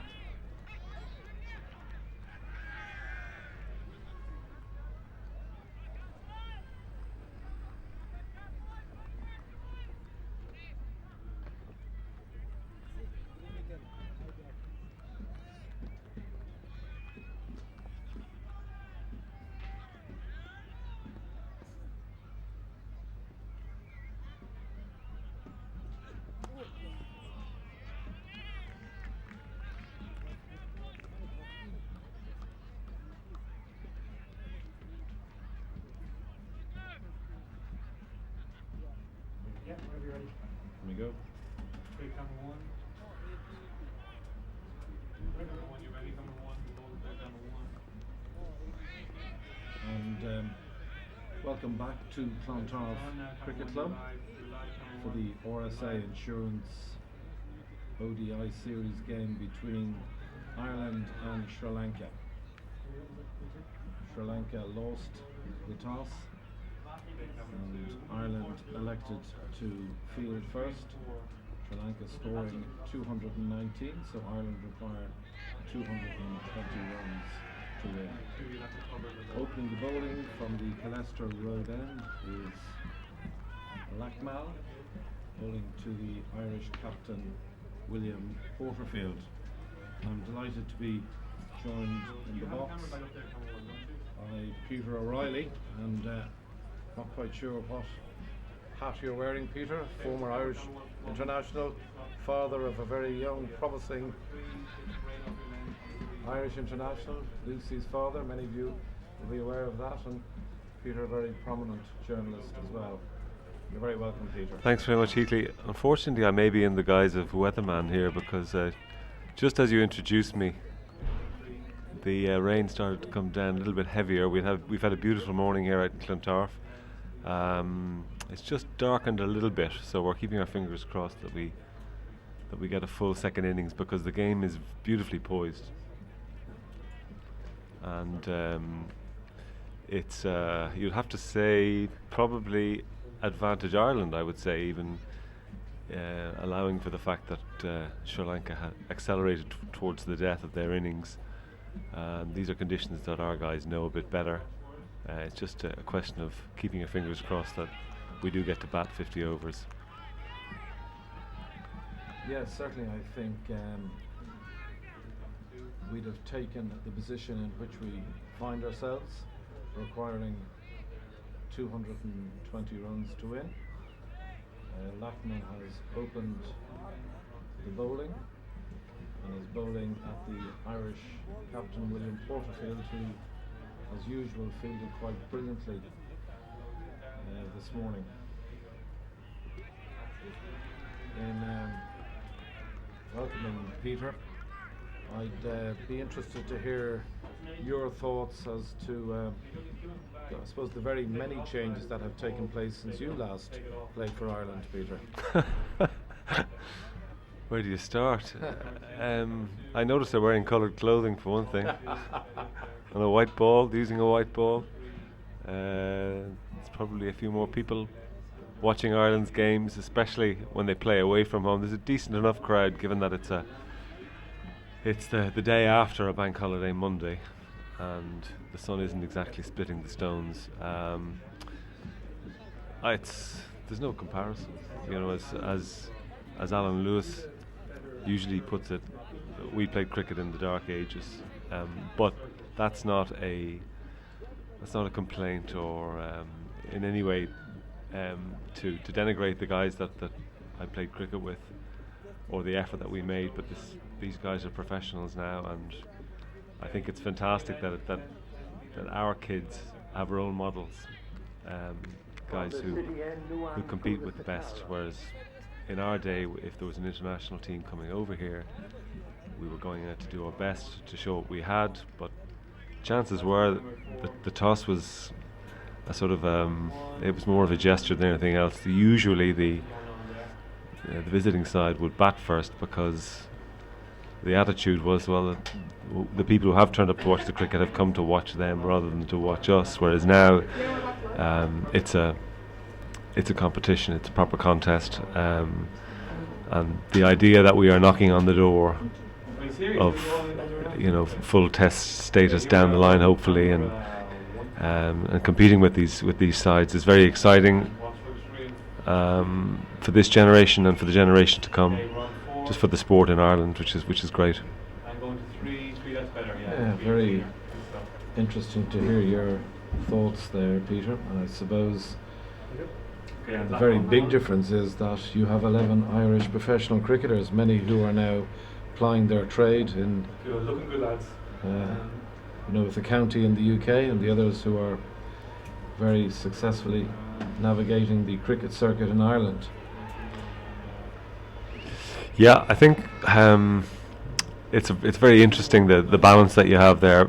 Obviously today the guys who are based in England have an advantage because their season is already well underway, and we have guys like Will Porterfield, Ed Joyce especially, but also Niall O'Brien in the runs that would have a handful of games under their belt already. And I suppose Tim Murtagh in the wickets. Yeah, I thought he bowled beautifully. It was a real object lesson for young Irish bowlers at the ground today about bowling to your strengths, bowling to the conditions, and keep going until the end of your spell. He never wavered. He kept doing the same. He knew what was working for him, and he kept at it until the very end. But you know, in response to what you were saying initially, whoa. There's the first four in the Irish innings. Kulasekara bowling from the city end. Paul Sterling edging that for 4. Paul Sterling has been a prolific batsman for Ireland over the last couple of years, a very hard-hitting opening batsman. One of the current Irish breed who plays in the UK, plays with Middlesex. Oh. That's unfortunate. I think, do they call that the commentator's curse, Peter? I'm not sure. Kula Sacra strikes in his first over. Paul Sterling gone for 4 runs. Not the start that Ireland would have wished for. No, I think we talk about playing in our conditions. Actually, Paul Sterling is a guy that you'd prefer to see playing under a hot sun on a flat deck. But now he's actually playing against a bowler who can move it both ways at a sort of a nippy enough pace, early 130s.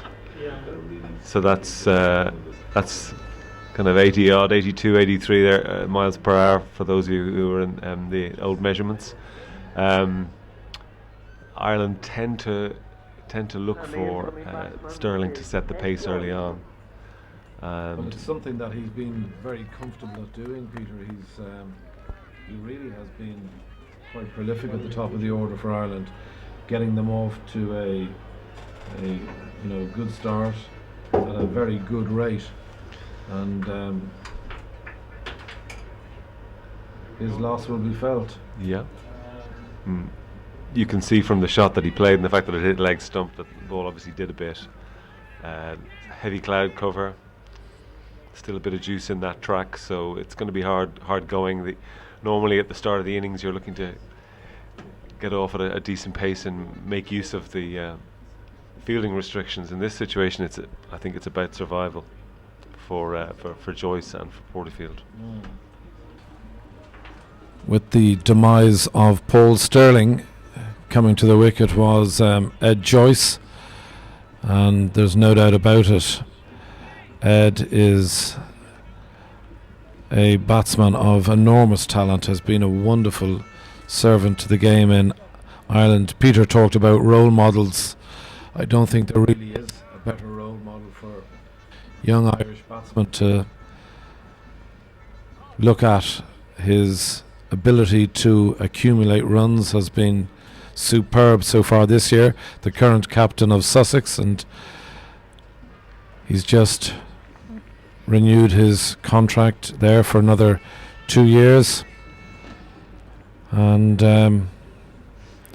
always a pleasure to see Ed Joyce at the wicket. Yeah, I think he's currently averaging just under 100 in first class cricket. He's got about just under 500 runs. So good time to announce the old 2-year extension, which will bring him officially into his late 30s. But as we saw on the field earlier on, he's a true professional, looks after himself, still very fit, and obviously the eyes. There's been no weakening of his ability at all. He's still got it. Yeah, I think he has the chance to join a very elite band of batsmen who have scored 1,000 runs come the end of May. And as you mentioned, Peter, having amassed half that total thus far, he's in with a strong chance of achieving that wonderful target. Lackmal from the Killestro Road end to Joyce. Joyce coming forward.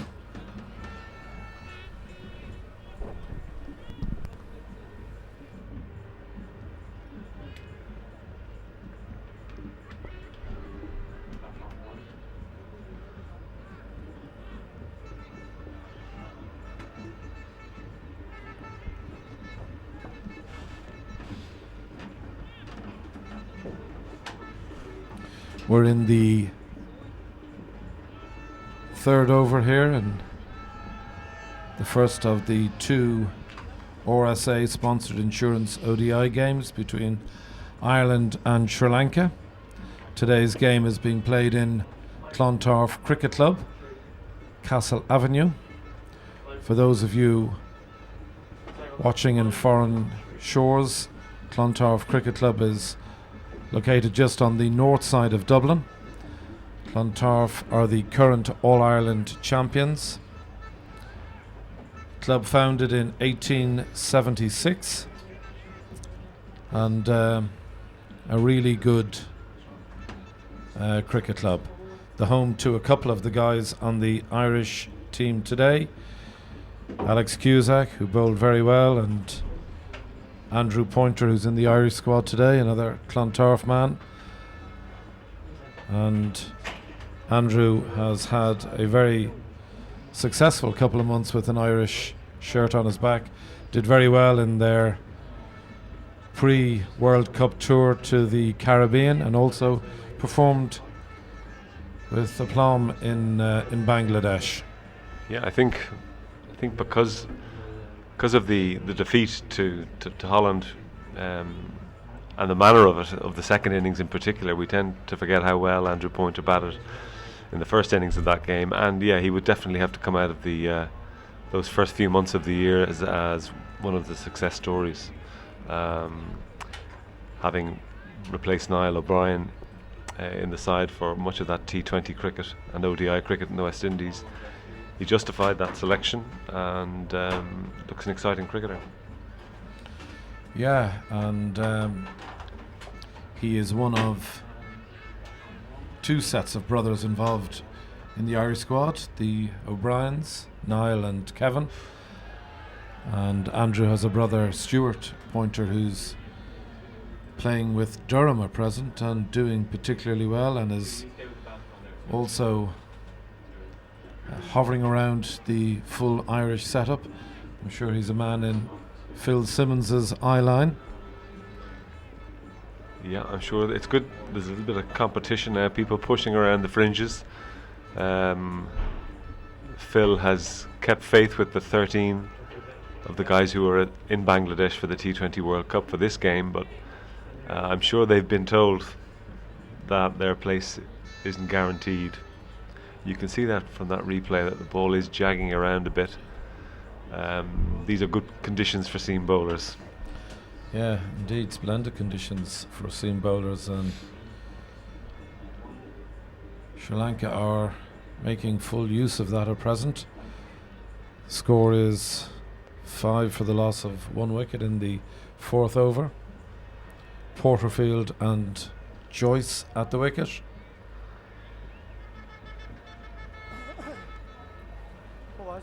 Thankfully, the rain that Peter spoke of earlier in the innings seems to have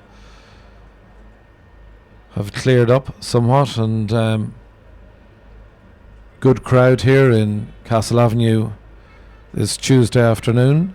It's a working day here in Dublin, so a lot of the young Irish supporters, I speak of the school children in particular, are obviously at school today, but maybe once school finishes at 2 o'clock or 3:30, we might see an influx of the next generation of Irish cricketers coming to watch their heroes.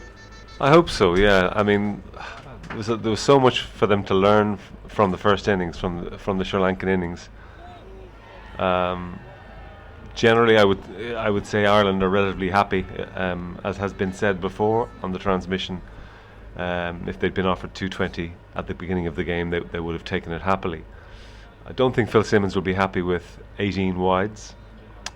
But I think as far as the younger cricketers here are concerned, they would have seen the patience of the Sri Lankan players, who, playing in pretty alien conditions and losing wickets fairly regularly throughout the innings, actually just kept their patience and showed their T20 prowess in the fact that they scored numbers 8 and 10 scored about 40 odd runs in the last, say, 20 odd balls. So they showed that you can accelerate and take a 180, 190 score into a 220 score, and that now after 4 overs with only 5 runs on the board suddenly looks a big target. But the psychological aspect of getting beyond 200 is huge, and they showed, the Sri Lankan batsmen showed the virtue of patience and waiting and making sure that they batted their 50 overs and accelerating for the last 3 especially.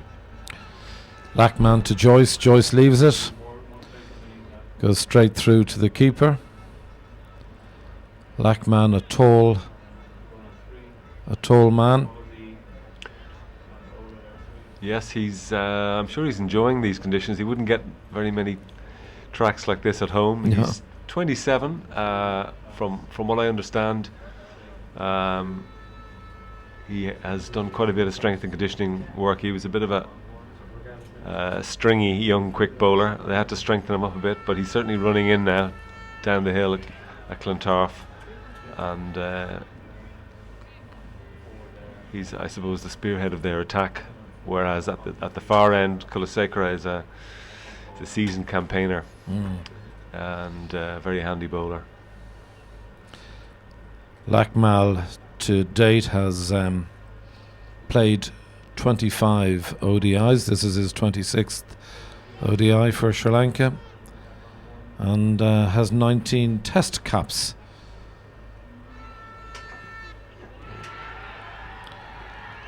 And unfortunately, from an Irish perspective, that's the end of Ed Joyce. Lakman dismissing Joyce. Caught behind. Looks a decent ball. Yeah. That'll be a big disappointment for the Irish fans here today. He's certainly one of the cricketers that many have come to see. Absolutely. Well, you have to imagine he's seeing the ball pretty big these days. The fact that he nicked a ball, it's probably a ball he might have missed if he wasn't in such good nick, but it looked to have done a good bit off the seam, and it bounced as well, took the corner of the bat, took the shoulder of the bat, and carried to the keeper. Still going upwards. Yeah. A word of congratulations to the head groundsman here today, Brian McDermott. Brian has produced a fine wicket. The bounce has been very regular, and credit is due to him. Yes, the place looks fantastic. It does look fantastic, absolutely. Replacing Ed Joyce is Niall O'Brien. Niall, another batsman whose season has started particularly well, playing with Leicestershire. Big innings last week, Peter. Yeah, 130 odd. Yeah. A guy who's number 72, I think that refers to a rather notable innings of his in Jamaica in 2007 against Pakistan. Perhaps you could argue Irish cricket's greatest day, couldn't you? Yeah, you'd make a very good argument. And what a splendid knock that was. A man who's not lacking in confidence is our Niall. No, he'll need his confidence here as well. Third left-hander in Ireland's top four against two bowlers who seem to be able to move it away from the left-hander. That's a confident start. Really good start from O'Brien there, just swaying onto the back foot and dispatching Lakman through mid-on for 4, bringing the total to 11 runs for the loss of 2 wickets. Paul Sterling and Ed Joyce have both departed. We're in the 5th over. Glad to say the rain has kept away. I think you could. Is it fair to say, Heatley, that to play a pull shot through mid-on is a sign of a guy who's seeing the ball early? Yeah, most definitely. Most definitely. As Peter mentioned, he posted a huge score for his county last week. So we have mentioned earlier on in this broadcast a number of the Irish guys who have started their season particularly well. Porterfield and O'Brien, Joyce, of course, who we've mentioned, Tim Murtagh, and from an Irish perspective, it'd be lovely to see either the skipper Porterfield or Niall O'Brien continue their good form into today's game. I think it's essential.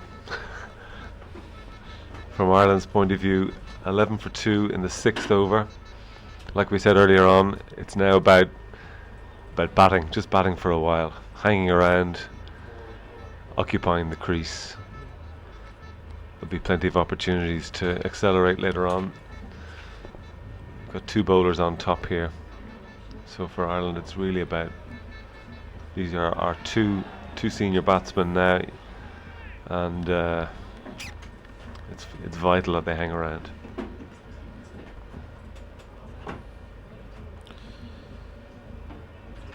It's appropriate to have Peter in the commentary box, given that William Porterfield, the Irish captain, plays with Warwickshire County Cricket Club, a club that Peter would know well, having gone there as a 19, 20-year-old boy, Peter? Yeah, I was 18 when I went over. Okay. Yeah, so maybe best not to say how many years ago that is, though. You're getting younger looking by the day, Pete. Thank you, Heatley.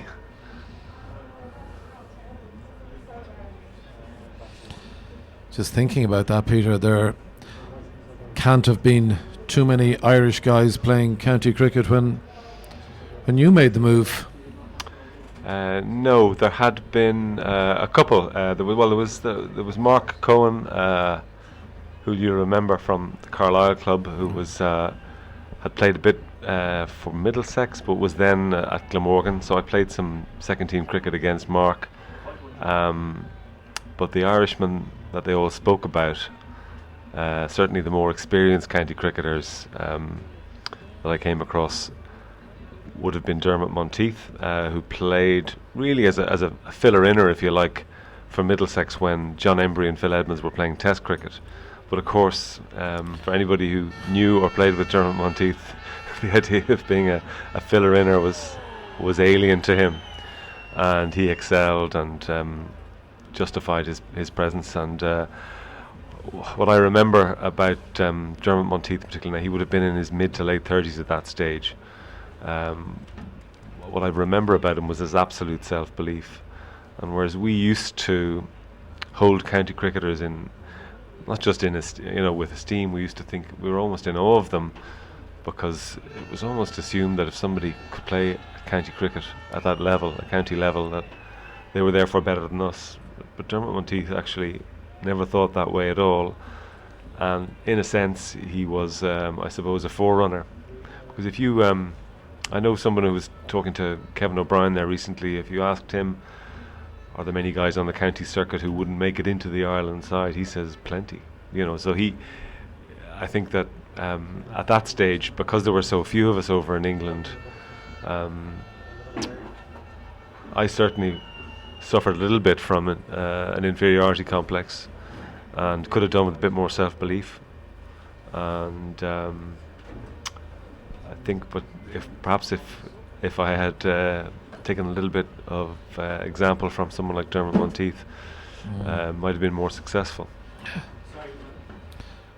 Yeah, how lovely to hear the name of the great Dermot Monteith mentioned. As Peter says, possibly the sort of pioneer of Irish men heading to the UK. A route that was lightly pursued, as Peter said, back in the early 1980s, but a much more common route for young Irish cricketers now, and it's great to see, in one sense, so many, doing so well. It is, yeah, and it has to be beneficial as a finishing school, but you've got to balance that against the fact that we've lost some of our best young Irish players to the English system. So that's why Cricket Ireland are keen to set up a professional structure within Ireland, so that the county route doesn't become the only option. Got a change of bowling here. Yeah, we have. Is that Angela Matthews on? A change of bowling, as Peter says, from the Killester Road end. It's the skipper, Angelo Matthews.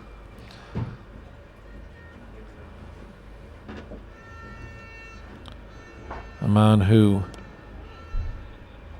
I thought batted with great aplomb here earlier on today.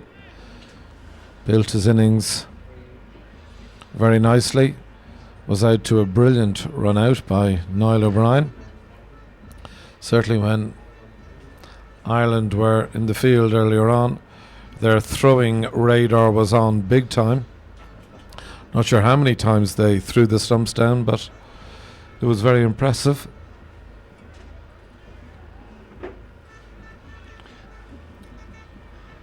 This is a bit like an old-fashioned cricket match, Heatley, and we have two seamers opening the bowling and a seamer first change. Yeah. My word. Yeah. How right you are. An old-fashioned cricket match. The modern game, I suppose, Peter, has changed so much. Not just with the introduction of the T20 format, but even in the manner in which, you know, the 50-over game is now played. I mean, how often do we see a spinner opening the bowling? It was something which was possibly unheard of 5-6 years ago. Well, the first team I saw do it was Ireland about 20 years ago at Edgbaston, playing against the England amateur team at that stage, and they opened the bowling with a leg break bowler, great Conor Hoey, and it worked. He had the ability to bowl with a new cherry, which isn't easy for a leg break bowler with all the lacquer on the bowl, and England had an opening batsman by the name of Steve Dean, I think, who had a reputation for crashing the quick bowlers back over their head, and it was a risk which worked really well. And now it's, as you say, it's almost the norm. Yeah. I think one of the great things though about all the innovations in the game is that you don't just have off-spin bowlers and leg break bowlers. Like one of the great mystery spinners is actually playing, is out there on the pitch today. Ajanta Mendes. I'm really looking forward to see him. He has so many variations. He's probably a kind of a slow medium bowler, you'd say, rather than a slow bowler. But he has top spinners, googlies, his famous carom ball. Yeah, and I mean, when you talk of great spin bowlers, I'm reminded of the one and only previous ODI between Ireland and Sri Lanka in the World Cup of 2007, when the great man took 4 for 19. Go and say his name, Heatley. The great Mullaritharan. And what a bowler he was, Peter. Incredible. He was special. He was special, absolutely, yeah. And he inspired a lot of conversation, a lot of debate, partly perhaps unfortunately because of his rather unorthodox bowling action. If ever there's a break in play in a cricket changing room and you want to fill a bit of time, just throw his name in there and get a few opinions from people. Yeah.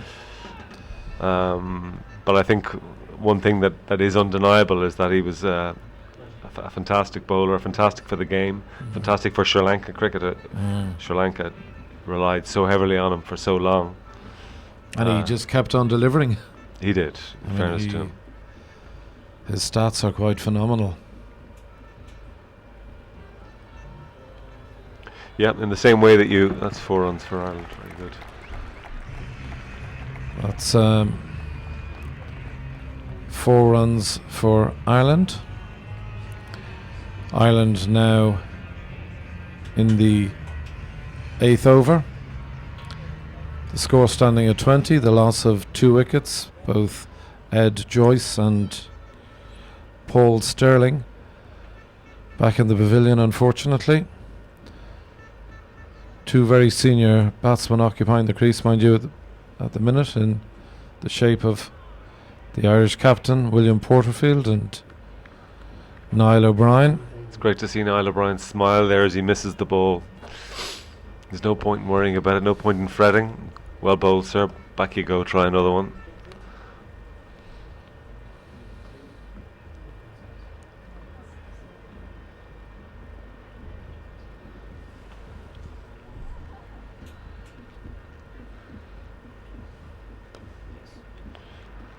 again, you see a really full blade there. You saw the maker's name pushed in front of square. He really does look in good nick. So I think the lesson there is, doesn't matter if you miss one. It's what happens to the next ball that counts. Yeah. O'Brien taking 2 runs out through mid-wicket. Nice to see a very full ground here this afternoon in Castle Avenue. Castle Avenue, the home of the Clontarf Cricket Club. It should be mentioned both Clontarf Cricket Club and indeed Clontarf Rugby Club, both All-Ireland champions at present. Correct. Congratulations to them.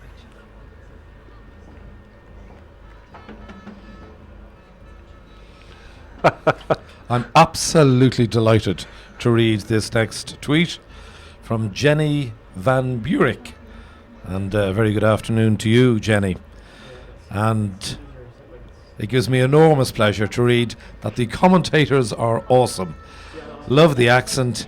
You play a vital role in live cricket. So thank you very much indeed, Jenny. And if there's any more Jennies out there, we'd welcome your tweets. Well there you done go, to Jenny. Pete. Well, I did tell her to get in touch after after the break and play.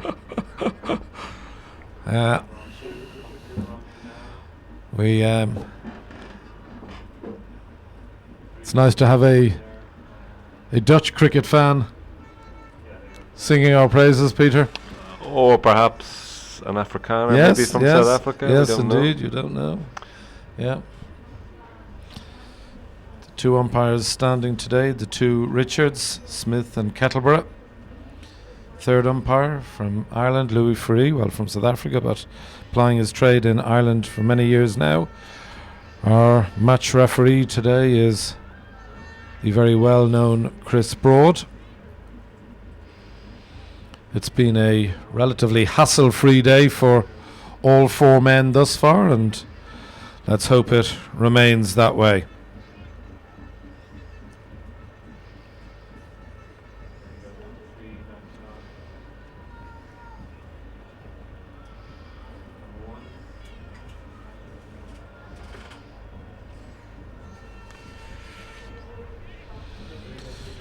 Just looking at couple of notes here in front of me, Peter. I see the highest partnership in an ODI game here in Castle Avenue featured the current Irish captain William Porterfield along with Gary Wilson playing Kenya in July 2009 when Porterfield and Wilson shared a partnership of 102 runs. Be nice if that could be replicated today. I'm sure Phil Simmons would take that. He certainly would. That's in ODI cricket, is it? Yes, I believe so. Okay. Well, Gary Wilson's still to come in. William Porterfield at the moment playing second fiddle. I think he's just he's hanging around. As we saw there, the over before this one, we had 3 slips in a gully, which tells you something about the conditions, I should say, and the fact that ball is currently on top of bat, but Niall O'Brien in particular is playing confidently, giving some confidence to the Irish supporters here as well. And talking of Irish supporters, can I congratulate all who have come along to Castle Avenue today. It's not quite what we would call cricketing weather. The crowd I see in front of me are well and truly wrapped up with coats and caps and scarves, and however they're in great spirits, and great to see so many Sri Lankan fans here today and with great pride waving their national flag. Indeed.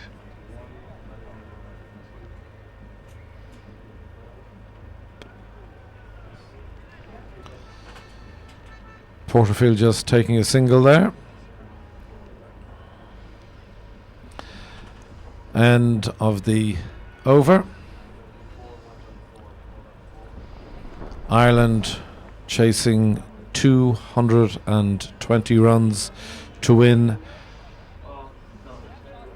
the first of these RSA Insurance sponsored ODI games.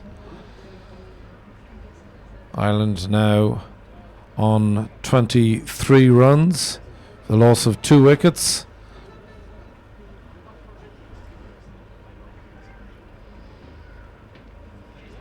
Captain about to face strike. William Porterfield.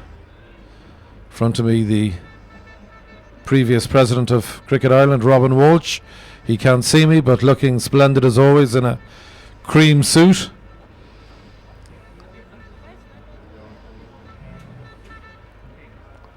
Always beautifully attired is our Robin. Yes, indeed.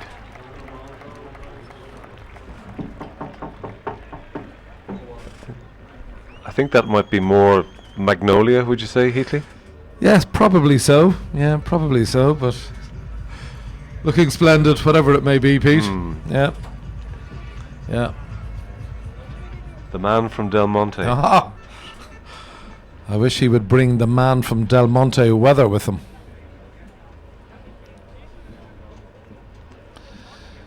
Very interestingly poised game this. Porterfield running one down to third man. Just opening the face of the bat. Beautifully played. Bringing the score on to 28 runs.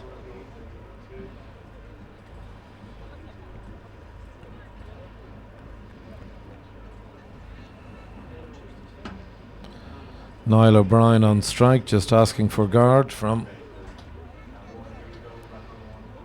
umpire Smith. Playing and missing at that.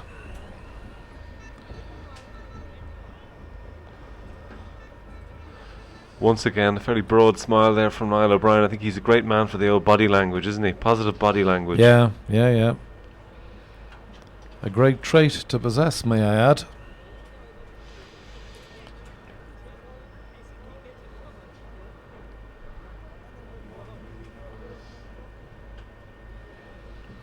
Kulasekra bowling to O'Brien, who plays a beautiful shot down the ground. Again, displaying the maker's name. Yes, indeed.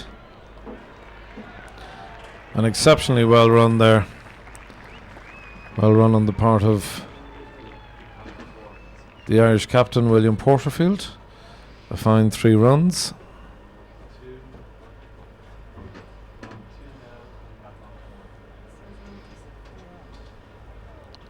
We're in the 10th over here. Wind seems to have picked up a little bit, Peter. I can see the trees above the excellent scoreboard just fluttering in the distance there. Yes, and those Sri Lankan flags fluttering furiously. Yeah.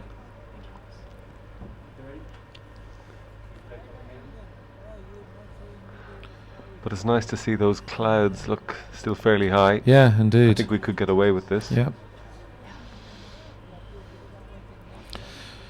Pretty similar conditions to the ODI series which Ireland played in this time last year, Peter, when we played Pakistan in that thrilling series.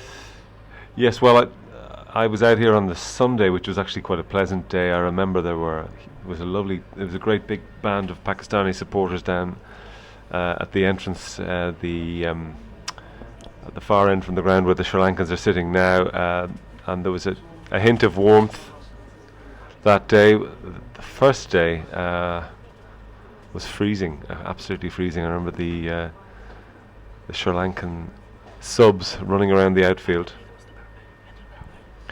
Sri Lankan subs were running around the boundary, throwing hot packs to the fielders just so they could warm up their hands. But yes, this is what you'd expect, I suppose, in Ireland in early May. So it's we're blessed that if we get a full 100 overs in.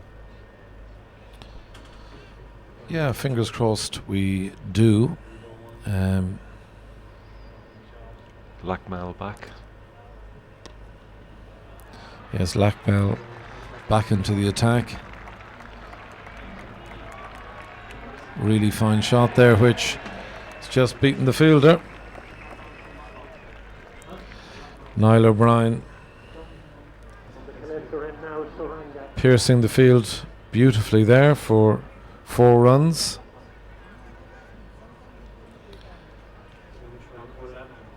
Niall now moving on to 20. The score moving on to 35. The loss of 2 wickets. Perhaps batting like a man with a point to prove, do you think, Heatley? I think you're dead right, Peter. Niall, the last 12, 18 months has been in and out of the side a little bit. Yeah. Gary Wilson is the glove man at present and doing a very good job, but as we all know, Niall is a very accomplished glove man in his own right. Yes. And as you say, probably very keen to prove a point to Mr. Simmons today. Yes, I suppose to prove that he's worth his place in the side as a batter, having been somebody who kept wicket and batted 4 for so long for the Irish team. Here's his opportunity to cash in on a good start to the season. Must be no better feeling. I don't think either of us really know what it's like, Heatley, but to come off the back of 130 and come out in the middle of the first ball, and it must be a nice feeling. I think in the season 1979-1980 I totaled 130 runs, Pete. No, it's certainly something that I'm not used to. Didn't middle that one. No, but it's another 4 runs, bringing the total to 39. We're in the 10th over. First slip standing very wide there. Wicketkeeper rooted to the spot. What's the old saying about flashing, Heatley? Hard, Pete. Hard, my friend.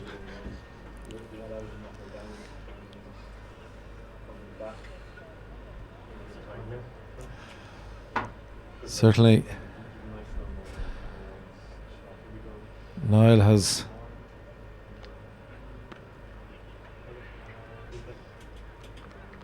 come out to bat today and has done so in a very positive note. Joining as captain William Porterfield at the wicket.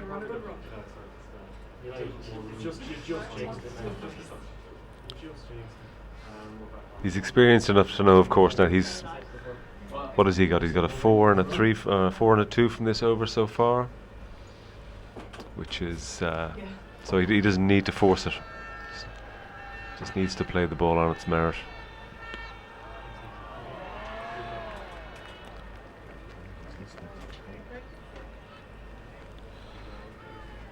Last ball of the over there. O'Brien cutting the ball, dropping just short of sort of backward point. Ireland now 39 runs, the loss of 2 wickets. Both Paul Sterling and Ed Joyce have departed. And on that note, talking of departing, I'd like to thank Peter O'Reilly very much for his splendid contribution to today's game. Thank you very much, Peter. Can't beat the journos. And on that note, again, I'm delighted to be joined by Alan Lewis. Welcome back, Lou. Nice to be back, Heatley. Nice lunch?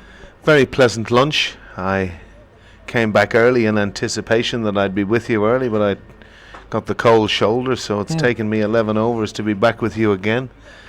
And it's commonly known as the flick, Lou. Having watched outside at 5 for 2, glad we've recovered to 39. Yeah, it was, I suppose, a rather shaky start on the part of the Irish batsman. I've got to be very careful there, Heatley. I referred to we. I got a good ticking off in my introduction to radio commentary with Test Match Special from the producer Adam Montfort, who said to me, he reminded me, Alan, this is a match between Ireland and England, not we and us.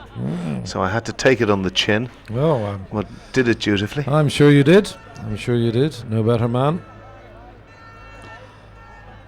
Alan mentioned there that he has appeared on a number of occasions on that most wonderful of cricket shows, Test Match Special. Must have been a great thrill to appear on that for the first time, Lou.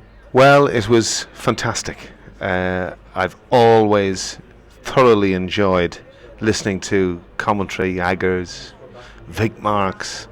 I nearly felt they were in my own living room, and then to be in a sense, the living room with them commentating in these games, it was just one of the great pleasures. Yeah, I think those of us who love the game of cricket love Test Match Special.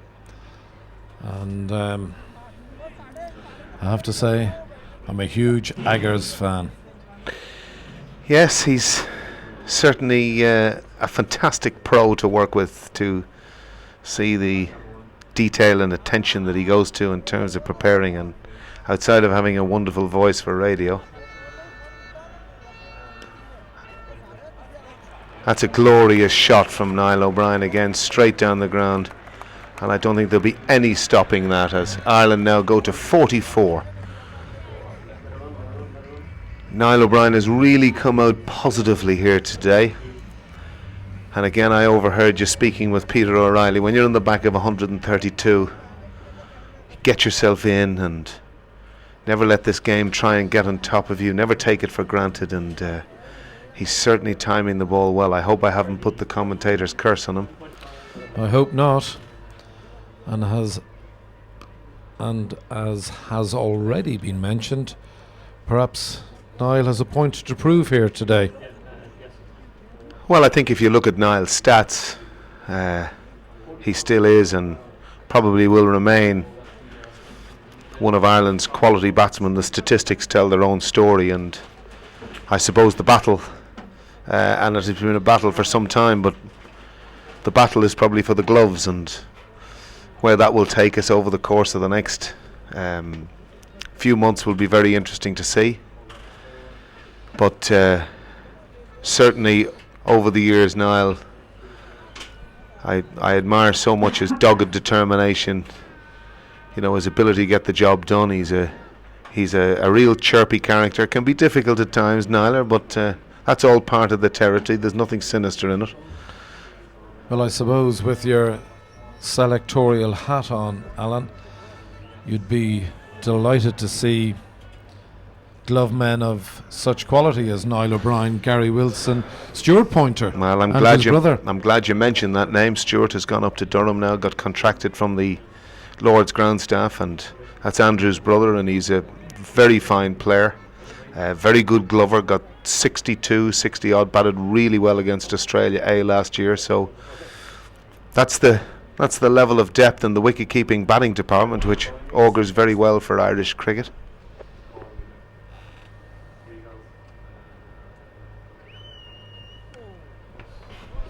Porterfield on strike, fends that off with a gentle prod out into the offside. Yeah, I think Williams has settled down now, and as long as Niall is playing the way he's playing, if he can just sit around and these two put on a actually very similar position. World Cup in India. I'll explain more after this ball.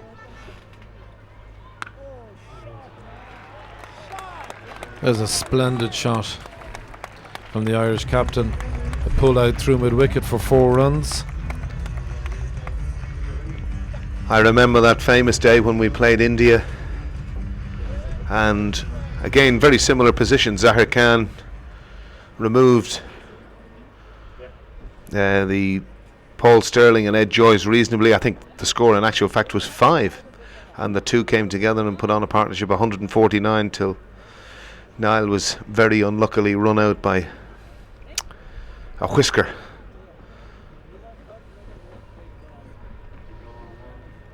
Porterfield on strike. Delighted to be joined in the commentary box by Alan Lewis, former Irish cricket international, former Irish cricket captain, and the current chairman of the Irish selectors. And talking of things selection, Lou, it must be a really good time to be an Irish selector with so much talent bubbling underneath the surface. Yes, indeed. It certainly is. And when you think that 15 guys are going to be lucky enough to go to a World Cup in February, March of next year, the battle for places is certainly on. And I can look at a list of obviously the current 13 that are representing their country here today in a squad, and I was looking down a list of certainly 10 or 12 or 13 other names that through the Interprovincial Championship, which we have now, and obviously people performing over in counties, we have eyes on everyone. So it's a really exciting time. You mentioned there Irish cricketers plying their trade in the UK. Is that something that you're in favour of, or what are your thoughts on Irish cricketers playing with various different counties? It's a double-edged sword, really, Heatley. I think one of the aspects of it are we're very lucky. So, you know, if you think that the two players out there today soldiered hard to fight for the positions they've got in county cricket, in one sense, Cricket Ireland doesn't have to pay for them. The downside of that, obviously, is having them at your beck and call, or wondering, in one sense, as I'm looking at it now, are they, you know, potentially an asset to a county? Well, obviously they are, but you know, there's always going to be that dynamic. Well, when are you playing for Ireland? What's the Irish fixture list like? And you know, looking at someone like perhaps George, who leading into this particular match hasn't had a huge amount of cricket, and spin bowlers need to bowl, and he hasn't had that, and it's difficult for him. But they're the ups and the downs. But I think if you ask them, the pitches, the bowlers they play against, to get that consistency of cricket. But that's something we're aspiring to, and I'll talk about that in a minute. Alan's just mentioned George Dockrell there, a young Irish man, 21 years of age, playing with Somerset County Cricket Club. And I'd be interested to hear your thoughts, Alan, on the 12th man here today, Andy McBride from Donamana, another young spinner who you've seen quite a bit of. Yeah, I had an interesting time with Andrew initially, perhaps convincing him that how good this whole situation around the Irish team was and the type of commitment that was required. And I think one of the huge successes of last season has been the introduction of the Interprovincial Series, where people can play for their province with pride in the first instance, and then fight for a spot in the Irish team and play with the best of their friends within each of those provinces. And then the other part of it is for someone like Andrew, who's did so well last year in coming through that, and not only that, but then went away on an A tour to Sri Lanka,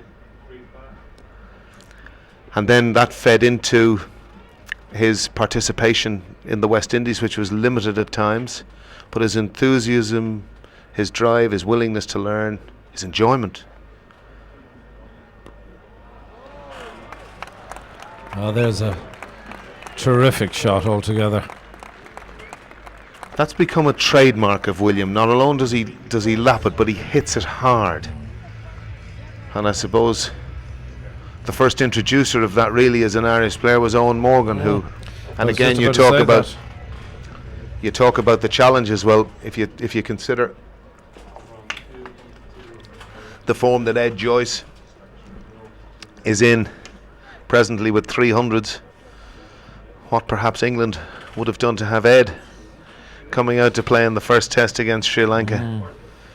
But Owen has done that, and again Owen is very much on the radar in terms of England's selection, in terms of where he is and what he's doing.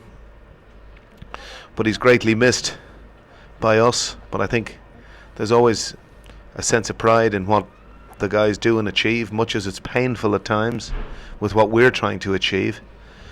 And I'm sure you'll have Warren in the box with you on Thursday to perhaps explain to the world what we are trying to achieve. And I very much look forward to that conversation. Maybe, I know there's a long way to go, but if Ireland happen to get a result here today, what that might do over the course of time. Change of bowling now from the Killester Road end. This is Mendes bowling to Niall O'Brien. His first delivery, a big appeal. Umpire Kettleborough just walks away. As another single to the total. Ireland now 54 runs. We're in the 14th over. That would have been very close, Heatley. I reckon from the bowler's reaction he might have just got a nick on that. I think that's correct, Alan. I think he did get a nick on that. Ireland won the toss here today and elected to field first. Sri Lanka posting a total of 219, leaving Ireland with a required total, of course, of 220. Currently 56 for two very senior men at the wicket as we speak. The Irish captain William Porterfield, along with Niall O'Brien. Delighted to see such a good crowd here in the Clontarf Cricket Club this afternoon. For those of you watching from overseas, you're very welcome. We're delighted to have you join us. Clontarf Cricket Club is located on the north side of Dublin, about 3 miles from Dublin city centre, I suppose towards Dublin Airport, if that makes sense. I was getting a lot of stick at the interval, Heatley, about my pronunciation of the Sri Lankan names. I was told it's Mendes as opposed to Mendez. He's not Mexican, he's Sri Lankan. So that was very interesting. But I'm glad that I have a little mole within my system who's brought me into check, Mr. Tavanka Kodikora, who worked with me, of course, for 7 years. And I remember the bold Tavanka. He's generated huge hilarity with my pronunciations, but I hope from your point of view, Tavanka, I'm getting a wee bit better as the day goes on. I can assure you, you are, Alan.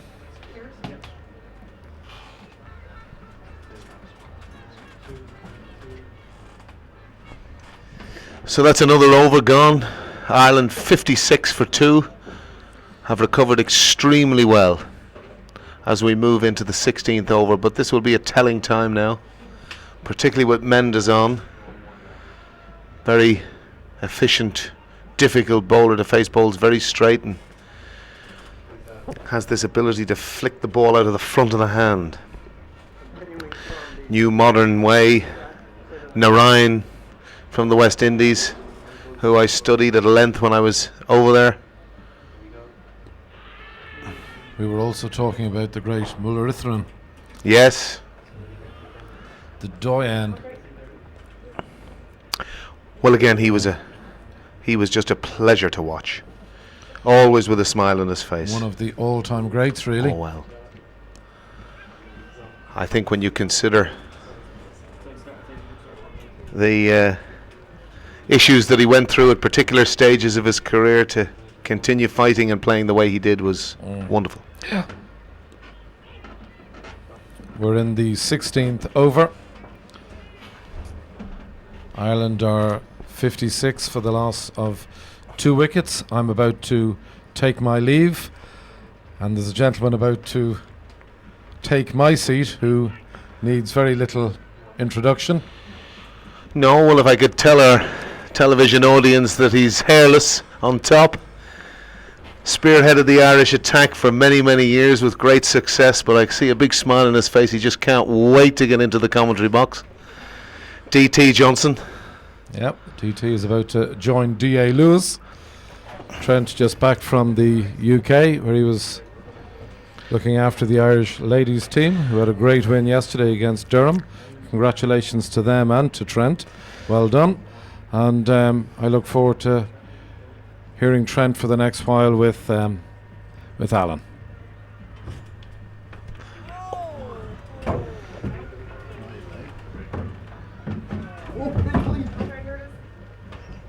That's the second time Mr. Tector's nearly gone from our midst in the box.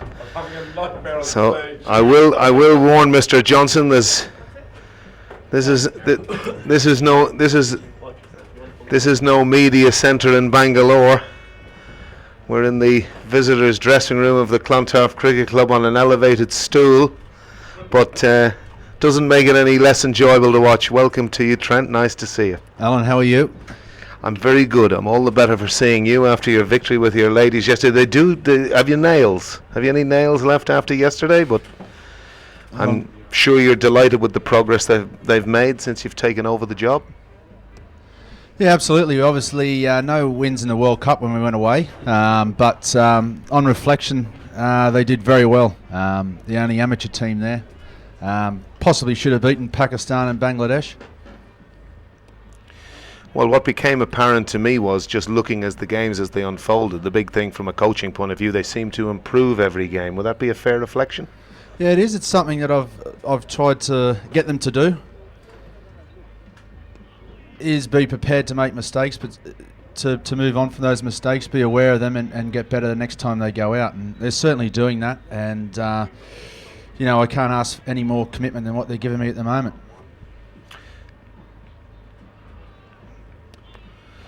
We're pretty much in an interesting phase here too, Trent, from your time with the team. What will the sound bites be, I suppose, for all of us who are cricketers, is really trying to keep the strike rotating, keep these wickets in hand. Yeah, exactly. Keep that scoreboard ticking over. Mendes coming on here from the top end. He's a quality bowler. We don't really want to lose wickets to him. Be happy to sort of take him for 3.5, 4 runs and over sort of thing. 35, 40 at the end of his 10. Yeah, it's an interesting one with him, in the sense that he bowls so straight, and if you make any mistakes, particularly with getting your leg in the wrong area, or getting yourself outside the ball, you're just such a candidate for LBW. And there's been one or two pretty vociferous shouts at this stage. He's only through a second over. I tend to agree with you that you look at some of these bowlers without being negative, but there's no negativity in chasing a total of 220. If you can see Mendes wicketless for 25, 27 or even 30, no damage done. No, absolutely. Well, you only need 4.5 and over, so if you were to get 3.5, 4 off him, there's no reason why you can't pick up 15, 10 runs somewhere else. So I think from previous times, Mendes would be treating him sort of like a medium pacer that just nibbles it around a bit, which is pretty handy on these tracks at Clontarf. There's no real pace in the wicket. They're a bit, the grass is a bit sort of patchy. It's sort of, the seam can get caught in that every now and again and do a little bit. So you've just got to play him as straight as possible. I think of the pitches that I've seen at Clontarf, this looks to be one of the better ones. There's nice carry, good even bounce. Ball hasn't turned too much. The tendency out here is it just used to rag. Yeah, well, you certainly don't want it turning too much when you're playing these guys. So probably looking at that, I haven't had a chance to look at the wicket yet. But looking from the footage there certainly doesn't look to be as much grass as what there normally is. I don't know whether Coach Simmons is too happy about that, but I'm sure he'll be telling Brian McDermott, the groundsman, to leave as much grass on that wicket as possible on Thursday. Well, certainly I think as a groundsman, when you're new into the job, as he has been over the last 2 years, with experience and the right type of advice, you can only get better and better. But I think he's done very well in producing the pitch that we've got today. Tell me, Trent, career finished at the end of the last year, a lot of tears. How have you found life since? As Niall O'Brien goes on a sweep there down the backward square leg and picks up 2. Listen, I've been very comfortable in the decision. I knew the time was right. Last week it was my 40th birthday, so I've been very lucky to have 10 great years international cricket, and very thankful for Cricket Island for giving me that opportunity. So, listen, just you have to be realistic about these things. It's difficult sitting here now and watching. You'd love to be out there playing, but at the end of the day, that's not possible. So you have to move on. And I've been very lucky to pick up 3 great roles now, trying to give something back to Cricket Island, and I'm very much looking forward to it. Very busy. All 3 roles are very challenging, which is exactly what you want. Well, nice shot there from William Porterfield, straight down the ground, full ball from Mendes. And again, as we said, if Ireland can keep this strike rotating, they're on course.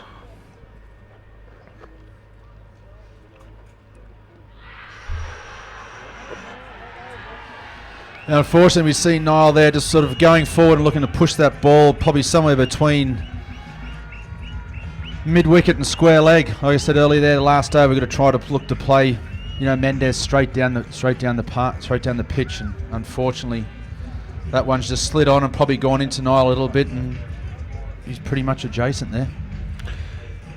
He pretty much knew himself there, didn't he? Just got his pad a bit outside the line of the ball, didn't really get the hands out in front to get something on it.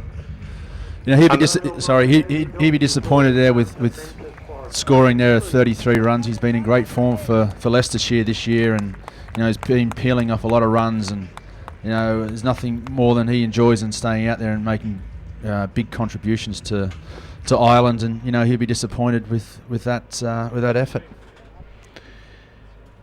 Well, he's such a tenacious character, isn't he, in terms of priding his wicket, and it's one of the great admirations I have for him. He never gives it away easy.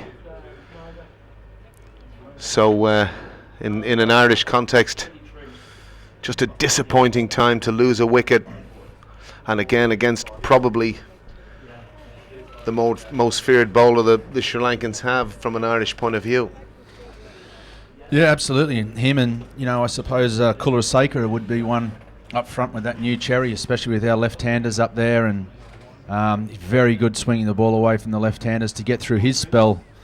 Obviously we lost Paul to him, but to get through there, and then, Mendes is another one that we've got to try and focus on. Lose as few wickets as possible, and like I said before, if we can go 3.5, 4 runs for 10 overs, we've done very well. But now we've got Gary Wilson come in, who's played a lot of games for Ireland, very established now. It's a great opportunity for him to be out there batting with his best mates, and peeling off these 160 odd runs now and get us over the line. Yeah, I think that'll certainly be something that the crowd here will be wanting. A Tuesday and Thursday is always tricky for these sorts of games, but it's hard to be sitting down. It's a little bit nippy. I see you've still got your coat on. You must have been pretty cold out there, TJ, and I don't know whether your beanie was on. You've given me the full frontal now of the bald head, but I'm sure you had the beanie on out there. It's a little bit nippy. We're fortunately here behind the window of the visitors' changing room with, I must say, fantastic array of equipment and anything that you'd want from a senior international. So we have everything here in front of us to help us. And interesting to see Sri Lanka already going on the top on the attack. Slip, short leg. And again, it's probably something that I love about call it the longer form of ODI cricket. You can get these changes of temperature at different times, which you don't see too much of in T20 cricket. But here we are, Sri Lanka on the attack.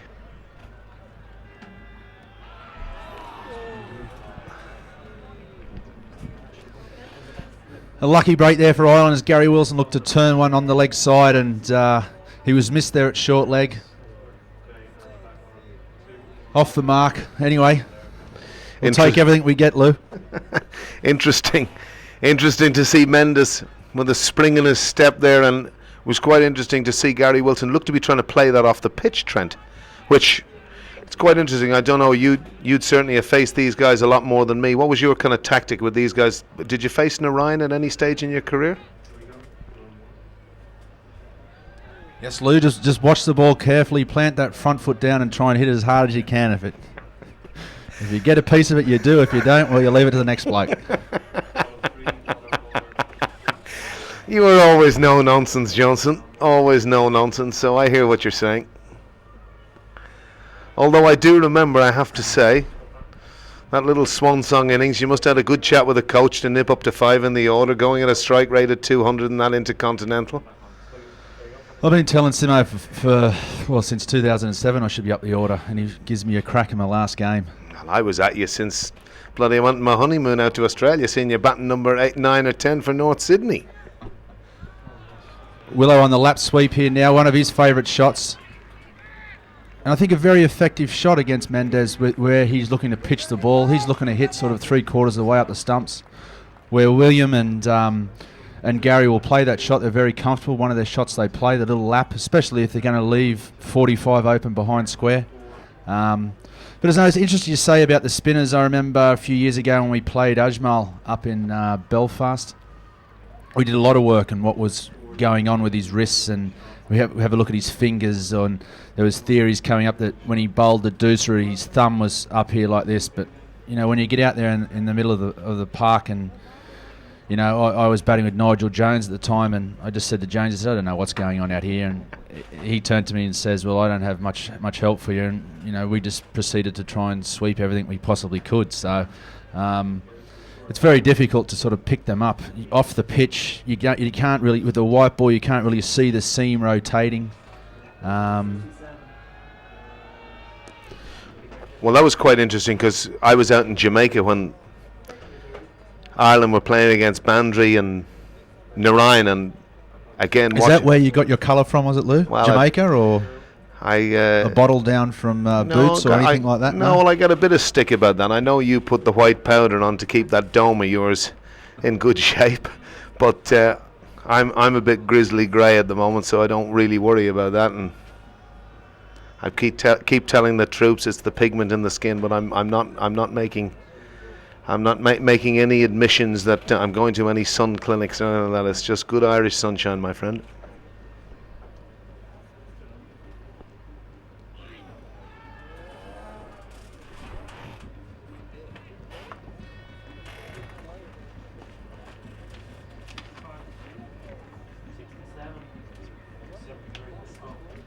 So it's now I'm getting myself confused. Sachintra. I got terrible stick from my Sri Lankan, well, the odd Sri Lankan friend that I have around the world for some of my pronunciations. Sean Macaulay, was it? Well, no.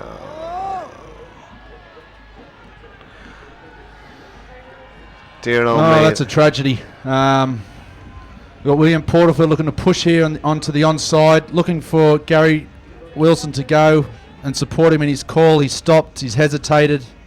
And, no. William's actually staying, and Gary's the player that's been run out. I'm never too sure about that law, Trent, are you?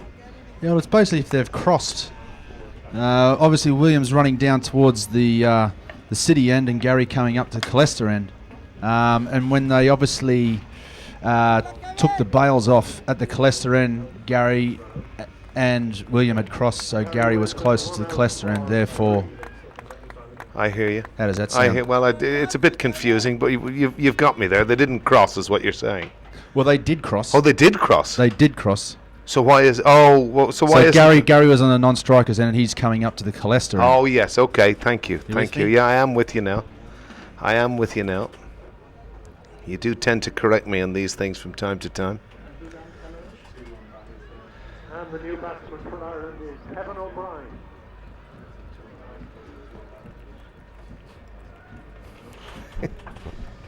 But a terrible waste of a dismissal, really, to be run out. It's just such a gimme really, and particularly in that fashion. Although Ireland did engineer quite a fortuitous run out of their own, with Niall O'Brien's direct hit to get rid of Angelo Matthews. It's a pretty impressive piece of fielding, that, from young Nobby. But the big news is that brings Kevin O'Brien to the crease. Loves a big occasion. Scored some big runs here last year against Pakistan and nearly got us over the line. So, you know, he's in good form. He's peeled off a 98 for the Leinster Lightning against the Northwest Warriors last Saturday. So, you know, it'd be good to see him get off to a flyer here.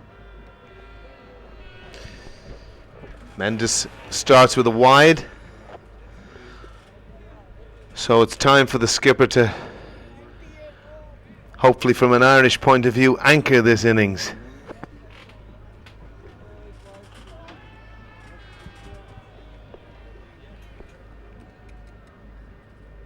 Getting a little bit of stick via social media myself, Alan, about my pronunciations.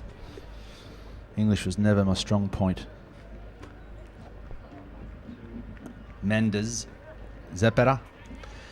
Your English was always pretty good when you had a couple of snake bites in you at late at night on a Thursday night in your early days in downtown Major Tom's when I got to know you for the first time.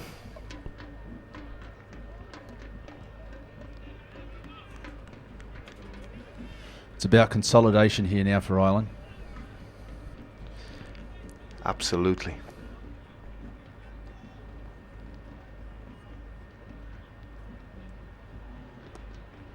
With the captain and vice captain at the crease in the 21st over. Just got to keep kicking that scoreboard over and build another partnership here. Unfortunately, lost 2 wickets in a close space of time, but you know, hopefully we can rebuild here. You were suffering from the same disease that I suffered when I went first into the TMS box, where I got my knuckles wrapped for saying I and we and us. So without being partisan, we're also broadcasting to a Sri Lankan and worldwide audience, but on this occasion I'm sure we won't be too fussed. I suppose I was largely broadcasting at the time to a British audience, but again, a lot of my friends, they were having huge hilarity with Mr. Montford tapping me on the shoulder and giving me those nudges of advice. It's Ireland playing, not we and us. Ireland 68 for 4 after 21. How's that, Lou? Sounds very Richie like. How did you find that commentating in the Big Bash, by the way? With these, they had 3 in the box. Did you see any of that? Punter Ponting and Gilly and all these guys, they got very racy between one another. Where is Heatley? Let's get him back in here. Actually, I think when he comes back in, and that could be extra special. 2 bald heads together.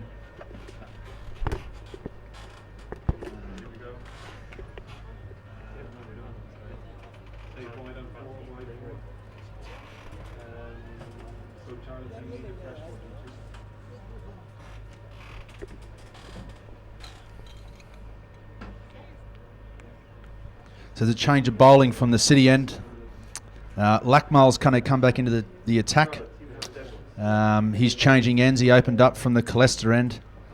So it'd be interesting to see how he goes here. I often preferred bowling from the City end with that sort of the rise just on a good length where the ball sort of lifts a little bit, I suppose.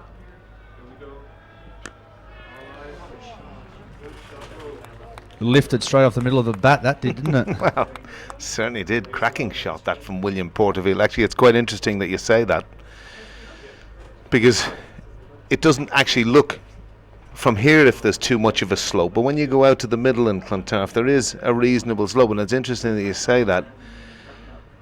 And as a general rule, Trent, is that something on most grounds you looked at? Did you know, like say somewhere like Headingley as an example, where there's a pronounced slope, is that something that you'd kind of take into consideration when you were choosing ends?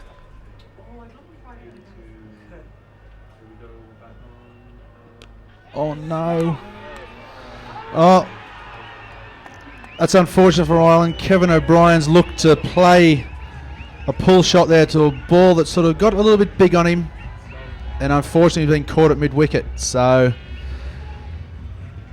that's Ireland's 5th wicket down now for 69 in the 22nd over, and there's a good bowling change there by Captain Matthews to bring Lackmell up from that bottom end. But Lou, you get back to that about talking about grounds. I never played at Headingley, but I've had the pleasure of playing at Lords a few times, and obviously myself being predominantly looking to take the ball away from a right-hander, coming from the nursery end at Lords was lovely. Yeah.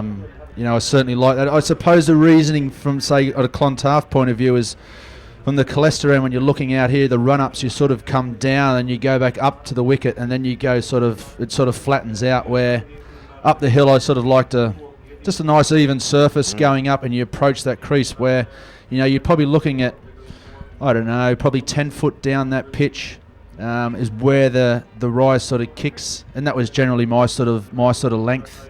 What I tried to hit sort of somewhere between 5 to 7 meters from the batsman. Okay. Was something that I sort of tried to target and hit there, and I always found there was a little bit of movement, coming up the hill.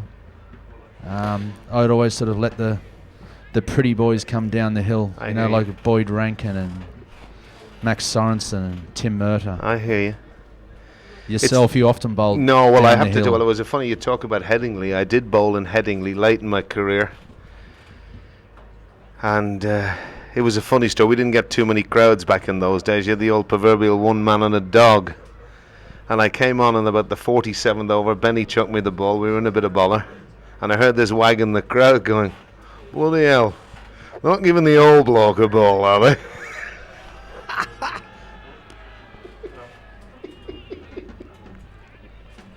Anyway, Stewie Thompson comes to the crease now. He's one of the next generation in, come into this side. He's been in now probably for 18 months, 2 years. Performed very well on Saturday in an interprovincial game against the Leinster Lightning. Batted very well to get the Northwest Warriors to a respectable total of 280 odd, great 60. So let's hopefully he can repeat that today.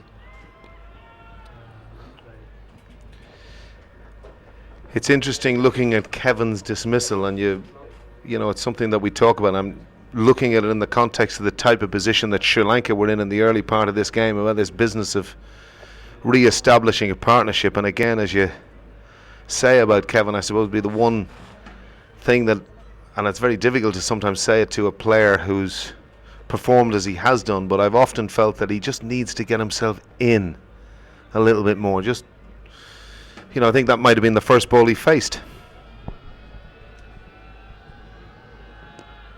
Yeah, I suppose you can look at it that way or the other way.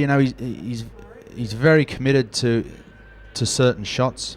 That pull shot at that sort of height is a shot that he hits very, very well. 9 times out of 10, that's sort of 2 bounces, 4 or if not 6.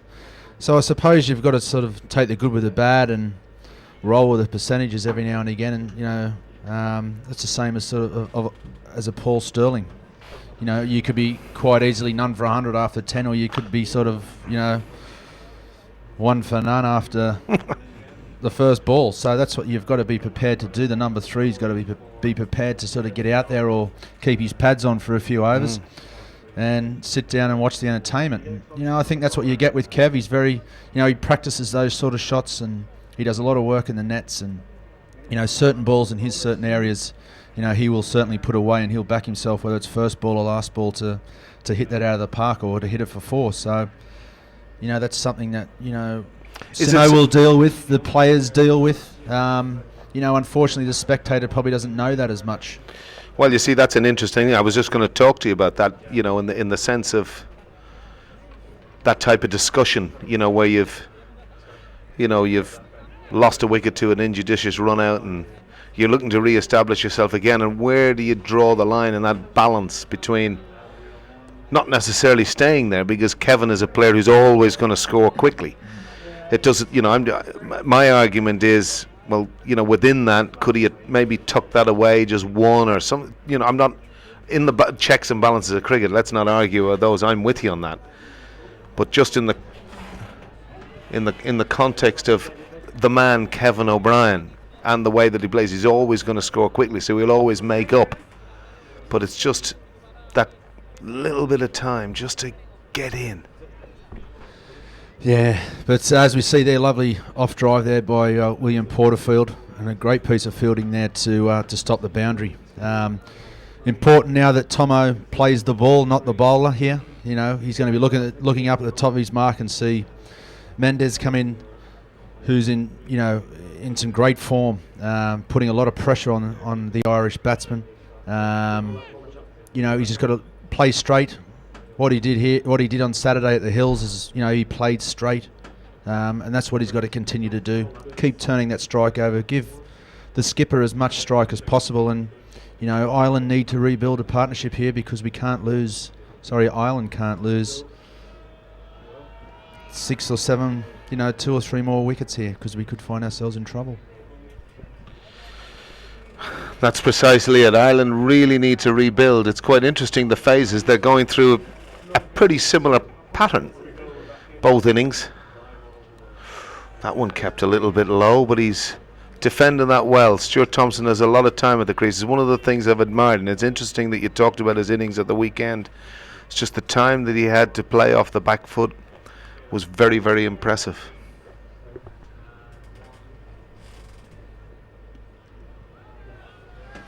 We'll take that. No profile wide there. That's a wide. I'm still very confused about this whole new... I don't know where you stand on this, but proper standing positions and... Someone like yourself, if you were batting down that end, it would be a huge profile. So it certainly Are you suggesting that... well, I probably have. I've widened since the refereeing finished. There's no doubt about that. I didn't say that at all, Alan.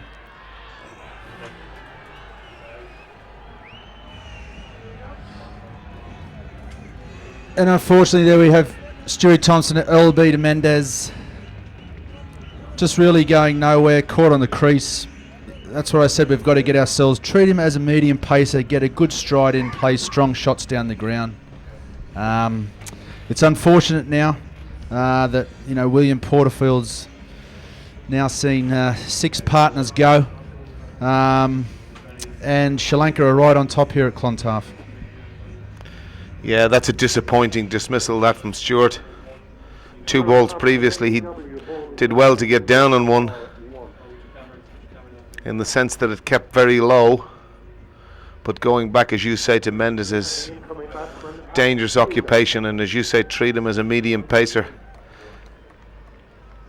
is really the thing that you should be doing. But he wouldn't have faced a bowler like Mendes in his life, I would imagine. Not unless he's played YMCA, the great Yaqub Ali Shah. Oh, sorry, I forgot about the great Yaqub Ali Shah, who, interesting, talking about the kegs that I've put on, you'd be interested to see that he's lost about 15 kegs, and he's knocking on your door as the Leinster Lightning coach, wondering when he might be looked at. And the new batsman is Alex Cusack, local boy, Clontarf. I'd say Cusey's probably been here 10 years now, 10, 12 years. At least. Finds himself in the position now as batting 8 in this Irish team. Still got a lot of overs to bat, 27. Someone needs to start to give the skipper a bit of support here, and for Ireland to sort of get out of this rut of losing wickets. It hasn't been a good period of, probably since I joined the commentary box, Lou. You've been the bad omen, I think. Had William left that, might have been wided there. This is...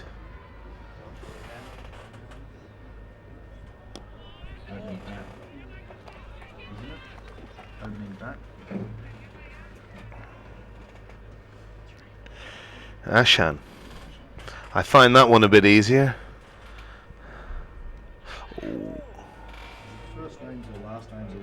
Well, I was told I was told earlier by the liaison officer, whichever one you can get your mouth around easiest was what I was told, but there's a number of them known by their first names. So there's a few mates. So Sachin Tra Yeah. is obviously the Christian name of Senarachni, but I got a terrible stick. I was told that was Ruru Yaki or whatever it was, but I had no idea what I was talking about. But again, I'll be hoping that Mr. Cody Cora, wherever he is in Dubai or Colombo, tuning into us here in Ireland, can fill me in again and probably be giggling away to himself as we speak. When's Angelo Matthews going to bowl? I'd say Angelo now is taking a wee rest for himself. He's done his bit. He's captain's privilege. Do you do that bit? Yep. You were captain of the Irish team? Yep. It's always true. Captains underbowl themselves all the time, don't they? Now, I often used to bring myself back on when 8, 9 and 10 come out. And I often used to bring Whitey on from the other end as well. We destroyed many a tail, me and him.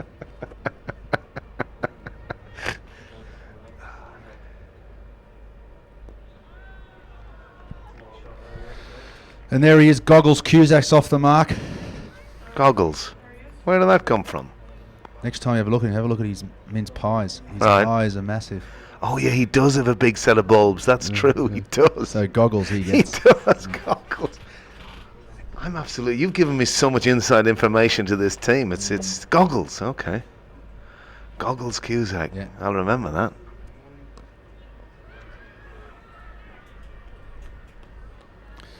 And just a quick tip, it's always William.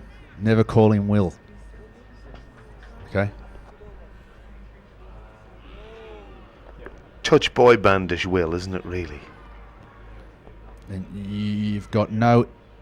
You just don't want to be near He's a boy not a- band if you're from Donna Manor. No, Kill but him. he's not a Will, is he? He is a William. He's a William. He is definitely a William. Killy Clooney's from, isn't it? Kill Clooney. Kill Clooney. Kill Clooney. Is Kill it Killy? Clooney. No, Kill Clooney. Okay. Kill Clooney.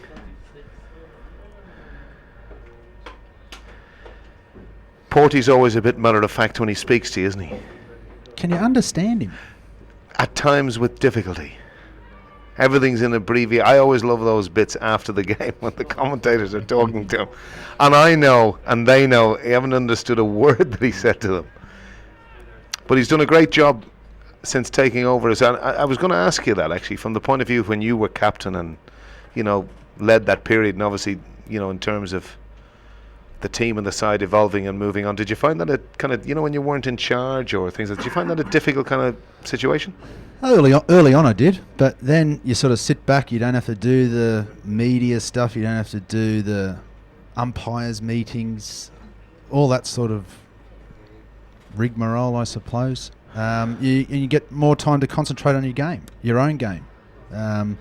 You basically got to worry about bowling 10 overs. You got to basically, hopefully, not bat or just go in there and watch the ball and hit the ball. You're not worried about bowling changes, fielding positions. But, I was always there to help. And, Porty asked me a few times, but he's his own man and he's developed this team and put this team together in his own way with Simo. So, a lot of the success that we've had comes in the back of his captaincy and his leadership up front, especially with the bat. He's been tremendous. I remember when he first came into the team, a lot of people were sort of sceptical about his ability with the bat, but his work ethic is very good and his knowledge of the game is excellent, and he was always going to succeed. And to see him, the amount of runs he's accumulated for Ireland now in his career is amazing. Him achieving so much over in the county game as well. All credit to him. Well, it was interesting because I remember you and I having a talk when you were 32 years of age at a time when, let's face it, prior to AD coming, it was very amateurish the way things were done, and you were a bit disillusioned, and then AD came and provided a vision. And I remember speaking at the time with AD, not only you, but if you were going to go on this mantra of what he wanted to achieve, players like Porterfield were going to prosper in that environment. There's no doubt about that, is there? Not at all. Someone like Porty's work ethic's excellent. That's exactly what 80 wanted, what he needed. The Kevin coming in, John Mooney, William Porterfield, Gary Wilson, all those guys are the players they are today from spending time with 80 early on in their career. Their work ethic, their knowledge of the game, their preparation, all that sort of stuff is first class, and that's all down to what Adrian Beryl instilled into those guys back in 2004, 2005 when they were just coming into the senior team. So we've been very lucky as a cricketing public here in Ireland to have those guys come along now, and to see William captain Ireland with such distinction over since 2008. It's been great. Well, I thought it was interesting, having been there in India for the short period of time that I was there, but it was interesting that Michael Vaughan commented in the Cricketer magazine that certainly he felt that Williams' captaincy was the most imaginative of the World Cup at that time, and I can certainly vouch for that. And I think it's something that often you don't pick up on television, but when you're in a commentary box and you're looking at the totality of the match and the amount of work he does, running around, marshalling everyone, doing all that, he never let the grass grow under his feet. There was always something happening, always something changing, and he really, as you say, he's been exemplary. But it was funny enough, and it's interesting, he was that way from when he was 15 years of age. He's always captained teams all the ways up. He was kind of leadership quality, and I wholeheartedly back you in the context. And it's interesting that you talk about that role of captaincy now in the modern era, and you talk about those meetings. I was absolutely baffled by the amount of work off the field that the captain has to do. Like he could never sit down and relax in Jamaica for the week. And looking at the game out there at the moment, Ireland are obviously 79 for 6 in the 26th over. Alex Cusac's coming to the crease, looked to be very aggressive, using his feet to Mendes in the last over. So we certainly hope he continues that. He certainly will. He's a positive player. He'll use his feet, especially if they've got mid on and mid off up, which they do. He loves nothing more than running down the track and hitting it straight down towards the city end there.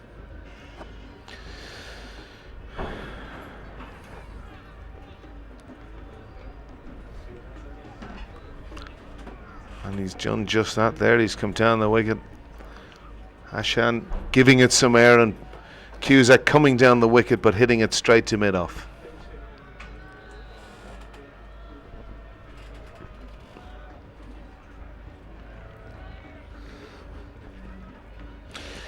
It was actually quite interesting in that, again, reflecting on games, that famous Kevin innings and your innings and the match and the whole thing in Bangalore, but I think people forget the contribution that Alex Cusack made in that match. I think he hit something like 35 singles at a strike rate of about 85 or something like this, and just to keep that scoreboard rotating as he did at that particular occasion. There's a touch of the unsung hero about Cusy, which I think in this Irish team, I don't know whether that's a sentiment you share, Trent. To Porterfield, and he gives himself a bit of room and slaps that through the covers for a boundary. It's a much needed boundary from William Porterfield. Just gave himself a bit of room to the leg side, opened up the offside and smashed it through the covers for 4. So we need a few more of those to keep that scoreboard ticking over Lou. Let's hopefully the boys can build that partnership that we so badly need. Well, it's absolutely vital at this point. If Ireland have any chance of winning this game, and I know they say sides bat all the way down and whatnot, and this team does, but at the same time, to lose wickets as cheaply as we have has been not out. Do you find yourself doing that when you're watching television? I've immediately gone not out there. He's been hit outside the line. Do you see it? Well, it's probably the referee and me. It is the referee and me, mate. I'm just wanting to make decisions. Yeah. But for all those listeners out there, I can see Heatley Tector over my right shoulder, so go back and get the pillows. The dulcet tones of Heatley Tector is coming back on the airways now. I certainly hope it's not me leaving. I hope it's Lou. Well, I see nothing better than to have the two ball tycoons from the YMCA club in Dublin together, President and player extraordinaire together. I can't wait to listen to the next 10 overs of two doyens of YM cricket together. Strongly rumored my first game on Saturday. Well, I hope you're selected. We have 2 out of 2 so far this season, so. But anyway, Luke, quickly getting back to Alex, and you mentioned about Bangalore. I think the crucial thing there is that, you know, Alex, every time he got on strike, he mentioned his singles. There's a big thing is that Kevin was no more than 2 balls away from facing his next, which was crucial in that time. You know, his bowlers were coming and balls were disappearing. So the crucial thing is when someone's going is to give them that strike, and that's what Alex did. You know, is kept that scoreboard ticking, but kept giving Kevin the strike, which was crucial in that partnership. Well, not to bore people too much about a career that was many moons ago, but I remember the first time we beat professional opposition here, we had the late Hansi Cronje playing in the team with us. And I remember at a stage we were 120 for 2, I was batting with him, and he turned to me and he said, "What do you think we need to do now?" And I said, "Well, we need to keep going at 3 and 4 and over." No, he says, "I want 6 singles this over." So I went down on strike and I kind of went,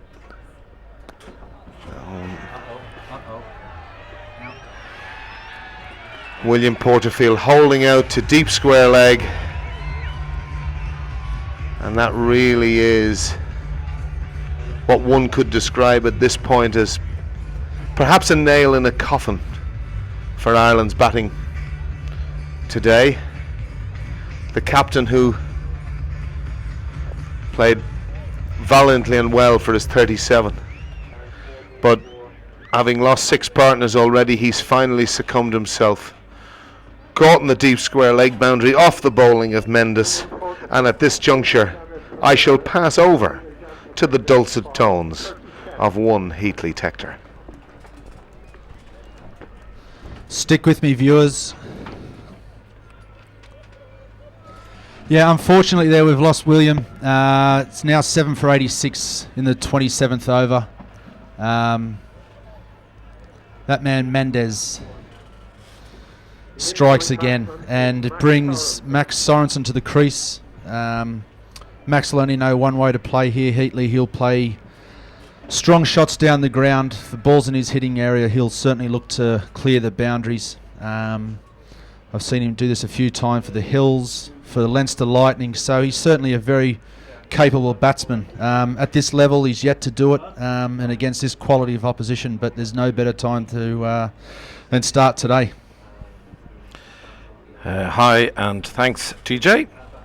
Nice to be back, and let's hope that Max can extend his arms and clear a few boundaries. It's exactly what is needed from an Irish perspective. Good Irish support in here today, and of course they were hoping to see a home side victory. It's not looking like that as we speak.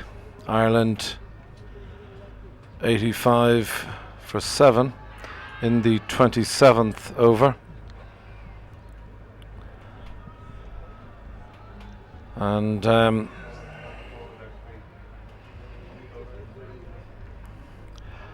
I hope that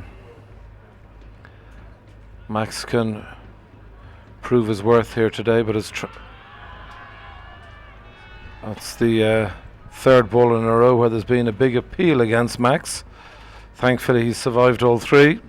Yeah, he certainly won't die wondering. Max, he'll play, like I said, strong shots. Doesn't really have a front foot defence like you did back in the day. Solid. Very few did. He'll look to sort of crunch that ball down and mid off and mid on, and that's what he needs to do. He just needs to get himself in, keep turning that strike over. You know, Alex will be out there telling him just to calm down. We've still got plenty of overs here. You know, it's very important that we sort of stop this rut of losing wickets, and you know, hopefully that can happen now with numbers 8 and 9 at the crease. You know, as the clouds sort of roll in again, it gets a little bit dark here in Clontarf. Just under 2,000 people, I believe, here today. So, you know, a good attendance for a Tuesday. Certainly hope that we can get a couple more thousand in here for Thursday, which would be lovely. As Trent says, it is a good attendance given it's a working day. The young cricketing fraternity in Ireland, many at school today, be it secondary or national. But I do hope that they can get here either later today or, as Trent says, on Thursday. Thursday being the second of the RSA sponsored ODI series games. Ireland against Sri Lanka here in Castle Avenue, the home of Clontarf Cricket Club. Clontarf Cricket Club, the current All-Ireland champions, worthy champions at that. Should also be mentioned that their rugby team, who play behind us where Trent and I are currently located, are the All-Ireland rugby champions as well. So a wonderful photograph there last week of 15 and 11. The 15 rugby guys and the 11 cricket guys who won the All-Ireland. It was a really good photo and great for the club. Great for Clontarf. Absolutely. Here's Clontarf's one of their favourite sons, and Alex Cusack, front foot defence there. Have a look at the drift on the ball he's getting here, Heatley. How would you look to be playing this? Would you look to be playing straight down the ground, sweeping? I've seen you play the sweep before. I felt in my own mind, Trent, that I had perfected the sweep shot. However, those who know a little more about sweeping than I were very quick to inform me that I hadn't quite perfected it. But who knows? There's life in the old dog yet. Absolutely. And that's a nice little late cut from Alex to get us 4 runs. Much needed boundary. Takes us on to 92 for 7 in the 28th over. I heard you mention, TJ, just before I came back on air that you might be donning the whites, or maybe coloured clothing actually, this weekend. It's the start of the All-Ireland Cup campaign, which is a really fantastic competition. It's a competition that all those who participate in it eagerly await. It's a competition which brings out the best in the club cricketers around the country, and it kicks off this weekend. And you might be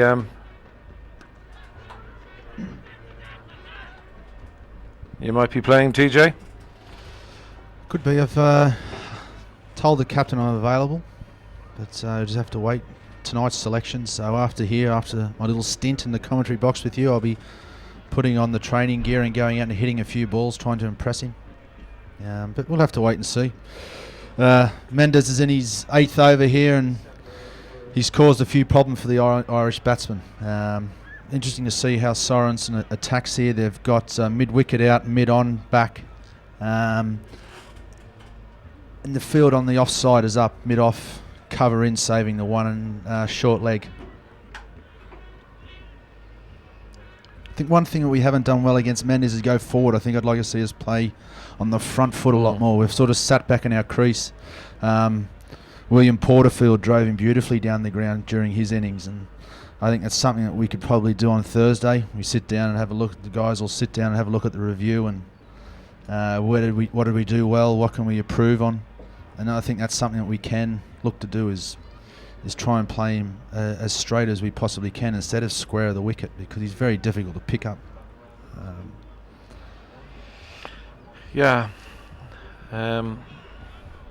Just thinking there, Trent, and I'm not sure whether yourself and Louis discussed it or not, which is obviously you hung up the boots wearing a green shirt relatively recently. You miss it? We had touched on a little bit, but no, I'm not really. I'm very busy. Like I said, I was very lucky. Cricket Island, I've got a couple of 3 roles in there. Loving coaching our national women's team. I I've just started working with Craig Hogan, the academy director, and I'm looking after the bowlers coming through that program, and then the Leinster Lightning, the interprovincial stuff that we're playing here, kicked off a few days ago. So we've got a good mix there of sort of one-on work and working with the women's team and with a men's side as well. So I'm very lucky, very fortunate. So very busy, but it's always good to be busy, isn't it? Of course it is. The Lightning team that you're responsible for had a good win on Saturday. Sounded like a good game. Yeah, it was a nail-biting victory. Class of Kevin O'Brien come out again. Scored 100 there last year to win us the game, and scored 98 on Saturday to win us the game. A young player by the name of Andrew Balburney, who Middlesex County Cricket Club people would know. He's on their books, on the verge of making the first team. Scored a magnificent 100 for us. So, yeah, we did very well. We were in a dodgy position there at one stage, and we sort of got ourselves out of it with a great partnership.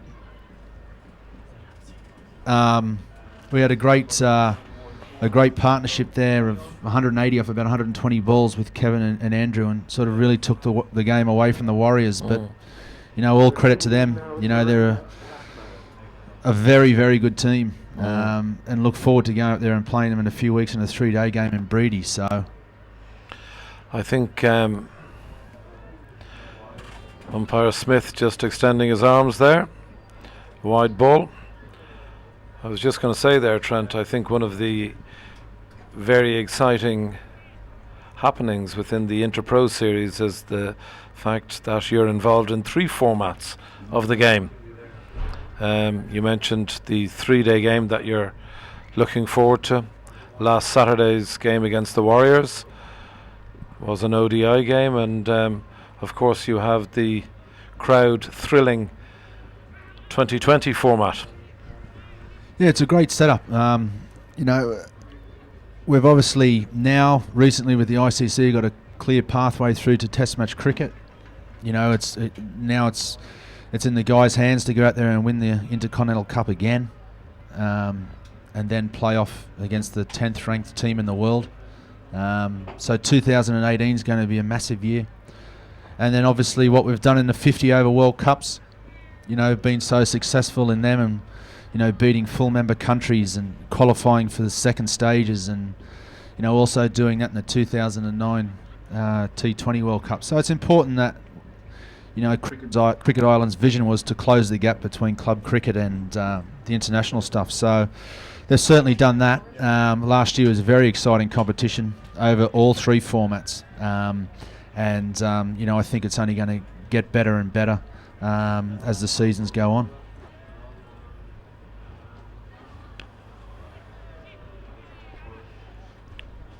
Nicely played off his hip there, Alex Cusack.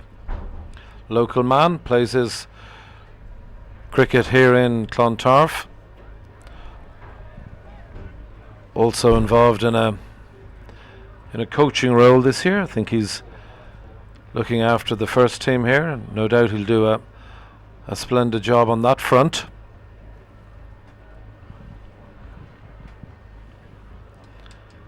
Sorensen facing.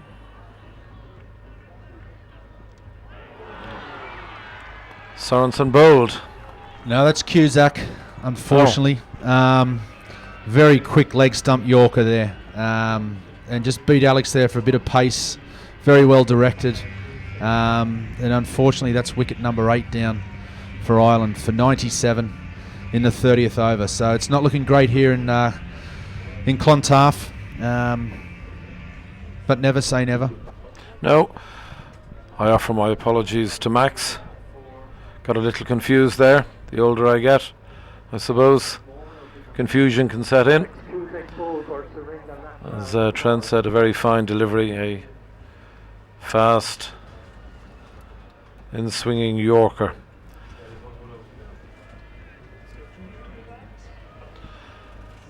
Coming out to join Sorensen now is young 21-year-old George Dockrell. new breed of Irish cricketers. This stage he's amassed well over 100 caps, which is quite extraordinary for someone as young as George. Another guy you've played quite a bit with, Trent. Yeah, I sort of realised it was coming close to hanging up the boots when you're playing in a team with a bloke half your age. But no, George has done very well since he came into the team in 2010. Had his hair dyed that particular tour, and he looked like a tennis ball. So I know that his parents weren't too happy about that, and we've never seen any sort of fashion of hair dye go through his head again. Oh well, Derek and Sarah, fashion icons in their own right, I would have thought. And I hope they're viewing this afternoon, and hello to both of them. Haven't seen Derek today, no doubt he's here, and George's mum Sarah, sister Lucy, great supporters of all things cricket in Ireland, and let's hope that their young charge can add to the total, currently standing at 98, the loss of 8 wickets.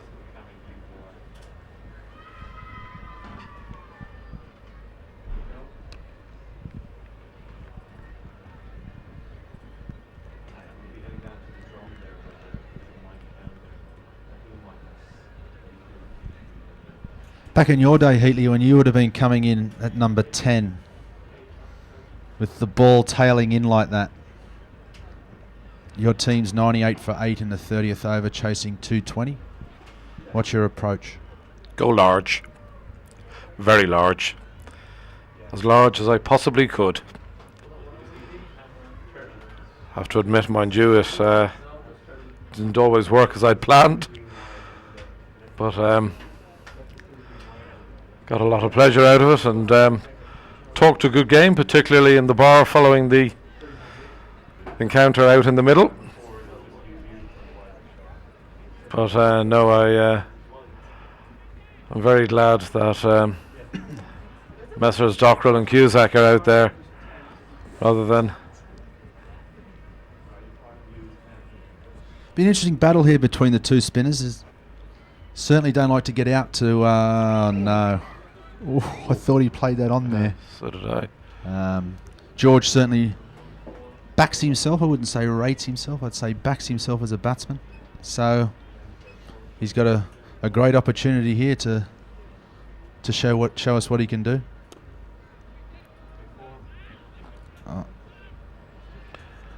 Slight misfield there, bringing the score on to 99. Still, unfortunately, 120 odd runs light of what's required. Ireland currently 99 for the loss of 8 wickets. We're in the 31st over. Thankfully the rain has stayed away this afternoon. At one stage early in the Irish innings it looked as though the rain was on its way, but thankfully it disappeared as quickly as it arrived.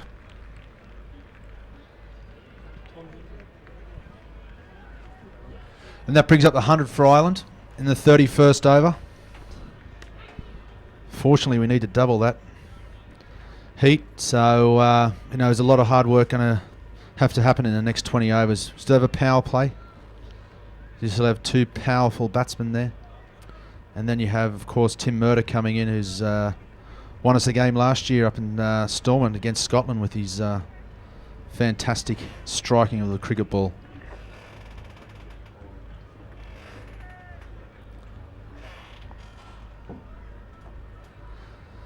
But I think if you have a look back at the game so far, you can see that Mendes has been the key.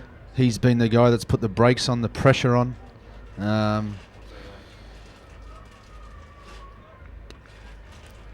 Lovely back foot shot there from George.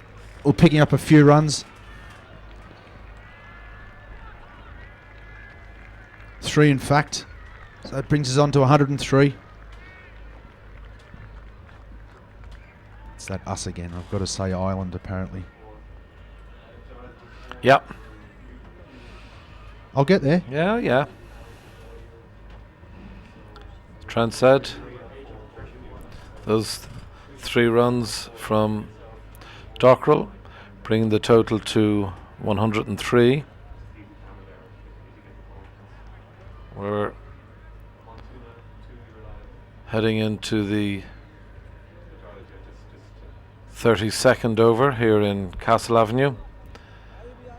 Ground looks particularly well today, and congrats to all the ground staff under Brian McDermott.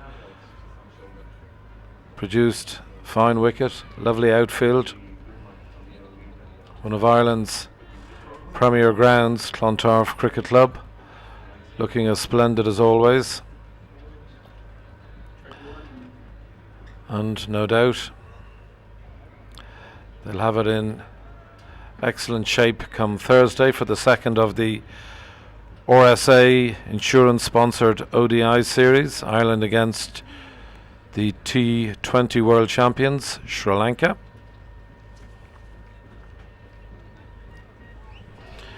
Did you see any of the men's T20 stuff, Trent, when you were in Bangladesh recently with your ladies squad?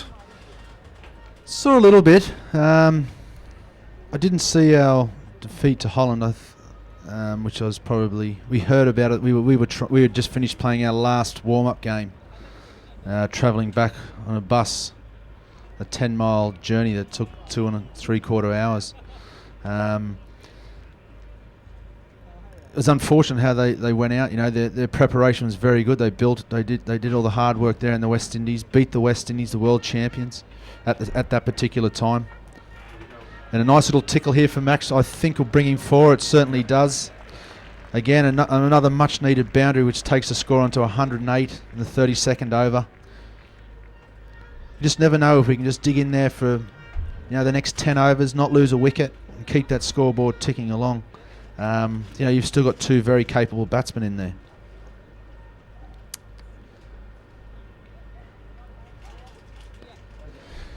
Sri Lanka over there at the World Cup, and I think it was their 5th final, 5th attempt. So, as a spectator, I was quite happy for them to win that, and see the likes of Sangakkar and Jay Warden to go out and leave that particular format of the game as a world champion is very good. They have a very good team, and Malinga and Kuluseka are opening the bowling, and good spinners. They've got good depth in their batting. You've got Matthews coming in, Pereira hitting the ball hard.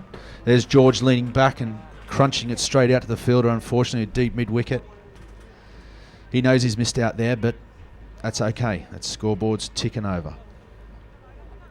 So it was great. It was good to see them win that World Cup. And I think that to have them here so close to that is a real coup for Cricket Ireland and the people that are getting these fixtures together. RSA is our sponsor, and I think that's what the cricketing public need here. They need to see more of the big games. It's not good enough for them just to get one game a year. Ireland deserve to have more fixtures, more high quality fixtures, games against full members. And there's such an appetite among the cricket loving public, of which there are so many in Ireland now, to see Ireland play against the top cricketing nations. Miss Fields there. A little bit of a mix-up between the running there as well, as Max had ran through, thinking that he may have had a chance of being run out, and the skipper Matthews has fumbled the ball, and unfortunately we missed out on a run there, but that's okay. I'd rather miss out on a run than have someone run out. You talk about Sri Lanka, Trent, being in 5 finals prior to winning 1. It's extraordinary, really, when you look at the rise of Sri Lankan cricket over the last 20 years. It's been great. I remember that final, was it 96, when they first come out crashing the ball in the first 10 overs, 15 overs of an ODI. You know, that changed the game, changed 50 over cricket as we have it now. You know, and such a small country, and you know, punching well above their weight in the full member circle, and producing players like I mentioned before in Sangakkara and Malinga and Miralitharan. You know, wow. You know, 800 Test wickets. Wow, what an operator! Certainly will go down as one of the all-time greats.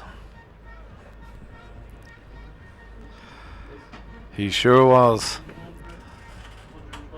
Glad to see many of his adoring public here today in Clontarf, waving their Sri Lankan flags with pride up on the right hand side there. Delighted to see so many of them. They love their cricket, and they have a really good team in which to support. Sri Lanka playing Ireland today here in Clontarf. It is the first of 2 RSA sponsored games. We have a day off tomorrow, and we're back here where we'll repeat the exercise on Thursday. You around, Trent, on Thursday, or what are you at? I'll be here, yep. Got myself a nice little green bracelet to put on in the hospitality tent. So we'll see what happens from that, H. Maybe I might get an invite up here to sit next to you again. Oh. In the away changing room. Don't excite me, my friend. Don't excite me.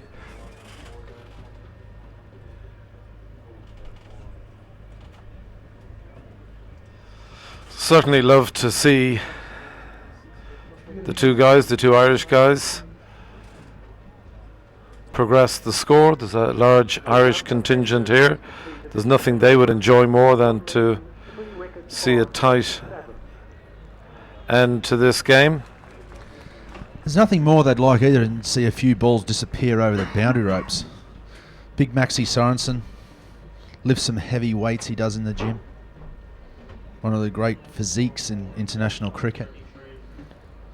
Hits a very, very long ball. Be great to see him clear the ropes here. I remember seeing him do that with consummate ease on that famous day in September in Malahide. A day you'll remember well, TJ. Yeah, it was a good day, great day for Irish cricket. That was a special day, very, very special. A day when we had 10,000 people come to the village of Malahide, not far from Clontarf on the north side of Dublin, to see Ireland take on England. It was a really great day. Those of us who love cricket in Ireland, it's a day that will live long in the memory. And the cricket loving public would love to see a repeat of Max's boundary hitting that day today. And Max just punches one into the onside for one. But that finishes a fine spell of bowling from Mendes. He's just completed his 10 overs, 1 maiden and 26 for three wickets. I remember talking to Louis about it, and you know, how can we minimise the damage that this particular bowler could cause, and unfortunately we haven't done that today, or Ireland haven't done that today. Mendes collecting 3 wickets. But there's always Thursday. Yeah, Mendes following in the line of many great Sri Lankan spinners, really.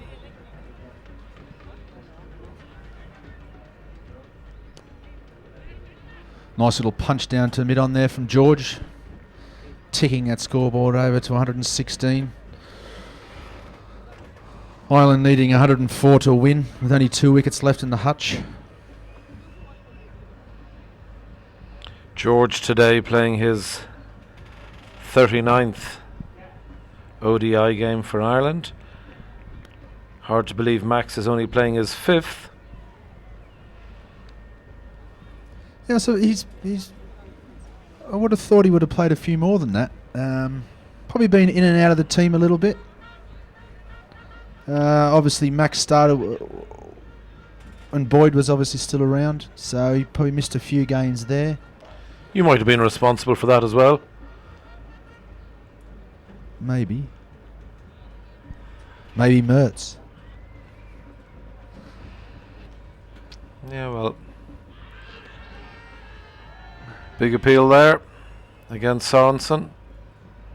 Umpire Smith giving him not out. Ireland on 118 for 8. Heading into the 36th over.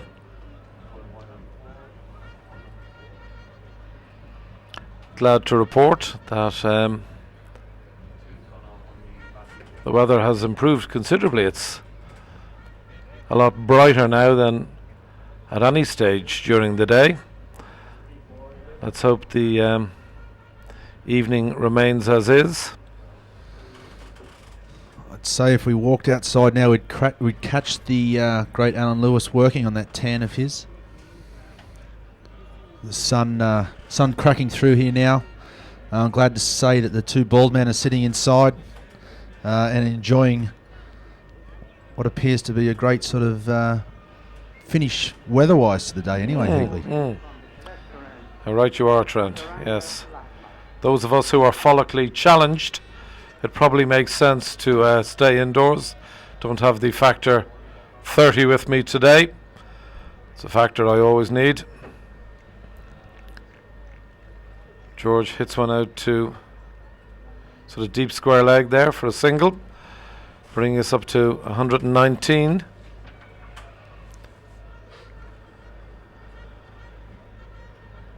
Sri Lanka losing the toss and being inserted, scored 219 runs. Ireland require 101 for victory. Unfortunately, from an Irish perspective, only 2 wickets in hand. There's been a nice partnership here, Heatley. 22 so far. Lackmel's obviously come on after Mendes' spell. Looking to bowl full and straight. Go underneath the bat of Sorensen there. Probably trying to look to tail it back in a little. Use any sort of swing that they could potentially get out there. I know the ball is probably at that particular end 18 overs old. But it's funny they get that uncanny knack of getting it to swing even though the ball is, like I said, 18. Lackmal, the Callester Road end. Bowling to Sorensen. Very slingy sort of action, which would certainly help him tail that ball back in. You know, a good rhythmical run up down the hill here and hitting that crease hard. Talking of slingy actions, it's fair to say Sri Lanka have possibly the best sling type bowler in the world, Trenton. Slingsman. Slingsman, yeah. Here's a good one. Slingsman. Hadn't heard that before. The best slingsman in the world. What do you think? Yeah, I like it. Now exactly 100 to win. TJ. I'm backing the lads. Great. Mendes, 10 overs done. You just never know. You just never know, Heatley. Well, we've nicely played there. Yeah. Dockrell steering it down nicely, just backward of gully, really. Playing the shot very well. Might even have to take the jacket off. You know, you're warm here. Oh no. The jacket will remain on. Yeah? Yeah, both both jacket and tie, I'm afraid. They will remain on. You don't mind if I take my jacket? Nothing would give me more pleasure. You keep on removing, my son. Keep on removing.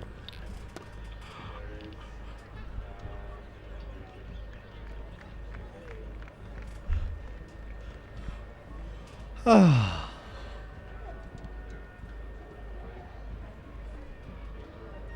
Well, I can safely say I've had a really pleasant day here today. It's been a wonderful occasion for Cricket Ireland and indeed Irish cricket. The playing of the T20 World Champions, Sri Lanka. They've come to town. They're playing against Ireland in a 2-match series sponsored by RSA Insurance, and as always, thank you to them.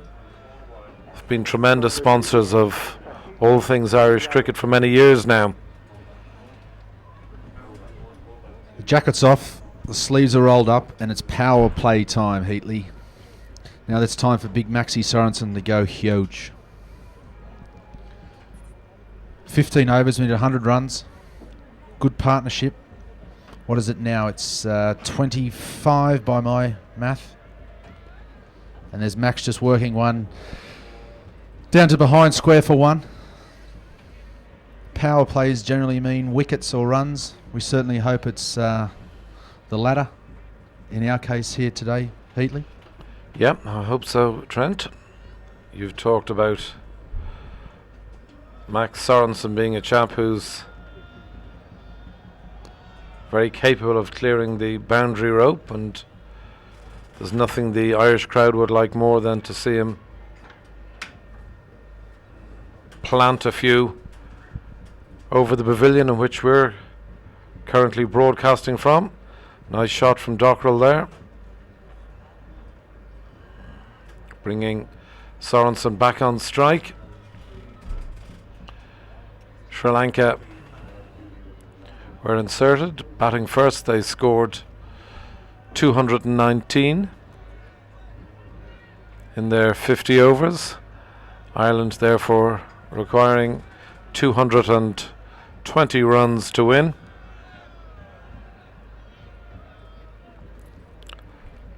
Sorensen just pushing one square of the wicket there,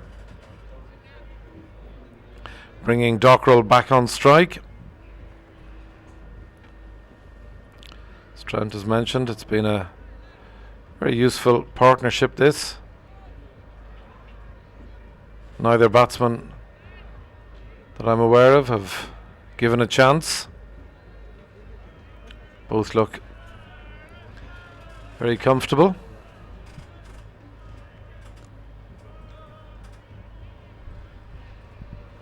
What have you been doing in the last, you've obviously just come back in the commentary box, Heatley. You've been down enjoying yourself, having a little bite to eat. Any sort of hamburgers or plates of chips in that?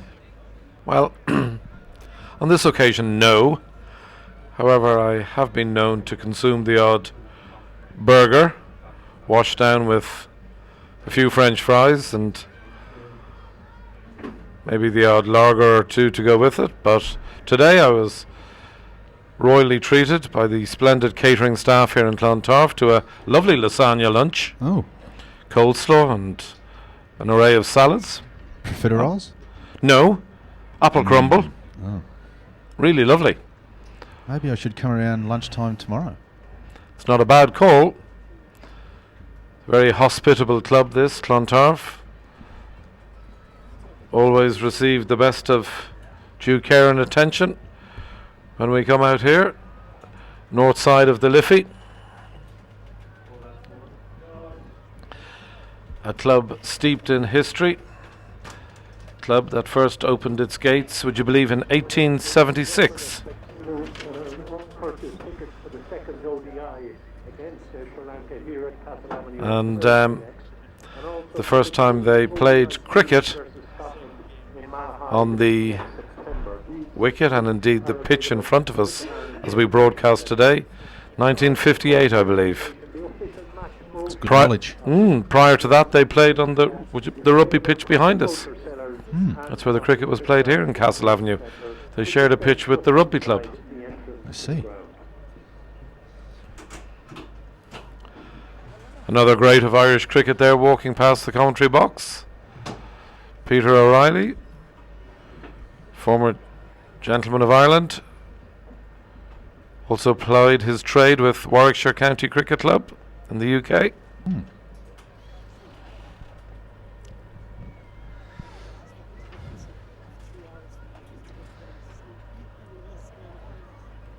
Predictions, TJ?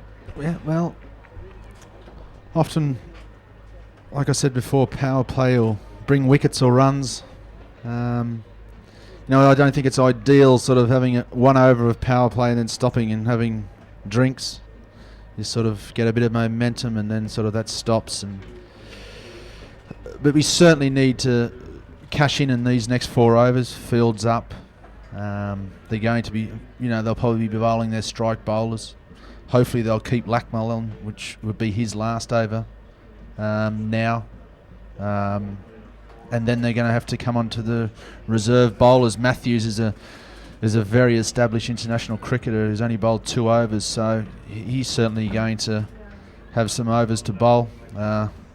Clontarf, a quality opening bowler and death bowler with those slower balls out the back of the hand, so he's going to be a handful in this next stage of the game, and I think he's coming on to bowl now from the Clester end, so his ability to hit the Yorker, his ability to bowl that slower ball out the back of the hand, and he does have a bouncer that sort of rushes on you quite quickly. But we're certainly backs against the wall here. But there's 2 capable cricketers out there to get the next 95 runs.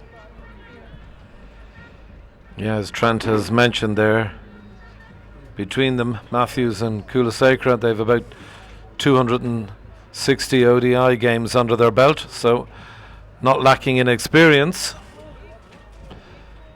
2 world-class cricketers.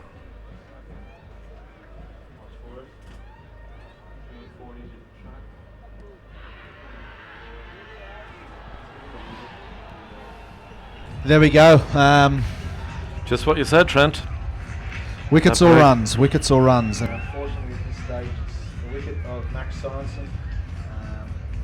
Again, just starting to establish a partnership, bit of a fight back, and lose a wicket straight after drinks. It happens a hell of a lot in this game. The momentum stops there, and Max looking to adjust, and being caught in the crease there, and being given out LB. But now we see the man who was so successful with the ball in the first half of the game. He's got to come out and do it with a bat. Timothy Murtagh. He did bowl beautifully this morning. He certainly did. Certainly his conditions here, just puts that ball on a seam and nibbles it both ways, and loves bowling to left-handers with that very bizarre run-up that he has, that running style where the hands are sort of out to the side like little paddles. Nice word, Trent. Nibble. Yeah. Are you hungry? Yeah.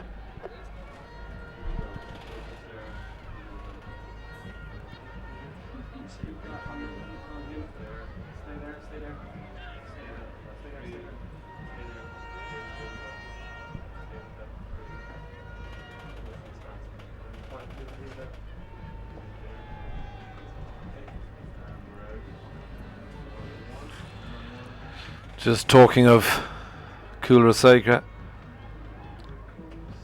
a really, really fine bowler. His best figures in this format of the game: 5 for 22 against Australia. Who? Who are they? In January of 13. I hear you. Oh no. He's back. He's back. Obviously the sun's gone away And he hasn't been able to work on that facial tan.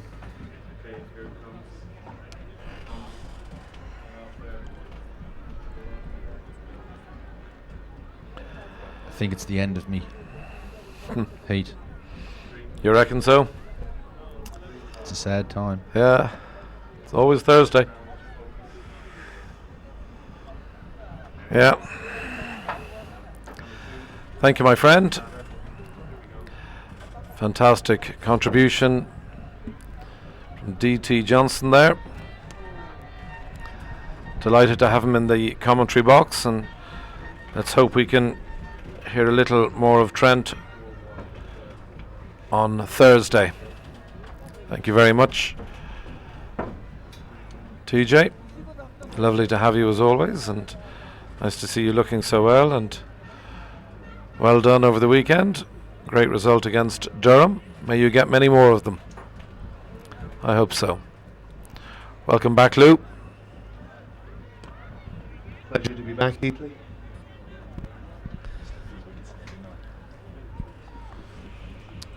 He's been a bad omen for Ireland, DT Johnson. Well, while you two guys were commentating, I went for a little walk around the ground, and one of the first people I bumped into was Trent's youngest, Charlie, bedecked in green trousers, green shirt, actually a green face as well. Not sure whether Dad's aware of that or not. Certainly looked fantastic. Promising young fast bowler, Charlie Johnson. It's perhaps one of the disappointments, Heatley, to a certain extent, these games being a Tuesday and a Thursday in May. So close to examinations for young children. There's so many young cricket enthusiasts now who'd love to be here. But there it be. Yeah, how right you are, Lou. It is a pity. It's exam time for young school-going Irish children, be they at national or secondary school.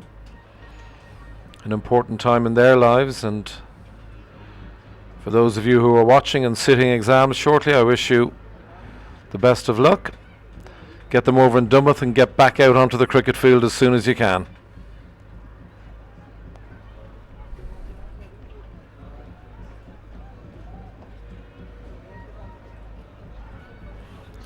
Having recovered so well, it's been a disappointing effort. Really, particularly that run out and the dismissal of Kevin in the middle of the innings, when really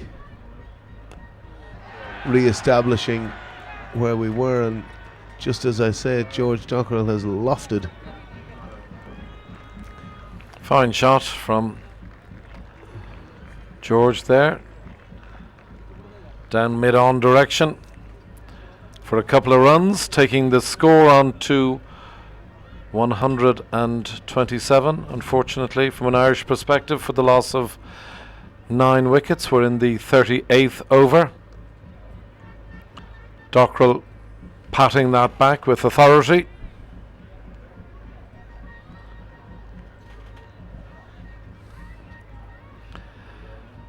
No doubt the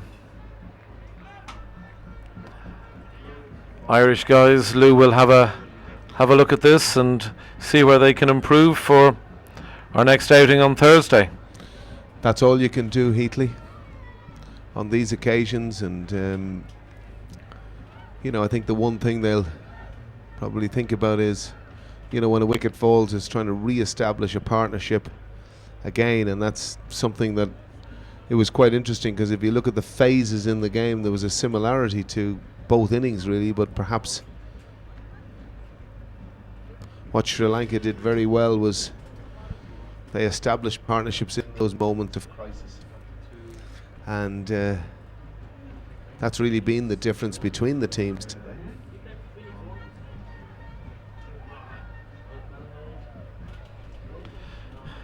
Yeah, Sri Lanka really one of the great cricketing nations now, and we're just saying it's been fantastic when you look at Sri Lankan cricket, Lou, over the last 20-25 years. They've become a powerhouse in the game, in every format of the game. Yes, there's no doubt about that. They've had a team full of superstars, really, and a golden generation with Jaya Surya, Mullithran, Mahela Jaya, Wardner, Sangakkara, to name but a few. And many more out on the field in front of us. Well, they're probably in no different a phase. They're looking at players that are going to step up to the mark and become the future stars for the next generation. And that's something that Angelo Matthews said to me at the toss this morning, that this is very much an opportunity for them to do that. And many of our listeners mightn't be aware that we're viewers, and listeners. Yes, indeed. We're due to see Sri Lanka A tour Ireland later on in the summer, which will be equally a time for Ireland to look at players potentially who could come into the mix for World Cup selection.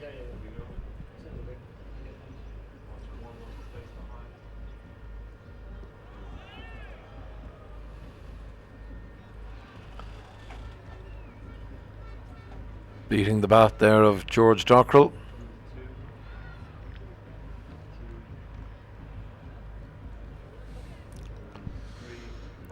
George has acquitted himself well. Exceptionally well. This innings. Sure, he's delighted to get some time out in the middle.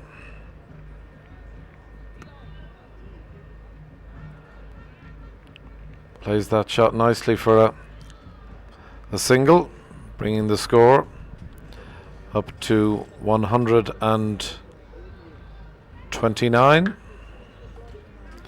Chasing 220 for victory. Looks a long way off at this stage. A long, long way off. As Kumaraseka has taken a change of ends to ply his very skillful wares from the Calester end.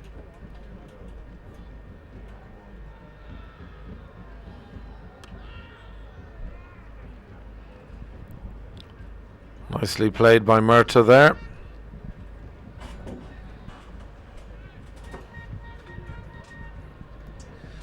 It's quite interesting. It's a modern trend. Now there's very few mugs with the bat at international level anymore. They all work very carefully and skillfully on their batting. Yeah, I think the day of carrying what used to be known as passengers in cricket, Lou, is a thing of the past, really. They've all got to field well as well, and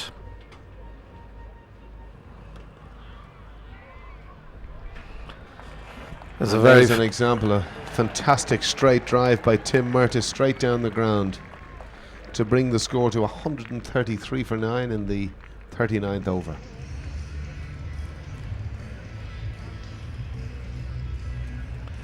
Tim Murtagh plays his cricket with Middlesex County Cricket Club, in the home of cricket, of course. Had a very useful start to the season with Middlesex, and I have to say he bowled absolutely beautifully here this morning, Alan. Well, that's his job, and he certainly did his job very well here today, returning with figures of 2 for 21 from his 10 overs, and now moves to 6 not out, the score 135 for 9 at the end of the 39th over. I must say, as we survey the scene in front of us, I'm delighted to see so many Sri Lankan flags. They've been flying consistently all day, fluttering in the breeze at the Calester Road end. Proud Sri Lankan cricket followers. They always add great colour to any cricketing spectacle that they attend.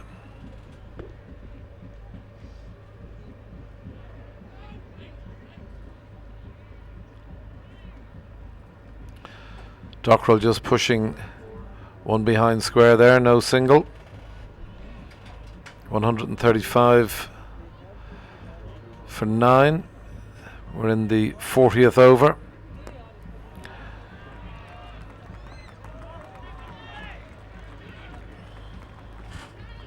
It's a very good piece of fielding from Kumaraseka down there. Still full of enthusiasm. And a very good boundary strop restricting George Dockrell and Ireland to 1 run.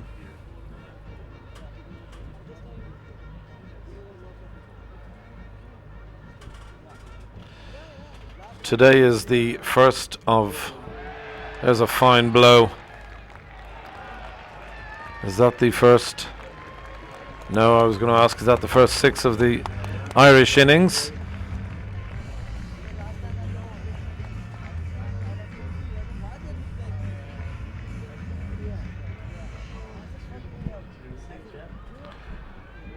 Four runs. George Dockrell extending his arms there and doing so very successfully.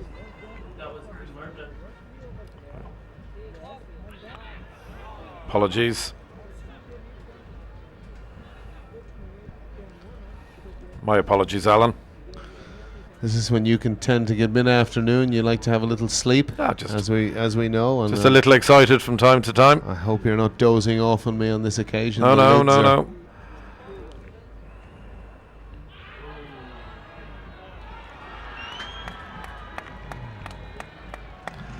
And that concludes the Irish innings, I'm afraid. Ireland all out for 140 runs. Murtagh given out.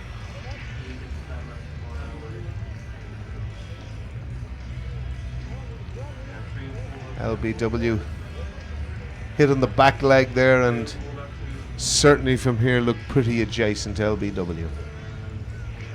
And as we move, the television screens move to the great band of Sri Lankan supporters that have resided at the Calester end and full of flag waving and whatnot. They have certainly one of the more attractive national flags as all the players leave the field, and I'm sure it'll be a time where again Ireland will reflect on an opportunity lost. But again, we've just got to try and play, or Ireland have got to try and play more and more of these games at this level.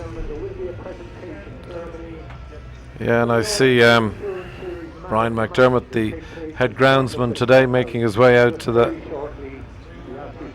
wicket there, shaking hands with the two Richards, Smith and Kettleborough, our two umpires today.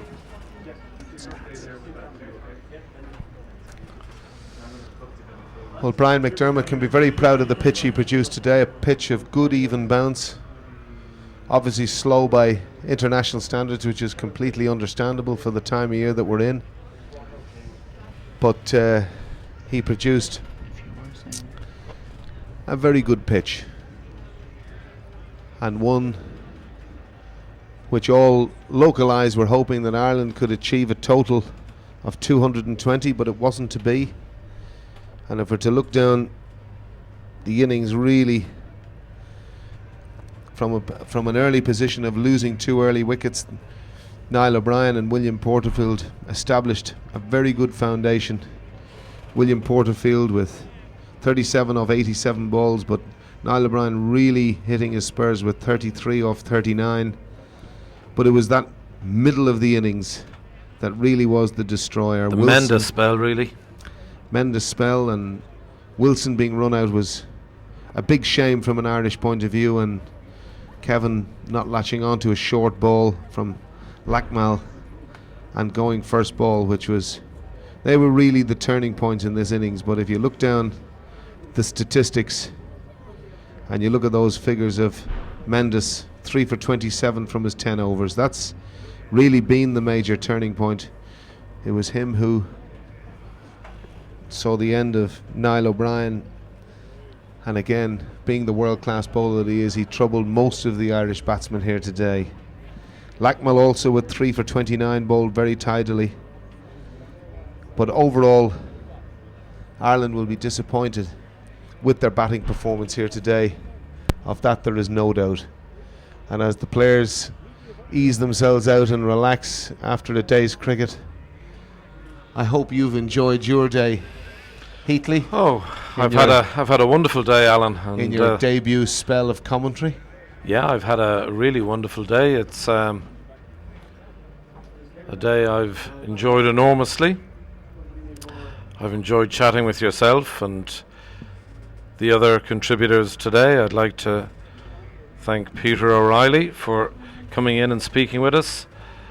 I'd also very much like to thank Brian McNeese for his excellent contribution this morning, to Trent Johnson for coming into the commentary box this afternoon, and Sri Lanka win game 1 in a 2-match series sponsored by RSA Insurance. We're back here again on Thursday. Ireland against Sri Lanka, part 2. Yes, we look forward to that, and hopefully from an Irish perspective a better batting performance than we've had today, and perhaps being able to run Sri Lanka that shade closer. So Heatley, as I sign off, I thank you for your invitations and your questions, and just to say I thoroughly enjoyed the day, and to all those texters and WhatsAppers, thank you for your contributions. I thoroughly enjoyed every bit of it, and look forward to seeing you again on Thursday for round 2. Thank you. Oh, great pleasure, Alan. I'm delighted to have had you in the commentary box today. What many of you may not realise is that Louis is one of my great pals, so it's been a great pleasure to sit side by side with such a great pal and to chat about a sport that we both deeply love and care about. And we look forward to your company again next Thursday morning, same time, same venue, 10:45, Thursday the 8th of May. From myself, Heatley Tactor, and all the crew here in the commentary box, I thank you very much for your company, and I look forward to speaking with you again next Thursday. The presentation is now about to take place, which I think Fergus Carroll will conduct. Thank you and a very good evening.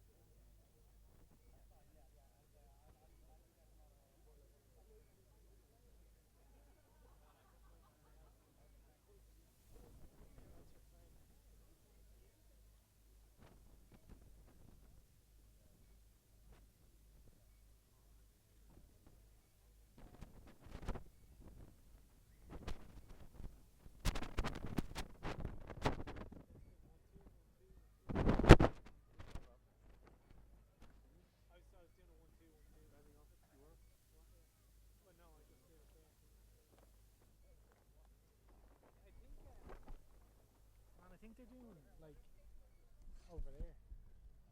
Already, yeah. Sound is not 100%, but like I think he's doing with a mic on the speakers. Yeah, just can plug that in, roll that one as well. Roll the two. Like the audio is coming from the big speakers.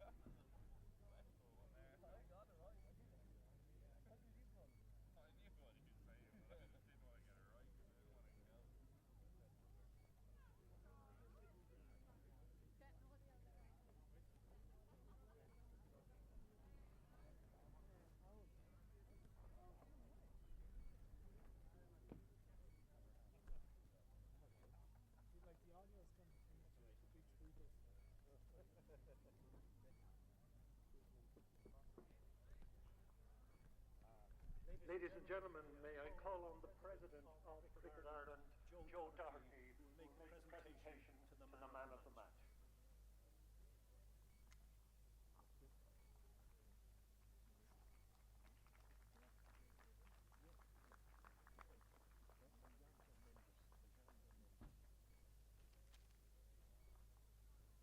Ladies and gentlemen, I'd like to congratulate both teams on a very challenging match in very challenging conditions. And I'd like to declare the man of the match, Jandam Mendes of Sri Lanka.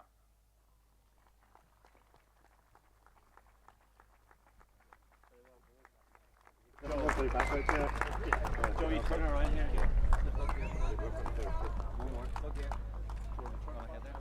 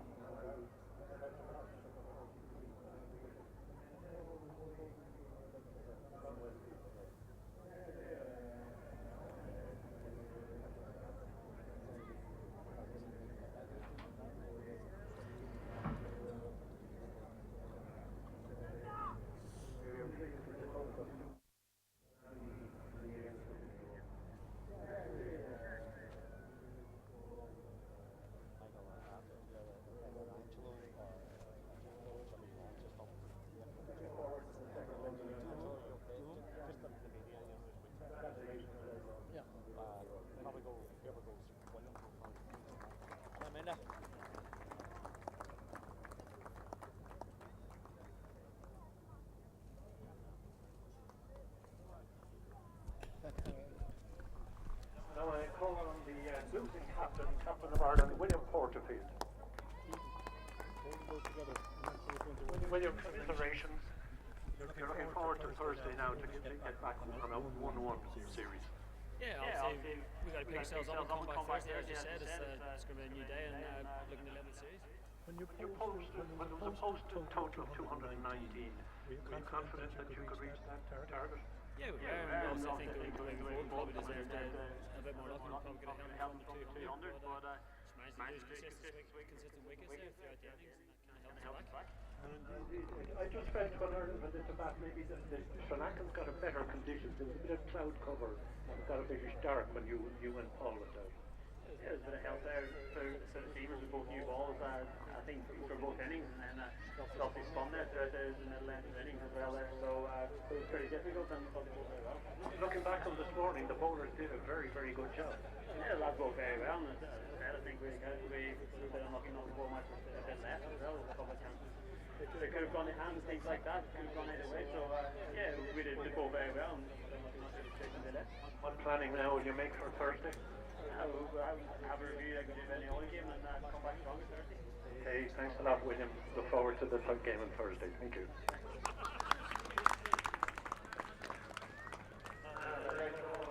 Captain of the winning Sri Lankan team, Angelo Matthews. Angelo,